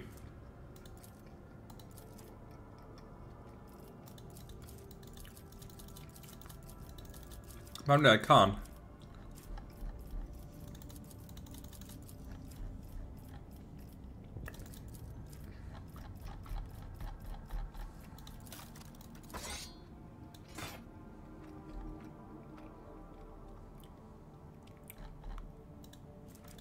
Not quite sure how this works. I want to sell this. Or maybe I literally just can't sell it to them. Trading. Okay. Lemon? Oh, that sounds good. Lemon muffin. I still have some little cheesecake left over from my food order. I should eat that later too. Can I please dock?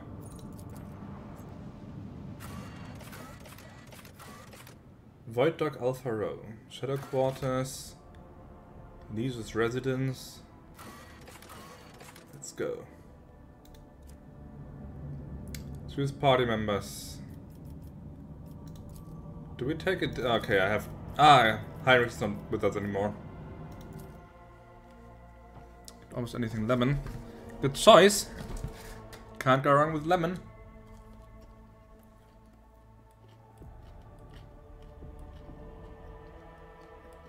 So,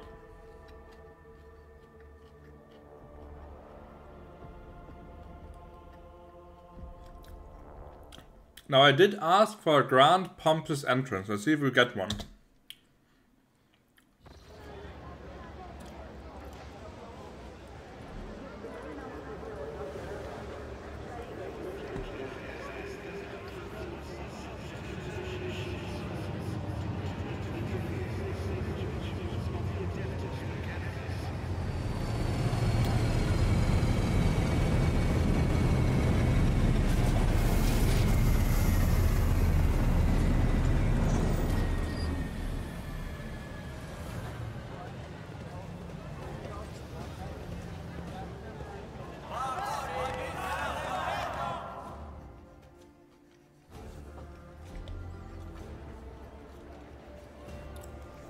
I'm just really hungry and I want fried chicken, so I'm making it right now. Fried rice, steamed carrots, and chicken's nice platter. Carrots is also something that I always have in the fridge, basically. Can never go wrong with some carrots.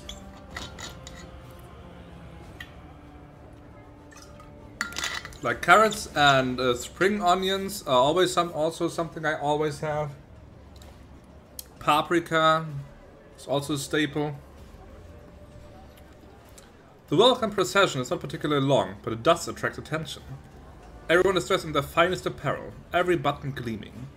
Standing in front of the others is a woman with a clearly extensive implants. She bows in a solemn curtsy. Rogue Trader, Footfall welcomes you. On behalf of the Liege, Lord Vladaim Tokara, allow me to express my joy at your arrival. The Liege awaits you at his residence, but should you have other business to conduct on the station, I will be honored to serve as your guide. Cassia's lips curled slightly. This is so familiar. Behind the amber-colored scattering of words of welcome, far less appealing hues lurk, murky and diluted. Look of someone accustomed to lying and hiding their intentions. Lyra jerks her head, shakes it and hisses through their teeth. Someone's coming, and they're coming for us. Watch out, Lord Captain. Not another assassination attempt, please. Abelard sighs and casually places his hand on his weapon.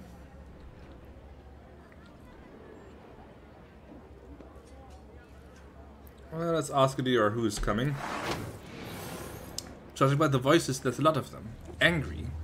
They've got teeth, but they aren't that sharp. Their strength is their numbers. Pray, what are you talking about? What could you mean by such a cryptic pronoun? She doesn't get to say the rest. Amusing. Hey, newcomers! Oh, come on.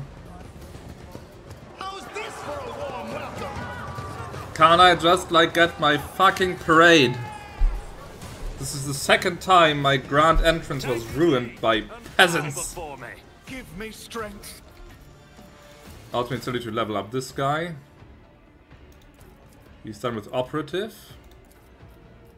But... okay, I can't pick it in combat, probably. What have we got?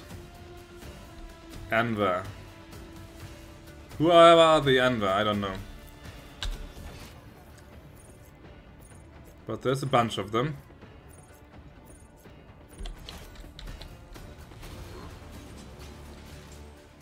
Let's see. Put him here.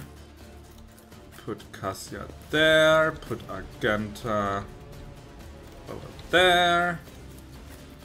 Put Abelard there. Well, Abelard takes center. And Pascal takes that side. Oh dear, I forgot about her. Just stay there.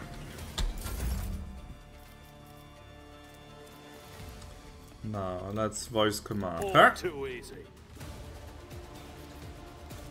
Suits my purposes. Right. Okay, let's take a look at this. Front line. The Grand Strategist makes marks an area of 4x4 cells on the battlefield the front line.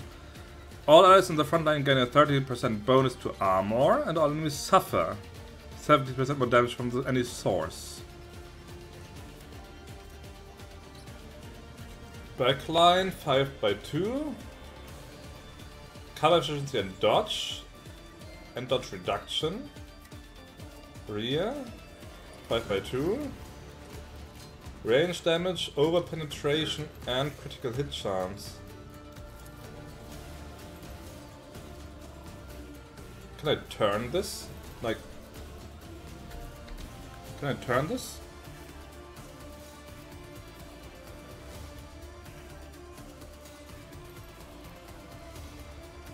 Would like to have like both him and her covered. Turn it!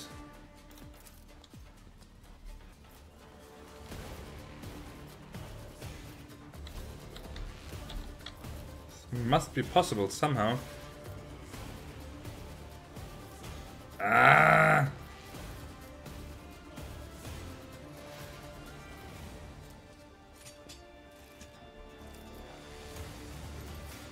Oh no, wait, okay, it's always from his position. Ah, okay, so like here, it's always this orientation, always this orientation, this orientation. Okay, I get it now. I get it now. Okay, good. Well, maybe not good, but let's just give it to her. I can't do. There, you are now the rear. Then you will just fire off a shot. Maybe here? This guy? Already done. Nothing of value has been lost. Then give an extra turn to...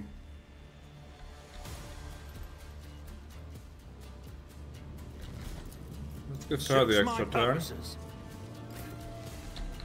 Start blasting. High momentum. Yes.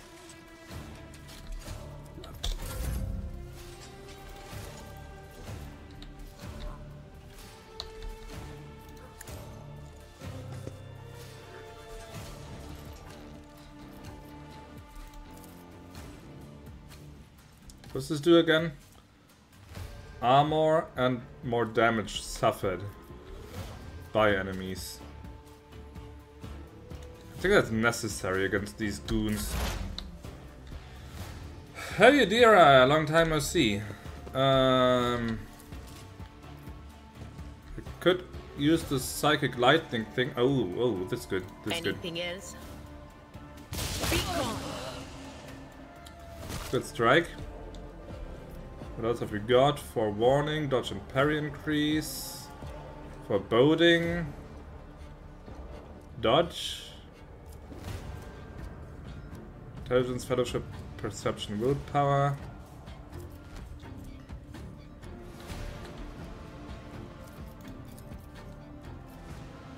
Was that you? Or...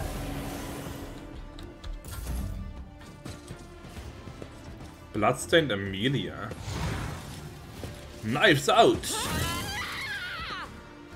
Let's see a try.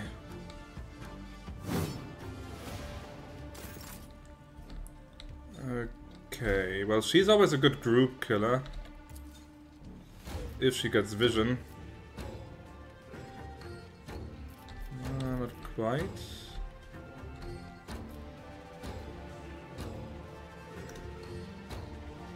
Ah, they're armored, that's why they have so many. Well, 115 hit points. What's wrong with her?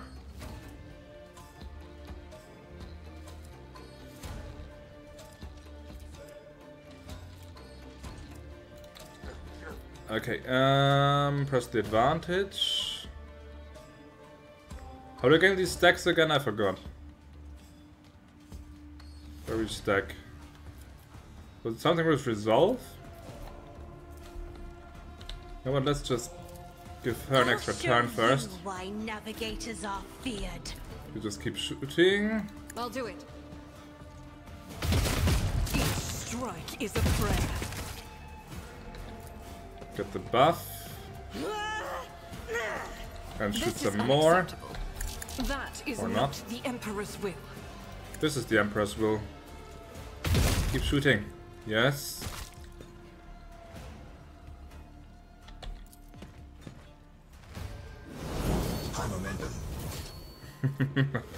Just keep going. I am his will made manifest. As the Emperor commands, I act. Ah, I love her. I fucking love her. 69. 69.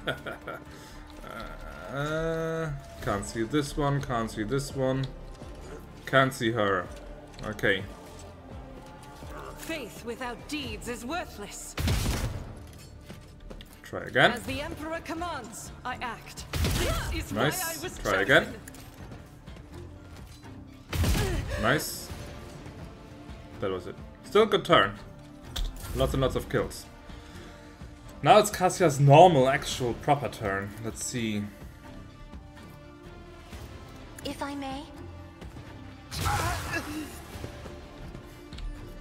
If looks could kill. Buff him. Extra turn for... Oh yeah, Pascal. Isn't this a job for the serfs? 74.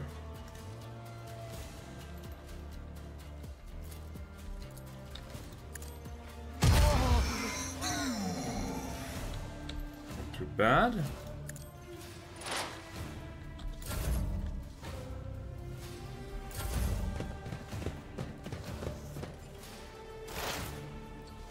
His normal turn. Okay. How about you go here? Nope. Okay, never mind. Was it Brutal Strike? It was Brutal Strike, yes. Running binary. Not quite a double kill. Sad. Sad.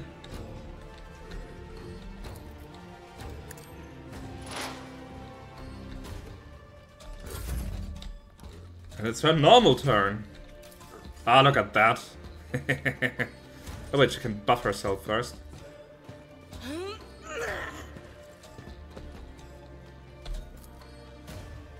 I'll do it.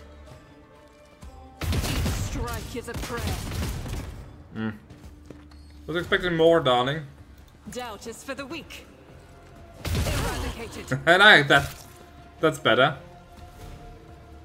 Faith without deeds is worthless. Yeah, Abelard, we haven't forgotten about you, don't worry, man. Can you hit them both? If I place him like this, he can hit them both, yes. Nice. And now if I do this...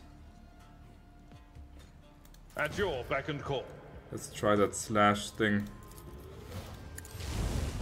Parry. That's not the Seneschal's job. Ah, I keep forgetting that it's only once per enemy. I'm not interested. That I can't just like slash, slash, slash, slash, slash. Okay, never mind.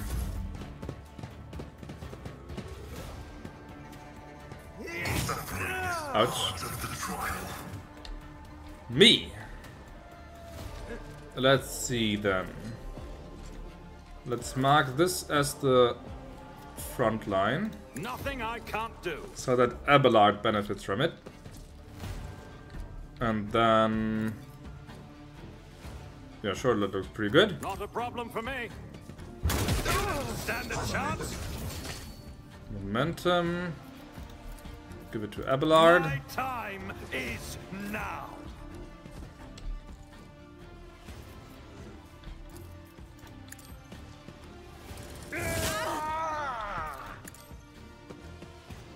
Can we get a kill?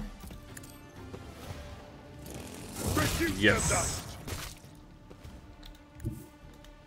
We can. We can also do a charge. And get another kill. And then we can move next to this guy. I've seen worse battles than And get this in my another time. kill. Good man, Abelard. Good man.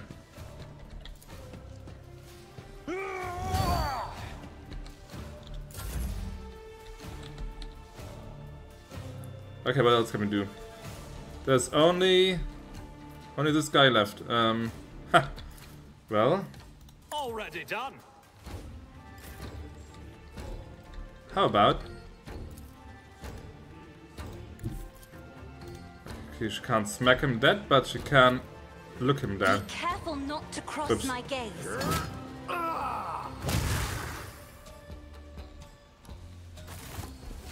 Easy.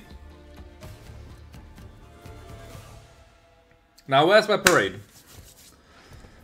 The shivering young servant looks up at you with horror in his eyes. Emperor, protect me, they kill? Every time I warn them and then they go, oh, dear Emperor, our Lord and Savior, how could this have happened? Who could have thought? Theodora spits on the ground in annoyance. A gang of puny thugs attacked me, the Emperor's anointed, rogue trader von Valancius. Such a poorly organized attempt on my life can only be seen as a personal affront. Stop craving unwashed warm.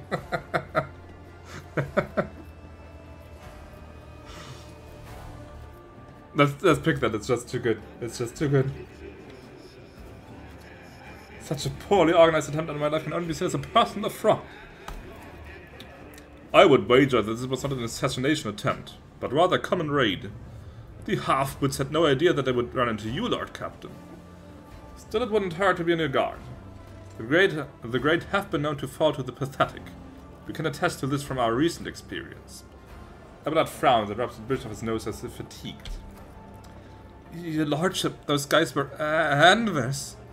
They're a gang. They're the worst, I'm telling you. They're scared of nowhere, not even leash to Kara. Anver's a pretty cool guy. Fights rogue traders and not afraid of anything. Doesn't afraid of anything. He glances around like he's expecting more bandits to appear.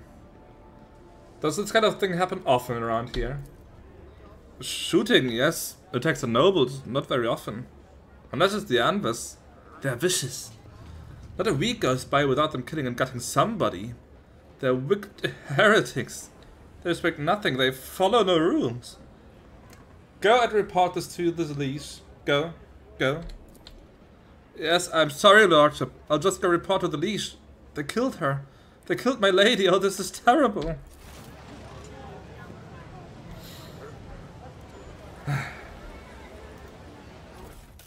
Ooh, look at that. Axis. Okay, it's mostly crap. But this is new. Waitiax. Not need that many of them, though. What's that? Combat. Ooh, combat shotgun. And the normal chainsaw. I don't need that. But the shotgun could be quite nice.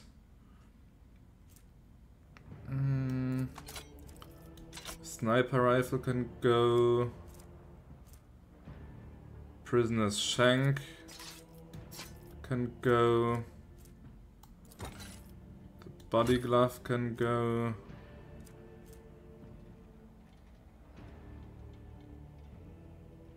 Do I keep the shock baton?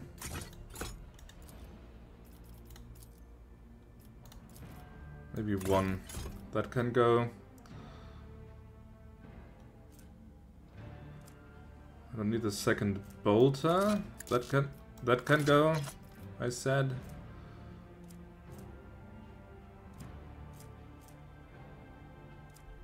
Alright.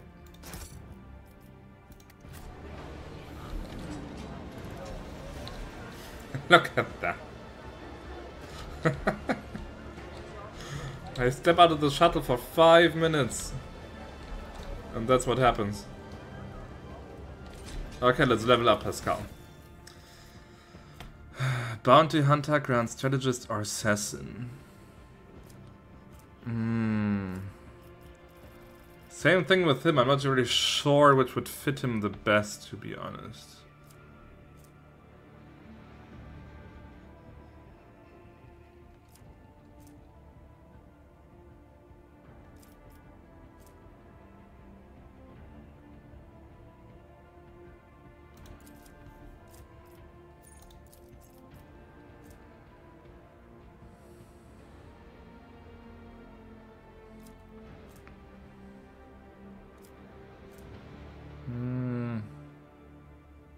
I really feel it when I read these descriptions.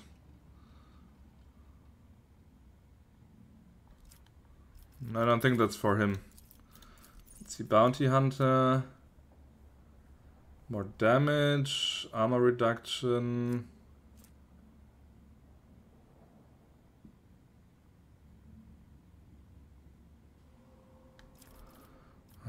I think in absence of something that really tickles my fancy, I'll just give him Bounty Hunter as well.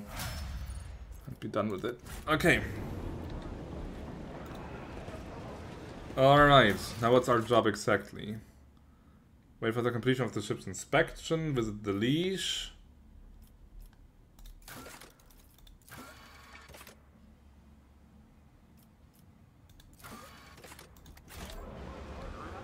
What's the map like?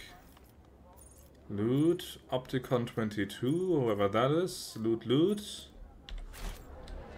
let's go right. Victory awaits! Towards the loot.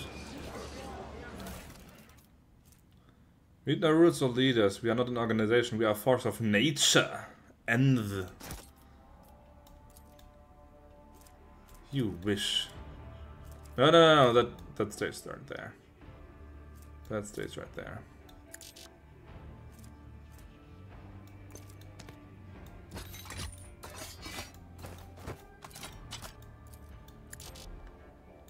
Why can't I move this?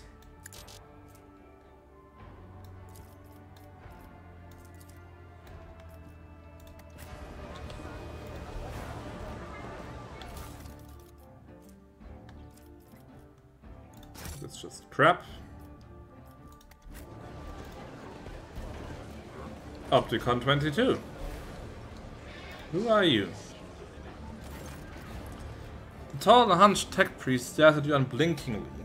The breathing mask conceals his gaunt features. The skin on his hands is of a sickly grey hue, but his organs show signs of combat damage and are plated in black chromium, giving him a general air of lugubriousness.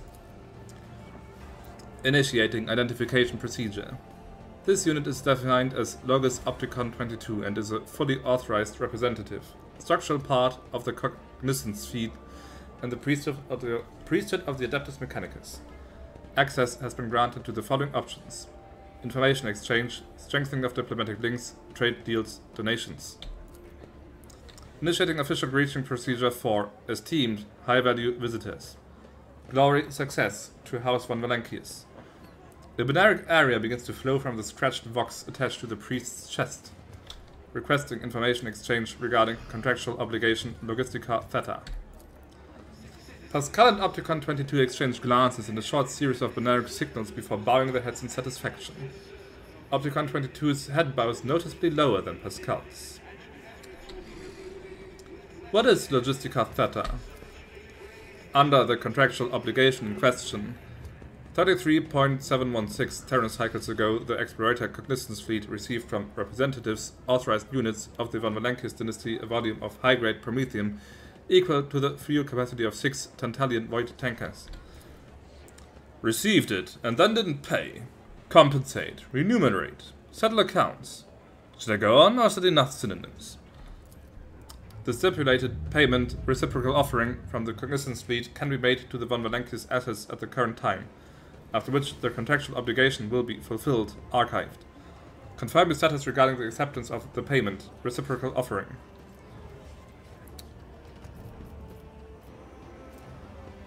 You waited 30 years to pay up?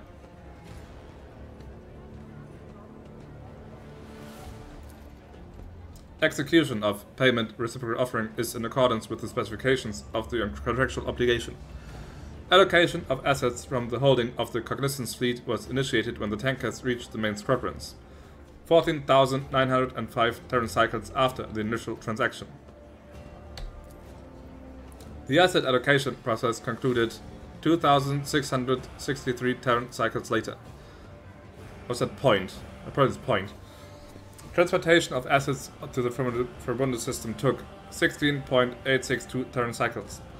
Final delivery of assets to Footfall took 0.331 Terran cycles. Clever.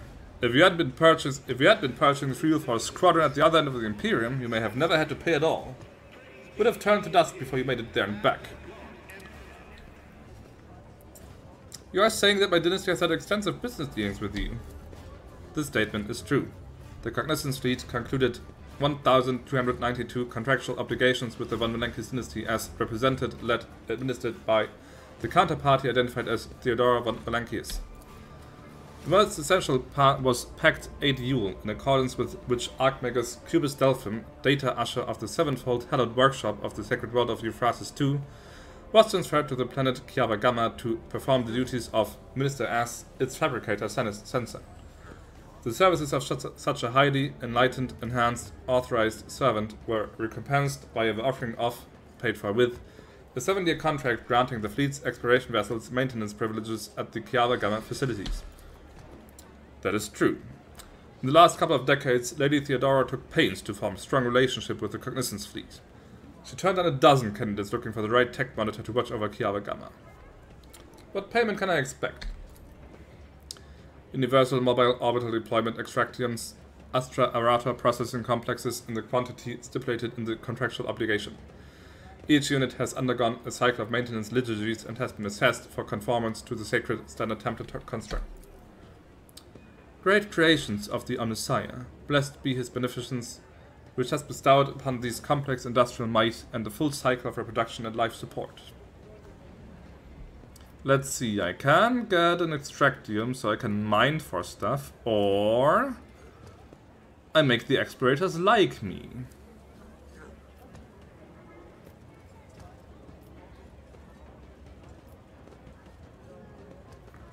Let's make them like me. Might come in handy. No payment is needed. Consider the Prometheum my gift and a sign of my hope for collaboration in the future. The request is accepted. The contractual obligation, Logistica Theta, is concluded. The Cognizance fleet thanks House von Valancius for its cooperation. The status of the unit's request will be increased. Will I seek the friendship of the Adeptus Mechanicus? The priesthood of the Adeptus Mechanicus is interested in, considers expeditious cooperations with rogue traders. Under the terms of the Treaty of Mars, it is willing to provide services to the von Valancius dynasty. The priority of service tasks can be raised if diplomatic links are strengthened. The Cognizance fleet will be glad, alternative unavailable, to accept. He doesn't know an alternative for glad. Finally he's slipping in. Any samples of sacred technology, samples of profane xenotech, miscellaneous items, reminder, storage, study and or disposal of the aforementioned objects with the exception of 3 miscellaneous items is the preferential right of the Adeptus Mechanicus. Thank God for cold. The Explorator fleet will also accept information about planets in the Coronis Expanse that have not previously been recorded in the planetary register. Why do you want information about planets? Omnifaceted study of the Coronis Expanse is the sacred mission, operational objective of the Cognizance fleet. Information about the planets and star systems of the Coronis Expanse will be compiled, studied and transferred to the holy repositories of Mars upon completion of the Great March of Exploration mission. This process increases the totality of knowledge and decreases the totality of ignorance in the universe. Why can't I do this? Why are you interested in xenotech? Isn't that heresy? The Cognizance fleet finds it reasonable to believes that forbidden knowledge in the hands of the laity causes destruction and violations that go against the Omnissiah's will. Weakness of mind and will unleashes xenoheresy, which consumes the laity whole. An example that demonstrates the outlined pattern. Avoid station in the system of Langren's belt. According to the data available to the Cognizance fleet, the heretics on the station have trade relations with Xenos for the sake of obtaining dangerous and pernicious technology. The destruction of these heretics is of high priority, but not high enough to demand immediate action. I have some questions. Oh God. Information assistance will be provided.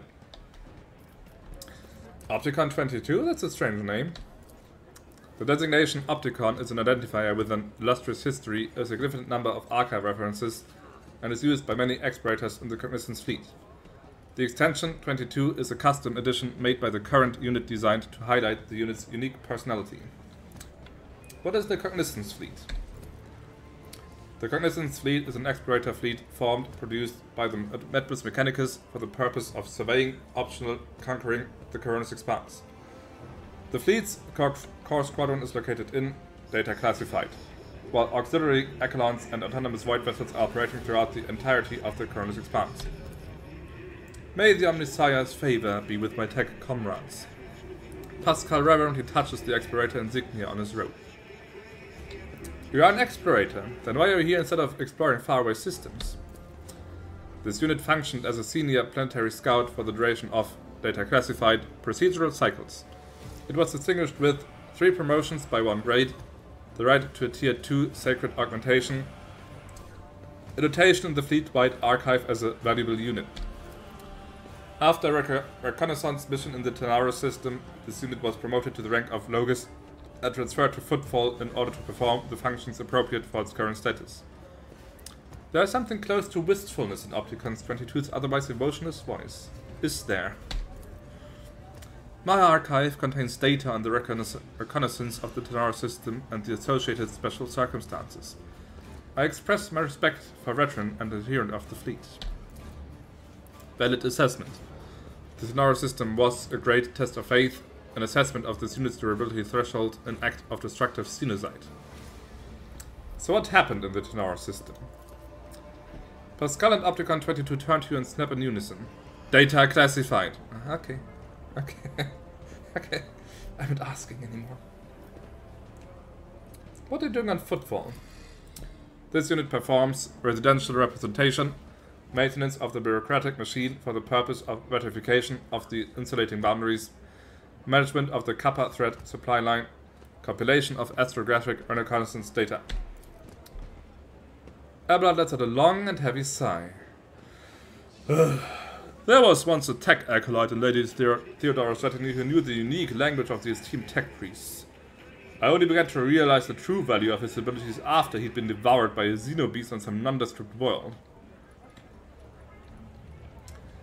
You seem to be speaking Gothic, but the informational capabilities of flesh speak are lacking.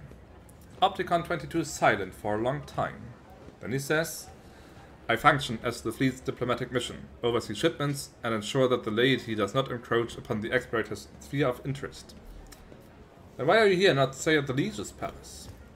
Prolonged communication with lay people of high social standing causes this unit vexation, desire for forceful cessation of vital functions, grief, decline in motivation, righteous fury, willingness to initiate purity protocol. Remaining in an area of repair and maintenance of sacred machines is beneficial to this unit's cognitive functions. This statement is true. The behavioral dynamics typical of lay groups are frequently devoid of logical patterns that are taxing to analyze. I have no more questions. Information assistance mode deactivated. I want to make a trade deal. Yes. Okay, can I get medkits? Deflection gloves? Allow the wearer to parry melee attacks with their ranged weapon using ballistic skill and interesting. Target designator. Whenever the wearer hits an enemy with a dead eye shot, it reduces the enemy's deflection by 1 and applies an exploit until the end of combat. Can I just buy that? Yes. Buy it. I can! Haha! Well, why not just buy everything then? Everything. All of it. Gimme. What are the stims? For MP and for AP for next one, the MP. Winners don't do drugs. I'm at level 4 already. Every stream I watch of this game, there's a part of me wanting to download this game and it's worrying. It's a good game. Lots of attention to detail. And I want to trade. How can I sell stuff to you?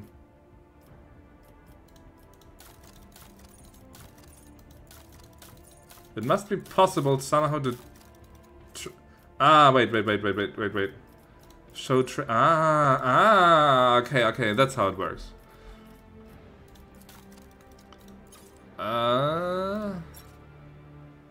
So they want...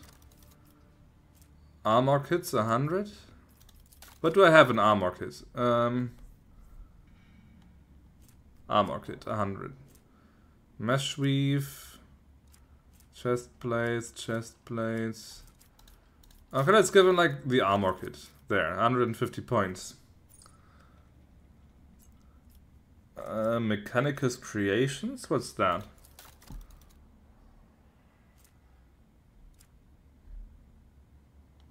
Provisions.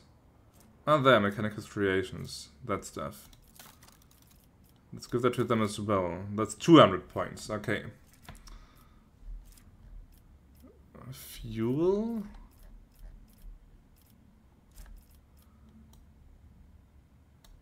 Okay, more Mechanicus Creations. Holy Gifts sounds more like something that I can trade to the church or something like that. Heretic Trophies, I don't think they need that. More Heretic Trophies. Oh wait, I can. Can I give them Xeno artifacts? Don't they want Xeno artifacts?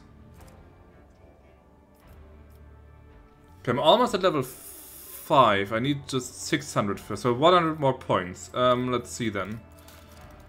What other crap can I sacrifice that will please them?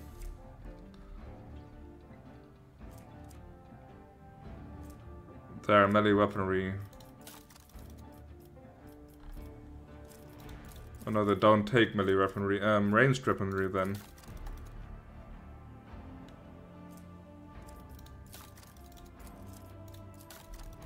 It's a bit of a hassle to see like what I'm actually selling to them. But it's important what I'm actually giving them, I guess. 650. Level 5. Okay. Got a better profit factor yet, but the reason why is I get game when I play the game for a couple of hours and I get bored and sits on my PC and it gets uninstalled. Yeah, if that's your pattern, then this is definitely not the game for you, because this has a lot of playtime.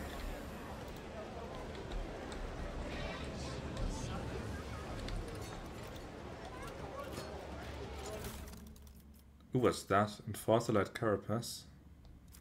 That looks good.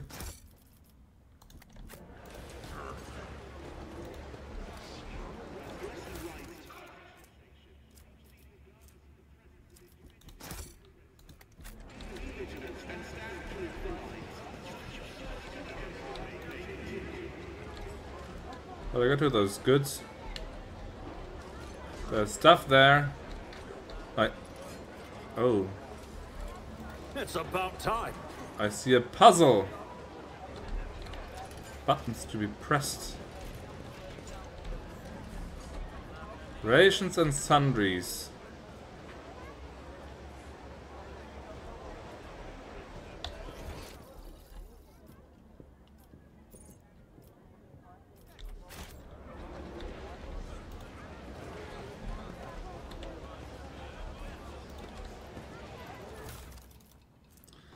I'm right to inform you that 2 days ago the discharge was interrupted by a raid launched by the Anvers gang, and the attack 3 loader saboteurs were put out of commission.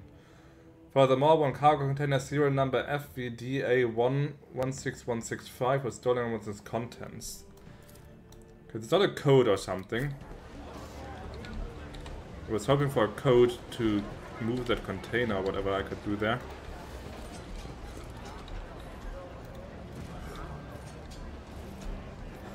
Okay, I seem to be in some kind of market. What's that? Commerce 100%. I did fine. Destination Janus. It is covered in dust. It must have been a long time at the docks.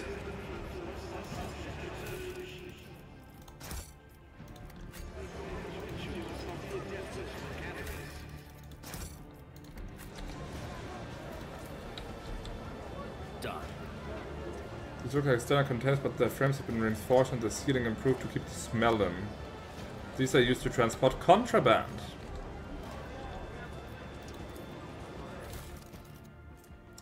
The Holy Book by the Altar. That void damn customs guy is always on duty. Guess what? Hang by the window. Remember to battle the Emperor through the window. Okay, that's definitely some kind of code.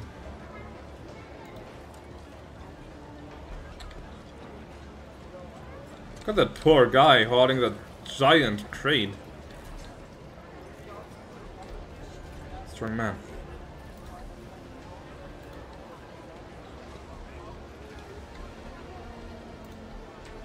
Okay, this is kind of bar. Looks nice. I won't tolerate weakness.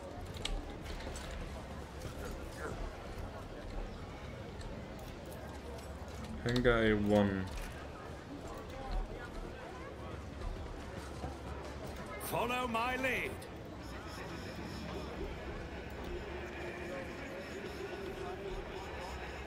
Anything here important? No, they're all just random NPCs. Finest wines from Janus. Okay. New challenge for me. It's a nice lobby though.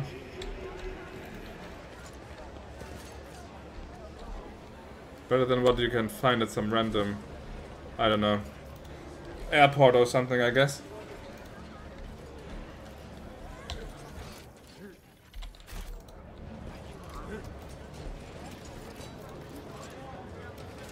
What's with the container have rusted and is content rusted away? A situation that doesn't count for shipments trying to pass through Imperial customs. Now's our time, not theirs. Go to their homes, drag them out of their beds, carve open their bodies like carcasses at a slaughterhouse. The Imperial Navy, Casbalica, Chorda, von Valancius, their names mean nothing now. Tomorrow we'll erase them from memory. Go and seize power, as much of it as you can carry. I'll lay claim to the stars. That's pretty seditious speak there. Rank 5 functionary Alanga Custoris.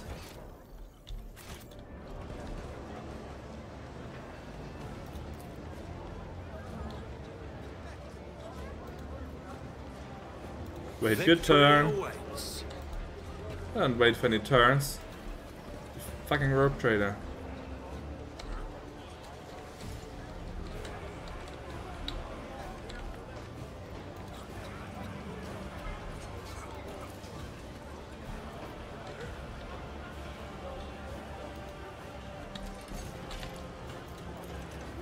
Something of interest.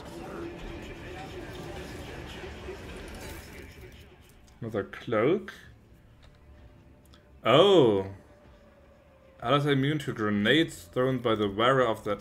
That's cool. None shall stand in my way. Don't have a dedicated grenadier yet, but... okay, that's the same thing as here.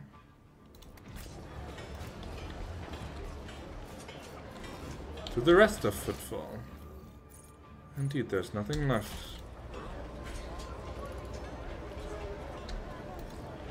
But let's go right in and see what happens. Follow my lead. Atrium, Shadow Quarters. Let's check the Atrium.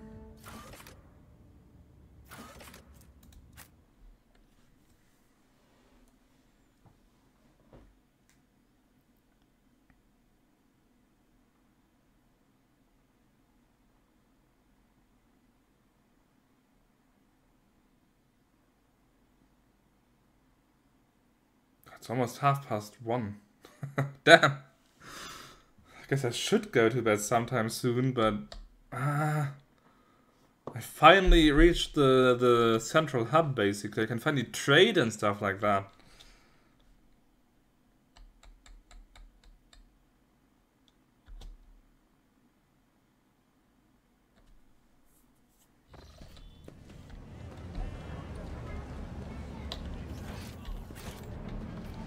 I won't tolerate weakness.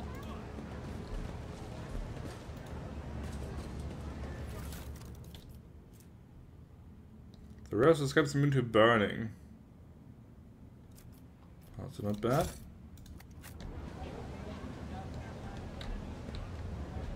What's going on here? Shopkeeper. Ah, shopkeeper. Seem to be angry at him though.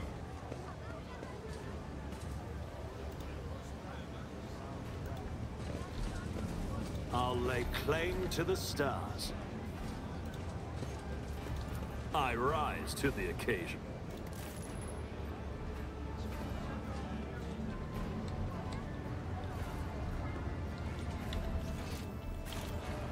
Victory awaits!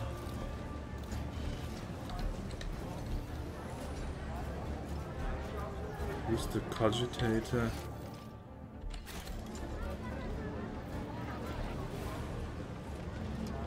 Instigator. What the hell are they instigating? Let's not go there. It's being followed by a skull. Servo skull. Pilgrims? Ah, the little details, man. This is so nice. Use the cogitator. Ah, look at that. And then I can get over here. And then I can open this cabinet, I guess. None shall stand in my way.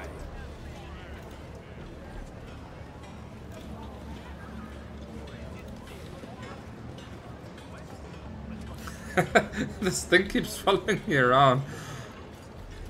And keeps like telling everyone how great I am. I love it. Compared to naval We need to service, investigate. that was barely a challenge. Ooh. Commander's Monocle. Whenever an ally under the effect of the various voice of command makes an attack, during an extra turn, this attack deals an additional 3 times fellowship bonuses % damage. And a greatsword. Two-handed melee weapon. 13 to 20 damage. Could be for Abelard, maybe. Wait. Trophy changes? What trophy? I bet there was someone in the cabinet. As it should be. Political brutal murder. That has A and V are carved into the shoulder blade. I see.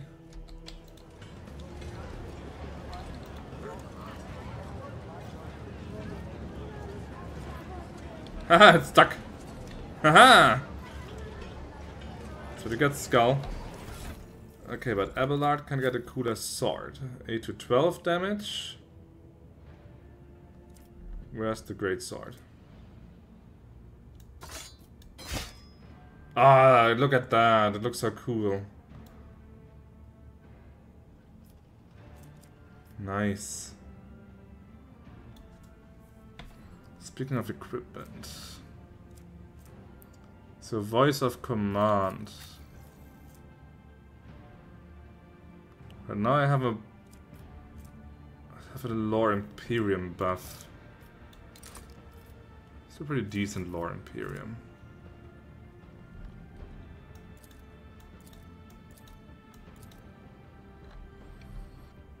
What was that? The Deadeye shot thing?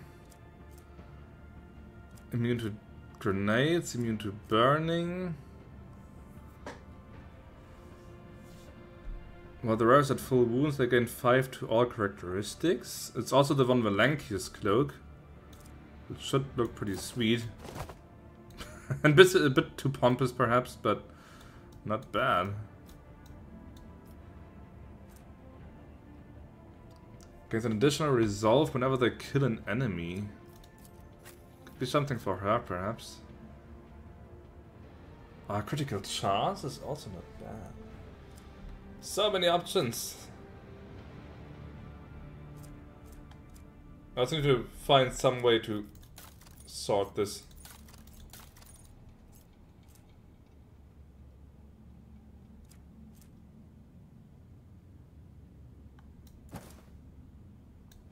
Wait, this is a cloak?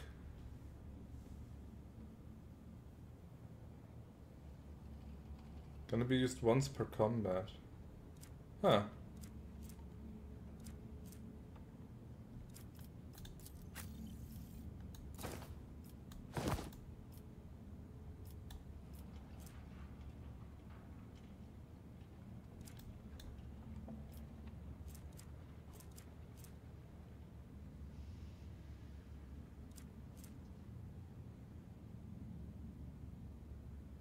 Kinda like this, but I'm not sure who I can give it to properly.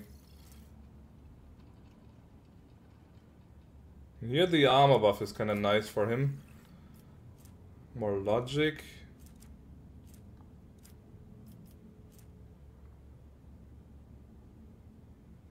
Against demon enemies. That fits better to his character, I think.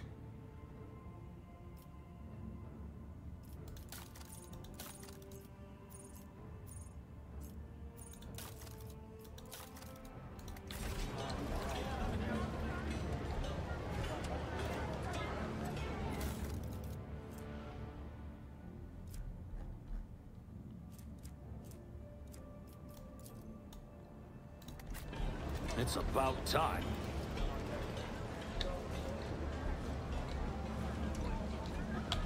Okay, this area seems to be quite big.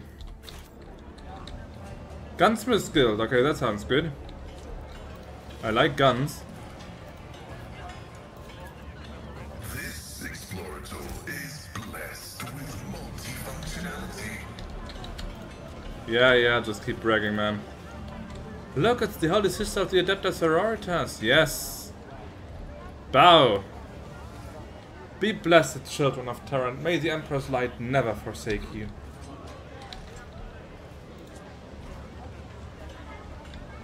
Follow my lead. A letter for you.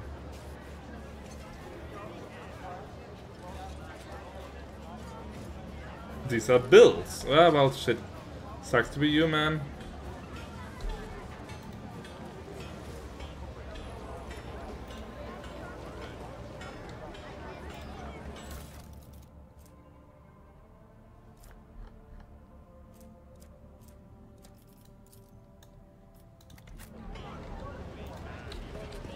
I'll lay claim to the stars. I don't even know who I am, where I am. I don't know who I am, I don't know where I am. What's going on here? Ah, it's a sermon. Pilgrim. The other Footfall is a colossal statue of the Emperor carved from a single asteroid. This also must also be the statue that they mentioned in that one. Here and that one. Hanger by the window. Remember to bow to the Emperor through the window. Holy book by the altar. So there must be something here. A new challenge for me?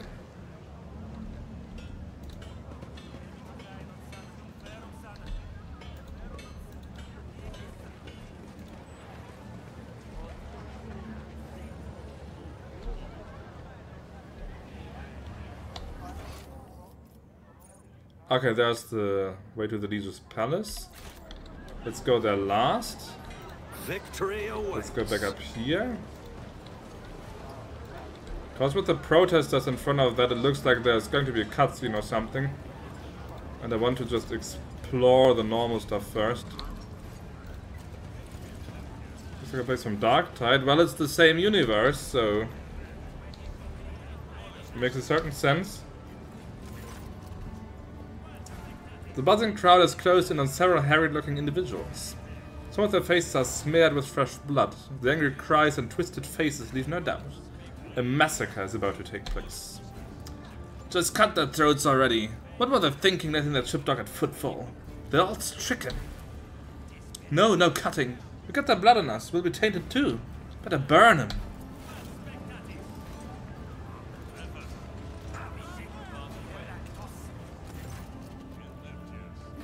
Wait, is that the guy we were supposed to talk to? Be quiet, you scoundrel! The priest, clad in a simple black raiment, cuts through the crowd like a voidship crushing the sky. You dare pass judgment on others? What arrogance to think you have the right! Aganta starts at the sight of the elder priest. That's Reverend Hieronymus. I'm surprised he's decided to intervene in the street squabble. Let's watch in silence. Reverend, but these are heretics. Real heretics. The whole planet is plagued. Folks say they all died over there. And why is that, huh?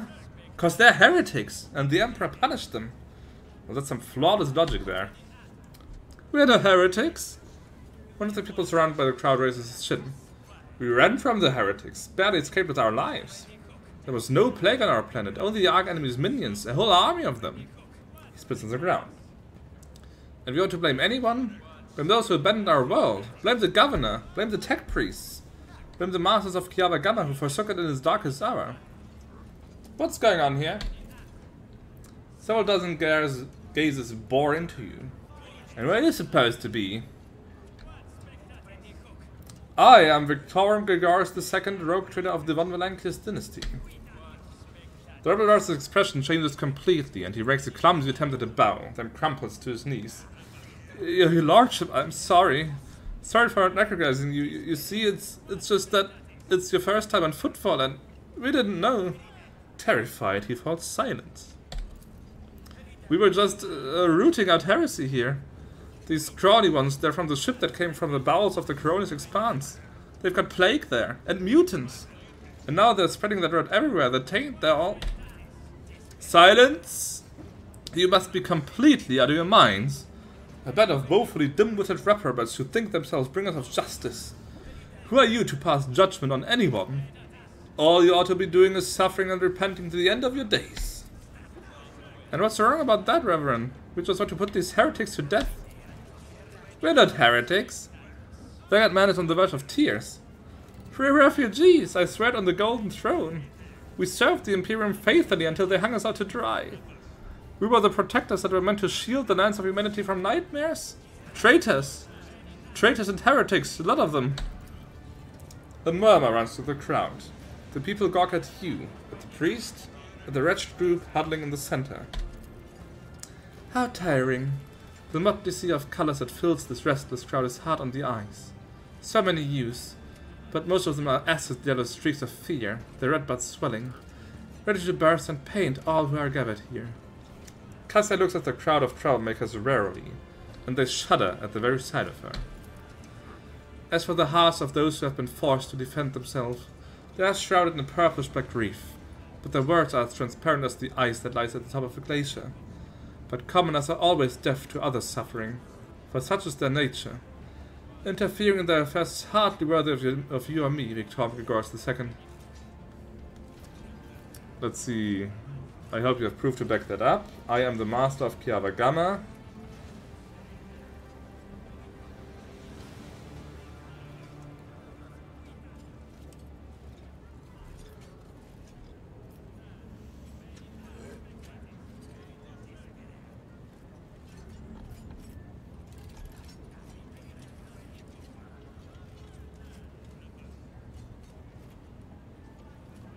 Let's just do that.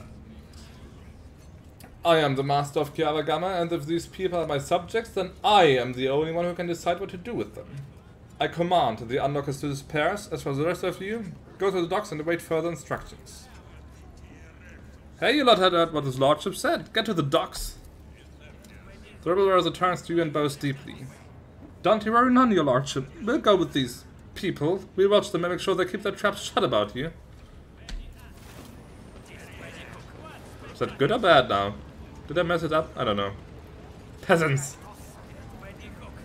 Low lives! Rebel. The arrogance and self-righteousness of a malefactor? Malefactor? Not per malefactor. The priest shakes his head disapprovingly. Then his eyes shift to you.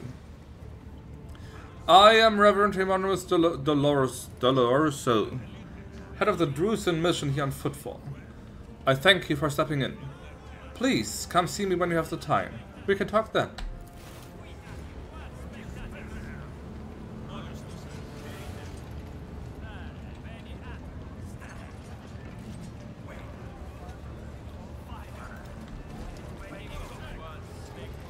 I won't tolerate weakness.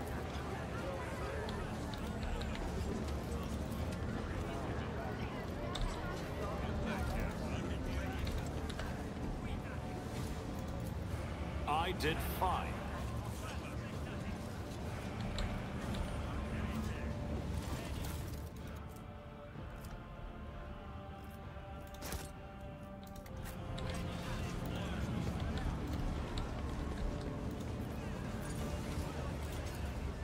my success is an irrefutable certainty.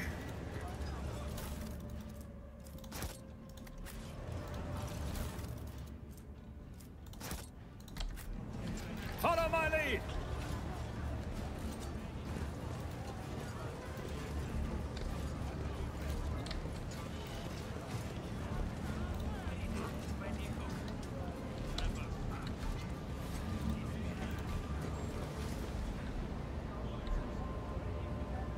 And I bet that this is Drusus, the saint? Excellence matters. No, damn it.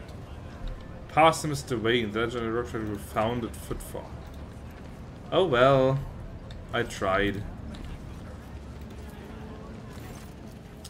The sight of this cogitator would be enough to break any tech priest's heart. The machine is leaning slightly to one side, grimy, covered in scrawled drawings, with frivolous writing scratched here and there on the casing. Several keys are missing, and the rest are coated with dust. Pascal's respirator lets out a mournful hiss before he says grimly, "The right of operation has been repeatedly and blasphemously violated, requesting the identification and punishment of the deplorable acolyte entrusted with caring for the spirit of this machine. Repair the cogitator." After a series of creaks and groans, the cogitator's dusty screen lights up. Under several lines of text. Section headings. Praise the Omnisire. The machine spirit of this cogitator is aggrieved, but willing to serve. Accompanied by the crackling of a Benaric prayer, Pascal's Mechadendra tries gently place a couple of keys lying on the floor back into place. Select the section titled Welcome. The screen flickers a few times before reading to the world a text in low Gothic.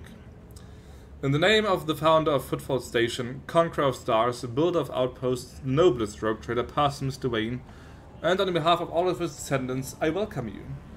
This cogitator was installed on the order of the illustrious Parsimus so that the needy may tap into the flow of his wisdom. Cast your eyes upon the list of sections and choose what you wish to know. Abelard's Broforos. Parsimus Dwayne? I've never heard of such a rogue trader house. Whoever this Parsimus was, he sure thought big.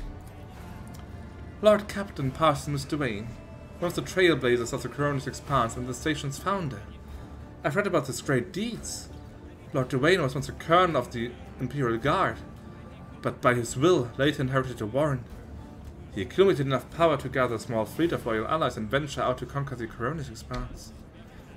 They say Footfall was meant to be his personal palace world, but the construction dragged on for decades and Lord Parsimus eventually died of old age. His enemies instantly tore Footfall to pieces and turned it into the bastion of humanity we know today. One that is full of bandits, privateers, hustlers, and rogue traders. Pleased with herself, cussing not slightly to let everyone know that the lecture is over. About Footfall. Footfall Station has been envisioned by the great Parsimus Dwayne as a palace in the stars, as majestic as the spirit and mind of its creator. As of the year of this cogitator's installation, merely a small fraction of the great Parsimus's designs have yet been made a reality, but already their audacity and grandeur are staggering.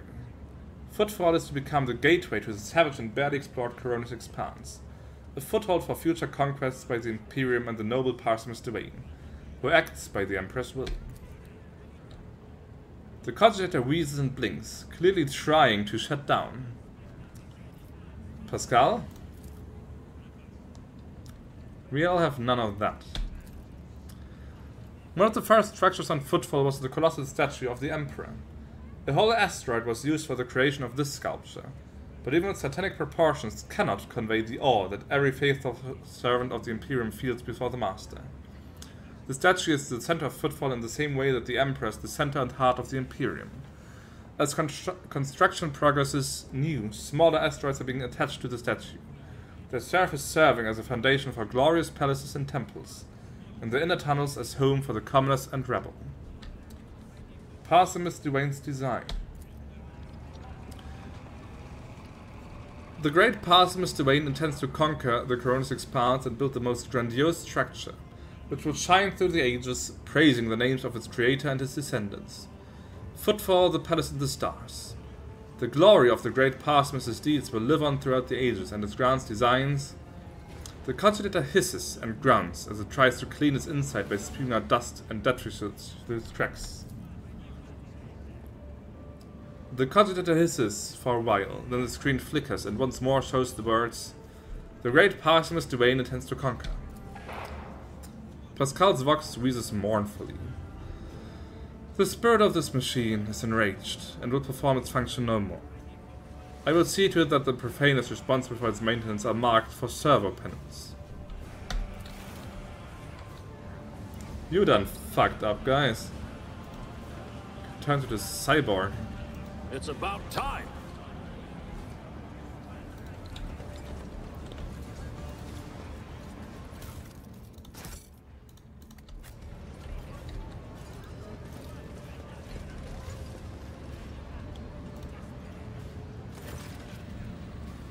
The man with a face so drawn it appears to be made of nothing but skin and bone fixes unblinking, bird-like eyes on you.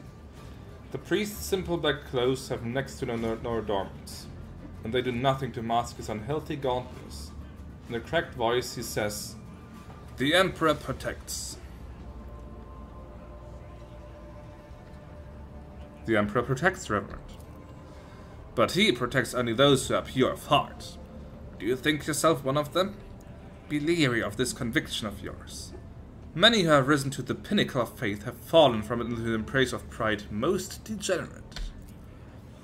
And you must be the young one Valancius. That name carries weight, and it is a burdensome one, for its reputation suggests that Theodora encumbered it with many a transgression. I wonder, will you seek to shed them, or will you carry them onward, picking them along the way like ripe fruit and savouring their sweet poison? Let's see, what have we got?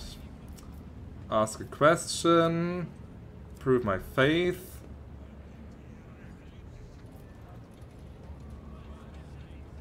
Be a heretic? I certainly don't. I put my faith in the Emperor.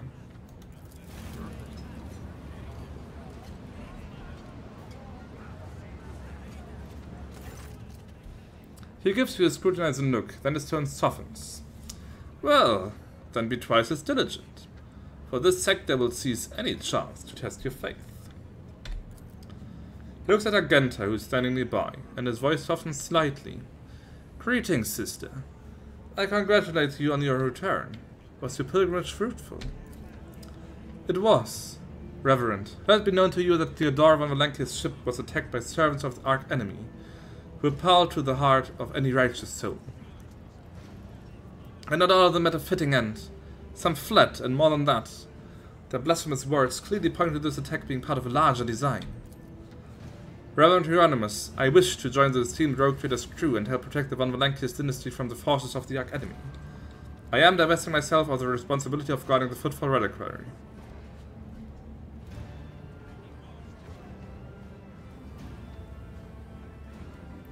Sister Argenta stood by my side during the assault on the ship, and I could use her assistance going forward. Hieronymus nods in thought. Follow the call of your soul, sister. The Footfall reliquary will be preserved even without your contribution, as it was in all the years preceding your arrival. Hieronymus smiled sadly. I know what it is that calls you to follow the rogue trader, Sister Argenta. You seek combat, for it helps you to forget how hollow and worthless our lives truly are. It offers the illusion of meaning. Perhaps you will relinquish this illusion one day, or perhaps you will die before the day comes. Regardless, I wish you luck on your new path. But before you start on the path towards your new destiny, I have a request to make of you and your companion.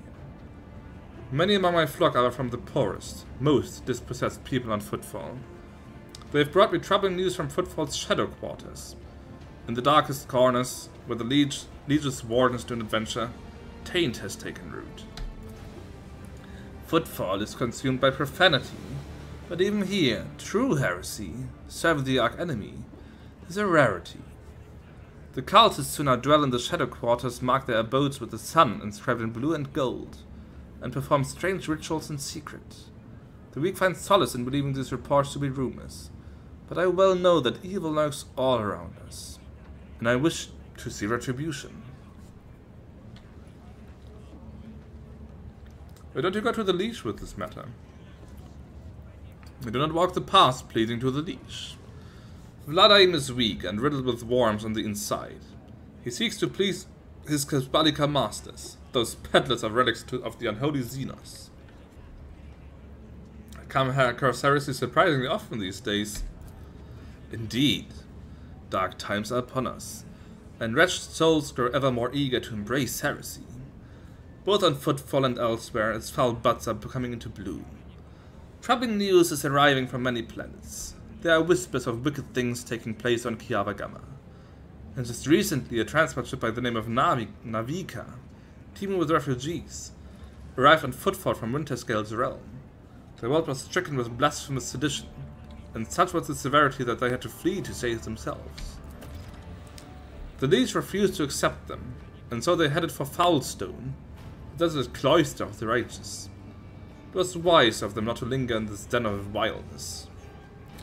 We will verify this rumor, Reverend Hieronymus. With great pleasure. Agatha puts the hand on the stock of her weapon. I almost wish for the rumor to be true. My heart yearns to battle some heretics. This is where I bid you goodbye, sister. Noble Victorian Gegars II. Is there more you wish to ask me about? What are you doing on Footfall? What am I doing in this den of blasphemous, pagans, and the widest of souls, you mean to say? Well, Footfall is the first and last stop in the Coronis Expanse. This is a point of arrival for those who have just started on the path, and it's also where those who are reaching its very end return, their souls wounded and bleeding. I embrace both the former and the latter, so that they may cast an honest eye over their impurity. Furthermore, rumors from across the entire sector amass in Footfall. If I hear crewmen whispering about a reclaimed shrine world, or expressing desire to carry the Emperor's light into the darkness among the stars, I help my flock in their sacred duty. Devoted trailblazers need assistance both spiritual and material. Tools, equipment, even garments and simple everyday items. Anything that might help pilgrims on their long journey and during the first days of the harsh frontier life is worth its weight in gold to us. May any help you offer to the effort of gathering such things be blessed. God. The path of true believers leads into darkness, to search for worlds that have lost his radiance, steeped in depravity. Blessed are the deeds of those who give themselves into the void and the warp in hopes that their actions might bring light into the darker reaches of the expanse and deliver a previously barren world into the Imperial service. And all the more bitter is the realization that not all brave souls will succeed in their mission. Footfall still awaits news from the Wasteland Wayfarer, an ancient ark of a ship headed for distant stars. Her last astropathic message was sent from beyond the Cinerus Malefictum, and the stars have kept her fate secret since. I bear another, darker duty. The expanse is filled with the tainted creations of unholy heretics. These insidious objects are a danger to the soul, but I know what to do with them. Should you in your travels come upon dangerous, corrupted objects, bring them to me, and the reward for your vigilance will be even more generous. The Drusian mission has much to share with the rogue trader. Tell me about yourself.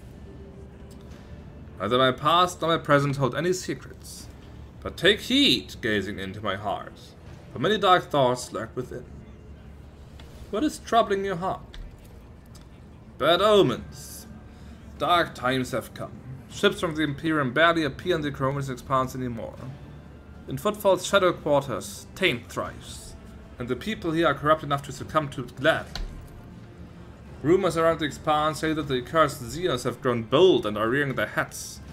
They attack ships and settlements, walk under the tongue of Imperium worlds like kings instead of cowering in the shadows. What next? What adversities await us if such disgrace is happening already? There's more and more talk of how poorly things are going in the Expanse. Some say it seems I can't take 2 steps without hearing some peasant pontificating on the matter. Even if it is as dire as they say, the one Valancius realm will not crumble under the blows of fate, no matter how devastating. Chin up, Lord Captain. This is no time to lose heart and lament your lot. Not only is your hope false, it is also dangerous. Among his servants, there have been people of greater integrity who sullied themselves in their attempts to rise above the rest. Who were you in the past? A wretched fiend. Blinded by my ambitions, I served in my home planet's Adeptus Administratum division. I was a shrewd and sly bureaucrat, and I soared to great heights, to the very chair of prefect. In 30 years, I turned my home from a withered fringe colony into a prosperous world. Our wealth grew as we bloomed. But the bloom was a veneer for rot. Opulence has depraved us, and luxury had seduced us with its sordid promises. The planet's denizens no longer wished to pray or work. They only sought entertainment and dangerous philosophies. 1,000 vile heresies and 1,000,000 appalling vices spread on my world like mold on a Nutribar. In those days, I saw with my own eyes the shameless ugliness of the soul. I repented of my hubris, left the position of prefect, and became a traveling missionary. I have been one ever since. As for my world, 20 years later, the Holy Inquisition consigned it to purifying flames.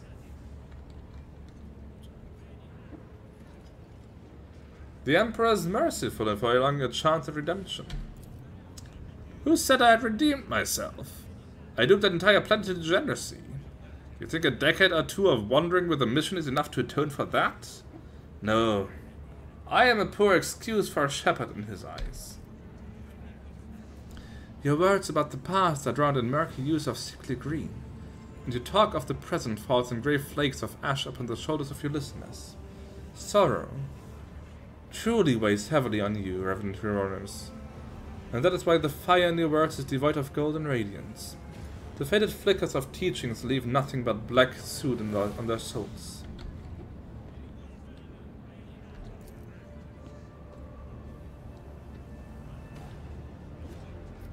I have a question about faith. My sermon planted the seed of faith in the heart of another rogue trader once. Incendia Chorna. Perhaps you are destined to become my second fledgling. But I can really ask stuff like, tell me more about the Emperor. Oh well. You think it is so easy to put into words his sense and splendor? The Emperor is the perfect deity that reads our hearts and grants us his light. He led humanity out of darkness and horror. He created our great home. He experienced torment and pain, which only made him stronger. That is a lesson to us all. Purity is not to be found at the bottom of the dirtiest hive or in golden palaces, but only among the ranks of those who suffer. Argenta silently makes the sign of the Equina, her bright eyes burning with unyielding flame. What's the proper way to worship the Emperor? Pray to him, destroy his enemies, and touch not their poisoned gifts. Cast aside all doubt and be vigilant against the weak souls beside you. When you see a sign of taint, burn it away without pity. Pain is good, it tears the crust of vileness from one's soul. And remember that if you see no fault in you or around you, then you are not being diligent enough in your search. Or you are being too lenient on yourself, averting your eyes from the truth. The Emperor's servants, who are they? You speak of the Adeptus Ministorum? Well, these heralds of his word hold great power. Every priest, myself included, is part of this hierarchy, and the ecclesiarchy possesses the unique right to judge what is virtuous and what is malign. The Adeptus Ministorum prays and cares for the temples, it sends missions such as my own to every corner of the dominion of humanity, it fights against heresies. May the Emperor bless his faithful servants.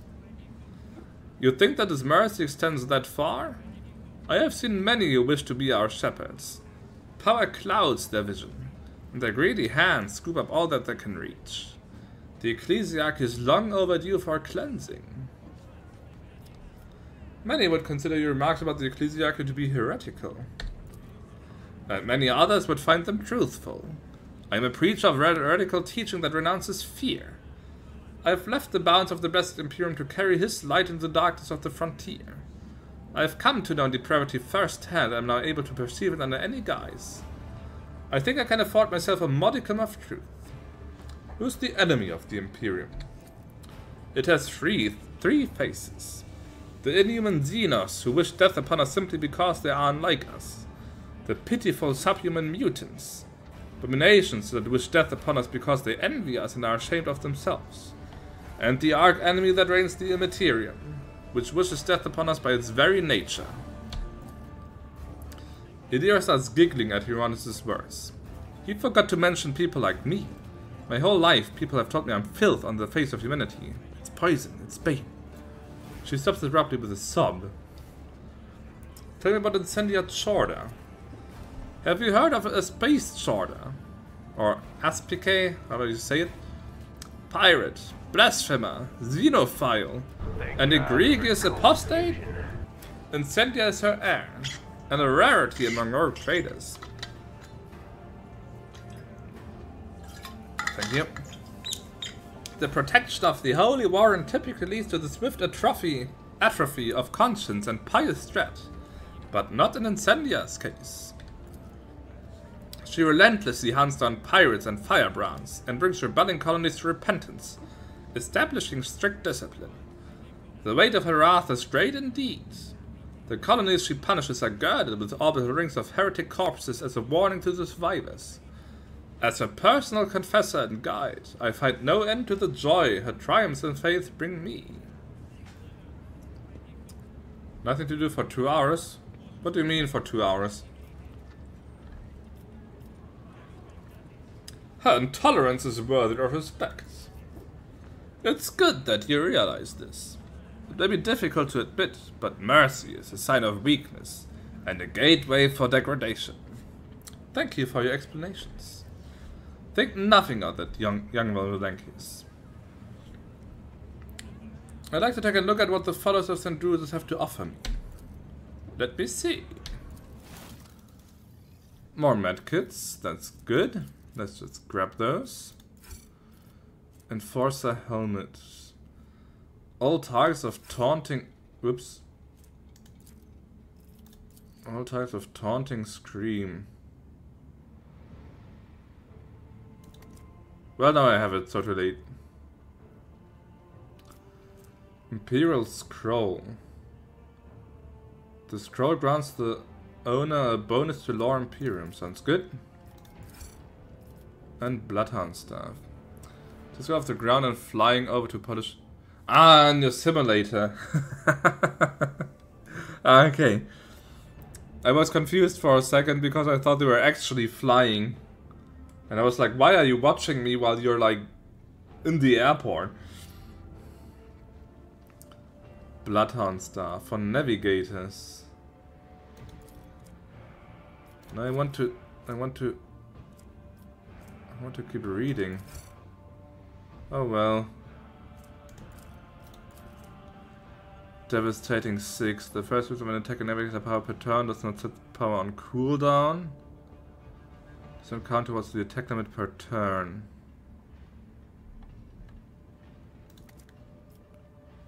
Alright. No reputation at all yet. So what do they like? Fuel, jewelry, holy gifts, uniform kits. Can I give them like the heretic stuff? He said he wants... He said if I find like stuff tainted by the arch enemy I can give it to him, but it seems I'm not able to trade that.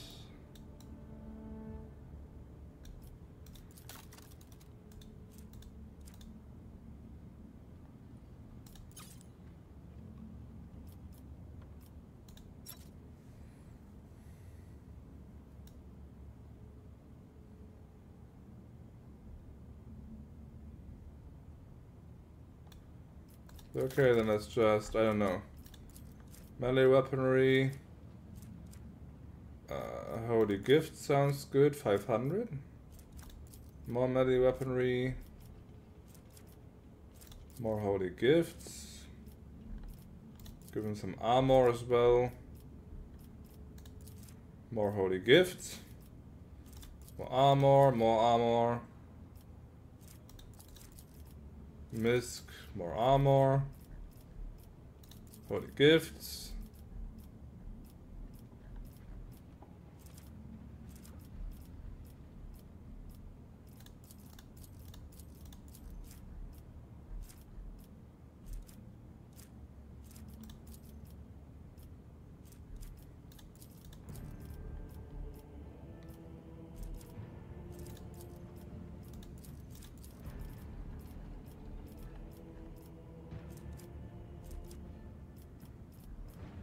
Sure, I can reach at least the first... the first reputation level here, right? There we go. First one.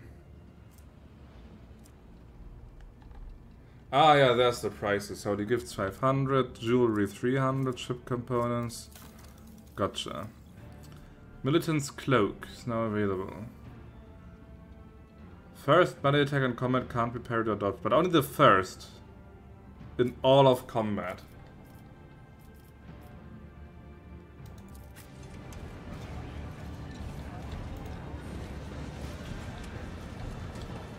None shall stand in my way. First made Dagon. Okay, well, it's 2 o'clock, I think. I've been playing for 5 hours too. I could play another hour or so, but I should, by all reason, go to bed. So let's find that. But it's been very fun. Nice story development, some good fights. I can finally trade. I got some spaceship combat, which was very fun. So all in all, I'm very pleased. I also plan, at least I plan, to continue tomorrow evening. I'm not sure yet when exactly I can do that, because the idea is that I will have a friend come visit in the evening. And so it will depend on when my friend leaves. But still I want to have one more stream before the year's over, and that's, as I said, idea is tomorrow. So stay tuned. But for now, I wish you all a good night. Enjoy yourselves, enjoy your start into the weekend, and just hope to see you all tomorrow. Thanks for being here, keeping me company, and yeah, just see you all soon. So bye bye.